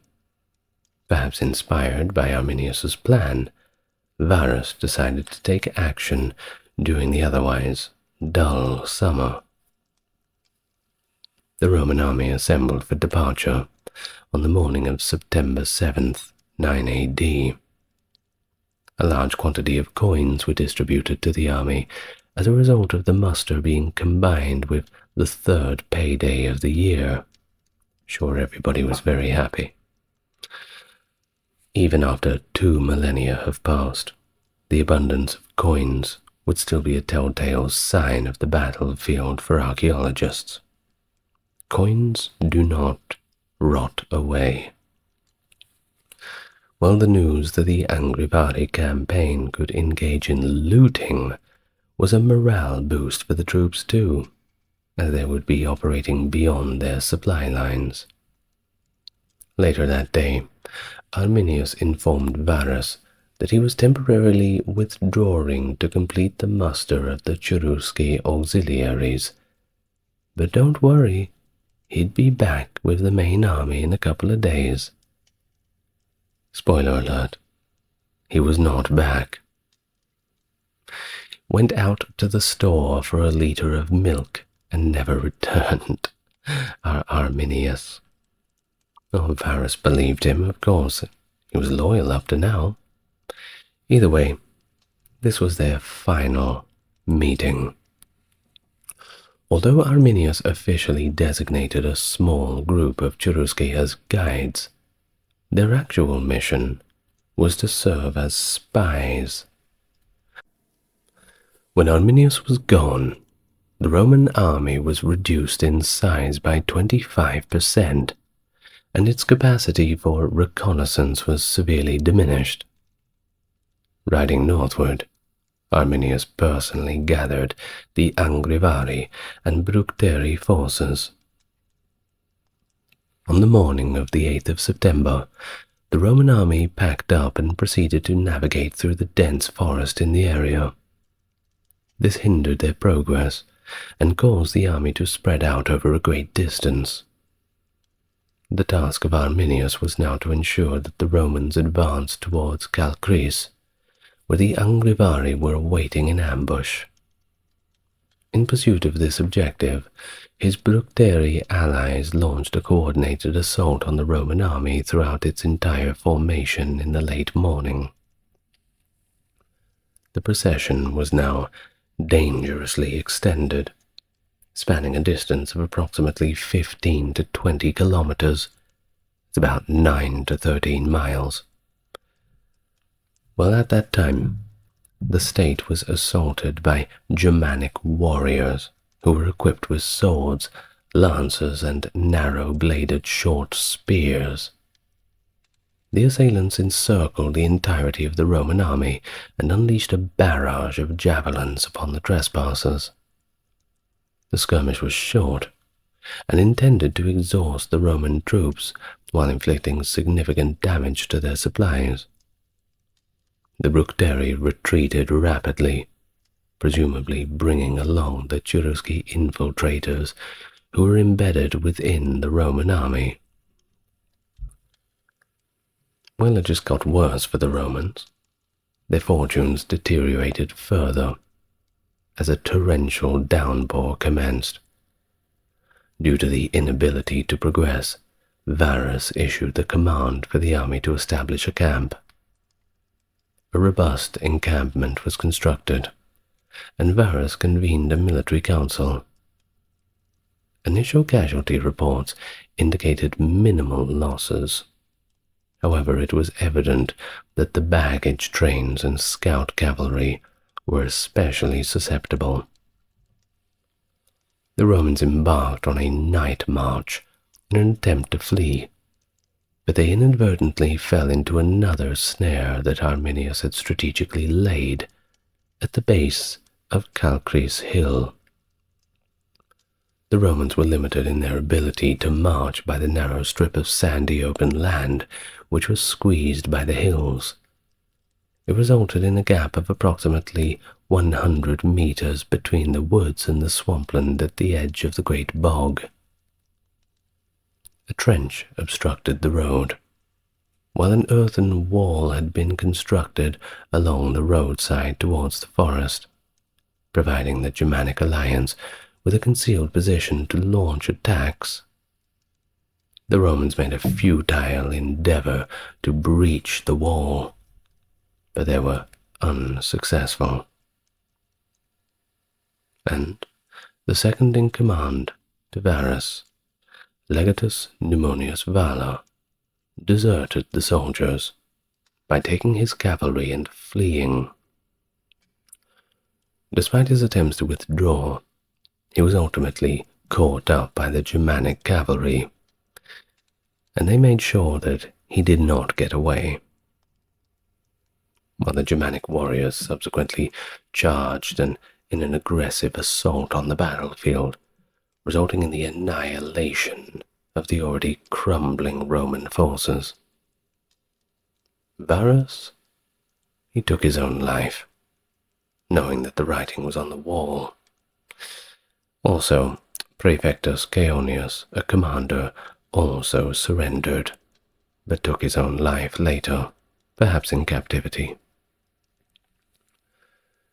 Well, the number of Roman casualties has been approximated to be between 15 and 20,000.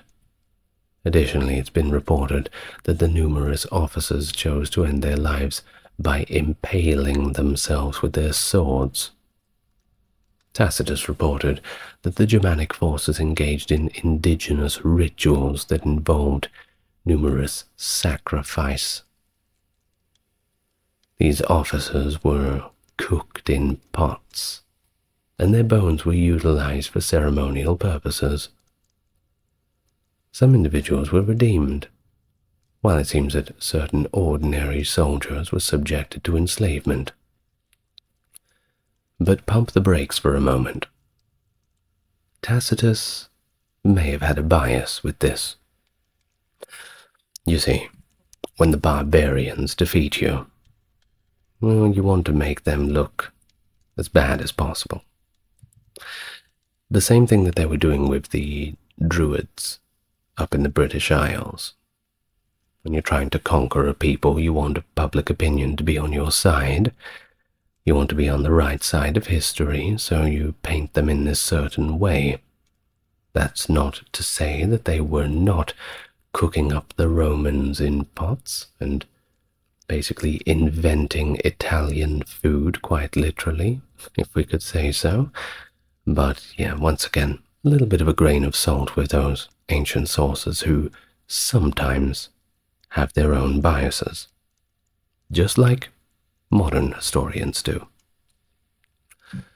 Well, the Roman accounts emphasize the thoroughness of the Roman defeat, and also the discovery of 6,000 pieces of Roman equipment at Calchris, with only one item clearly identified as Germanic. Now that indicates minimal Germanic casualties. Nevertheless, it is probable that the winners may have taken away the corpses of their deceased comrades, and their tradition of interring their warriors along with their weaponry would have played a role in the scarcity of Germanic artifacts. Moreover, a considerable number of Germanic soldiers, potentially reaching several thousand, who had abandoned their militia duties, donned Roman armor. Consequently, these soldiers would give the impression of being quote-unquote Roman during archaeological excavations. Additionally, it's recognized that the Germanic tribes utilized perishable organic substances such as leather and possessed a lesser quantity of metal compared to the Roman legionaries. Well, what happened afterwards? Sure, some people got fired over this one, right? Well, subsequent to the triumph, there was a complete and thorough conquest of all Roman fortifications, military outposts, and urban settlements, at least 2 in number, located to the east of the Rhine River. The 2 Roman legions that remained in Germania, under the leadership of Lucius Nonius Asprenas, who was Varus's nephew, by the way, made an effort to maintain control over the Rhine River. The fort, named Adliso, which is believed to be situated in present-day Haltern am See, successfully resisted the Germanic alliance for a considerable period, possibly lasting several weeks or even a few months. Following the situation becoming, well, unsustainable, the garrison led by Lucius Caedicius, along with survivors from the Teutoburg forest, as few as they were, successfully breached the siege and reached the Rhine. They had successfully resisted for a considerable period of time, allowing Nonius Asprenas to efficiently coordinate the Roman defense on the Rhine using 2 legions, and enabling Tiberius to arrive with a fresh army. This combined effort effectively prevented Arminius from crossing the Rhine and launching an invasion into Gaul. Upon learning of the defeat, Emperor Augustus is reported by the Roman historian Suetonius in the 12 Caesars as being greatly disturbed. Apparently, he had stood and forcefully struck his head against the walls of the palace, repeatedly shouting, "Quintilius Varus, give me back my legions." Very frustrated. Arminius delivered the decapitated head of Varus to Marabodus, the king of the Marcomanni, who was the second most influential Germanic leader. He then proposed an alliance against the Romans to Marodobus, but Marodobus refused, dispatching the head to Rome for interment, and maintained a neutral stance throughout the subsequent conflict. A brief and inconclusive war broke out between the 2 Germanic leaders only after that, and you would have thought that they would have teamed up. Strike while the iron's hot. Oh well. Despite the immense shock that was caused by the massacre, the Romans promptly initiated a deliberate and methodical procedure to prepare for the recapture of the territory. As usual, they weren't going to take it lying down. In the year 14 AD, immediately following the death of Augustus and the rise to power of his successor and stepson Tiberius, a large-scale attack was carried out by Germanicus, the nephew of the newly appointed emperor. And what a name for a man who was going out to get revenge on the Germanic people. He launched a surprise attack on the Marsi. The Bructeri, Tubanti, and Usipeti were provoked by the assault, and launched a surprise attack on Germanicus while he was en route to his winter encampment. However, they suffered a significant defeat, and incurred substantial casualties. In the following year, there were 2 significant military operations and a few minor skirmishes involving a substantial army of approximately 55 to 70,000 soldiers supported by naval forces. In the spring of 15 AD, Legatus Caecina Severus launched a second invasion against the Marsi, leading an army of approximately 25 to 30,000 soldiers and causing significant destruction. Subsequently, the soldiers under Germanicus's command constructed a stronghold on Mount Teonus, from which he led an expedition with an approximate force of 30 to 35,000 soldiers to confront the Chatti. A significant number of them escaped by crossing a river and scattered throughout the forests. Germanicus subsequently advanced towards Martium, the principal city of the tribe, and he burned the whole thing to the ground. Nothing personal, kid. Following early victorious encounters in the summer of 15 AD, which involved the apprehension of Arminius's spouse, Thusnelda, the military force proceeded to the location of the initial conflict. Tacitus reports the discovery of piles of whitened bones and detached skulls that were affixed to trees like a weird decoration. And it wasn't even Christmas yet. The people buried these remains, considering them to be relatives and part of their own lineage. And then Arminius was back.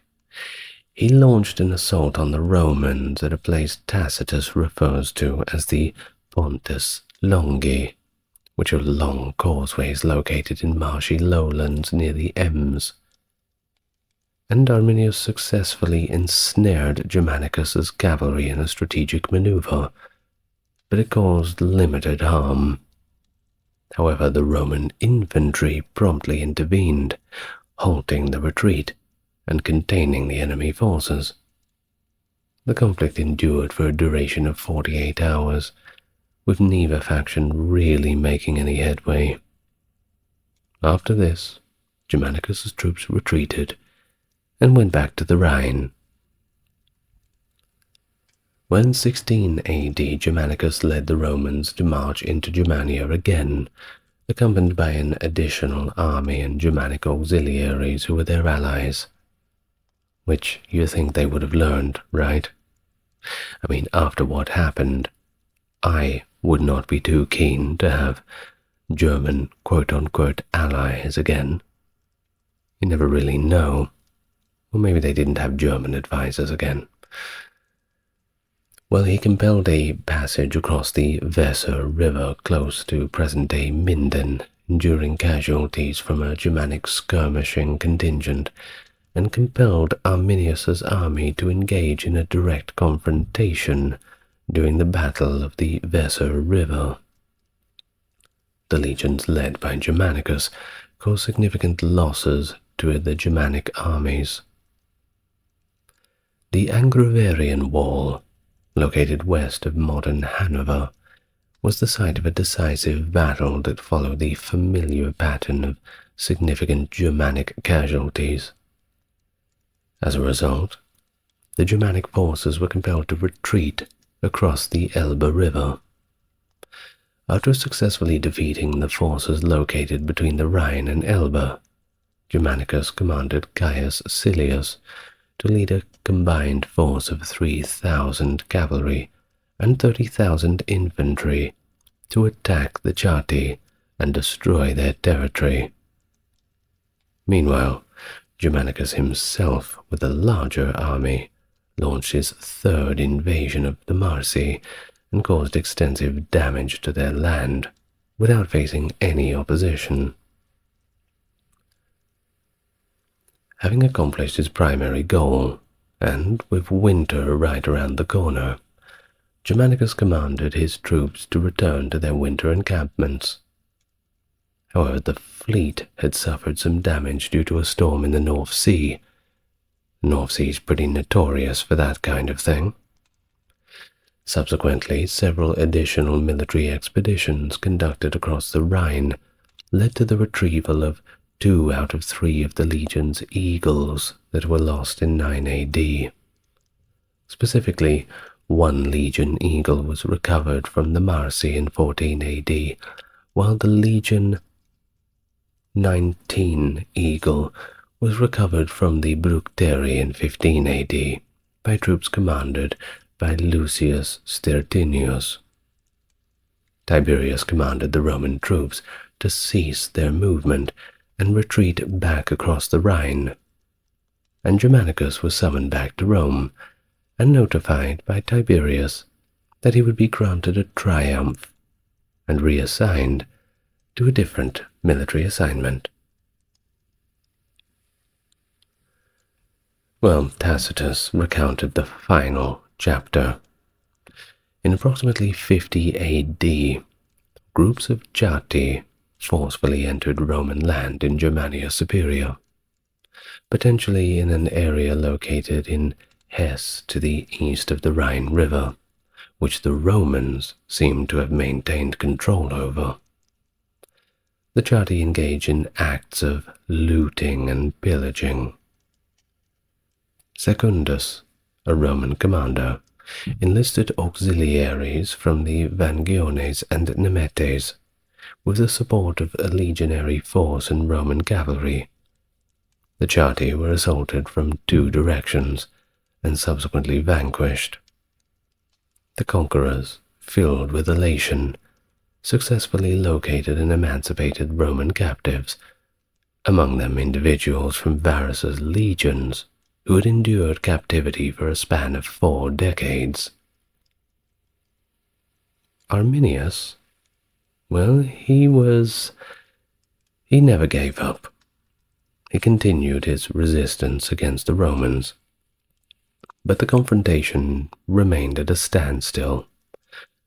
The whole thing was pretty lukewarm at this point, and people had lost morale.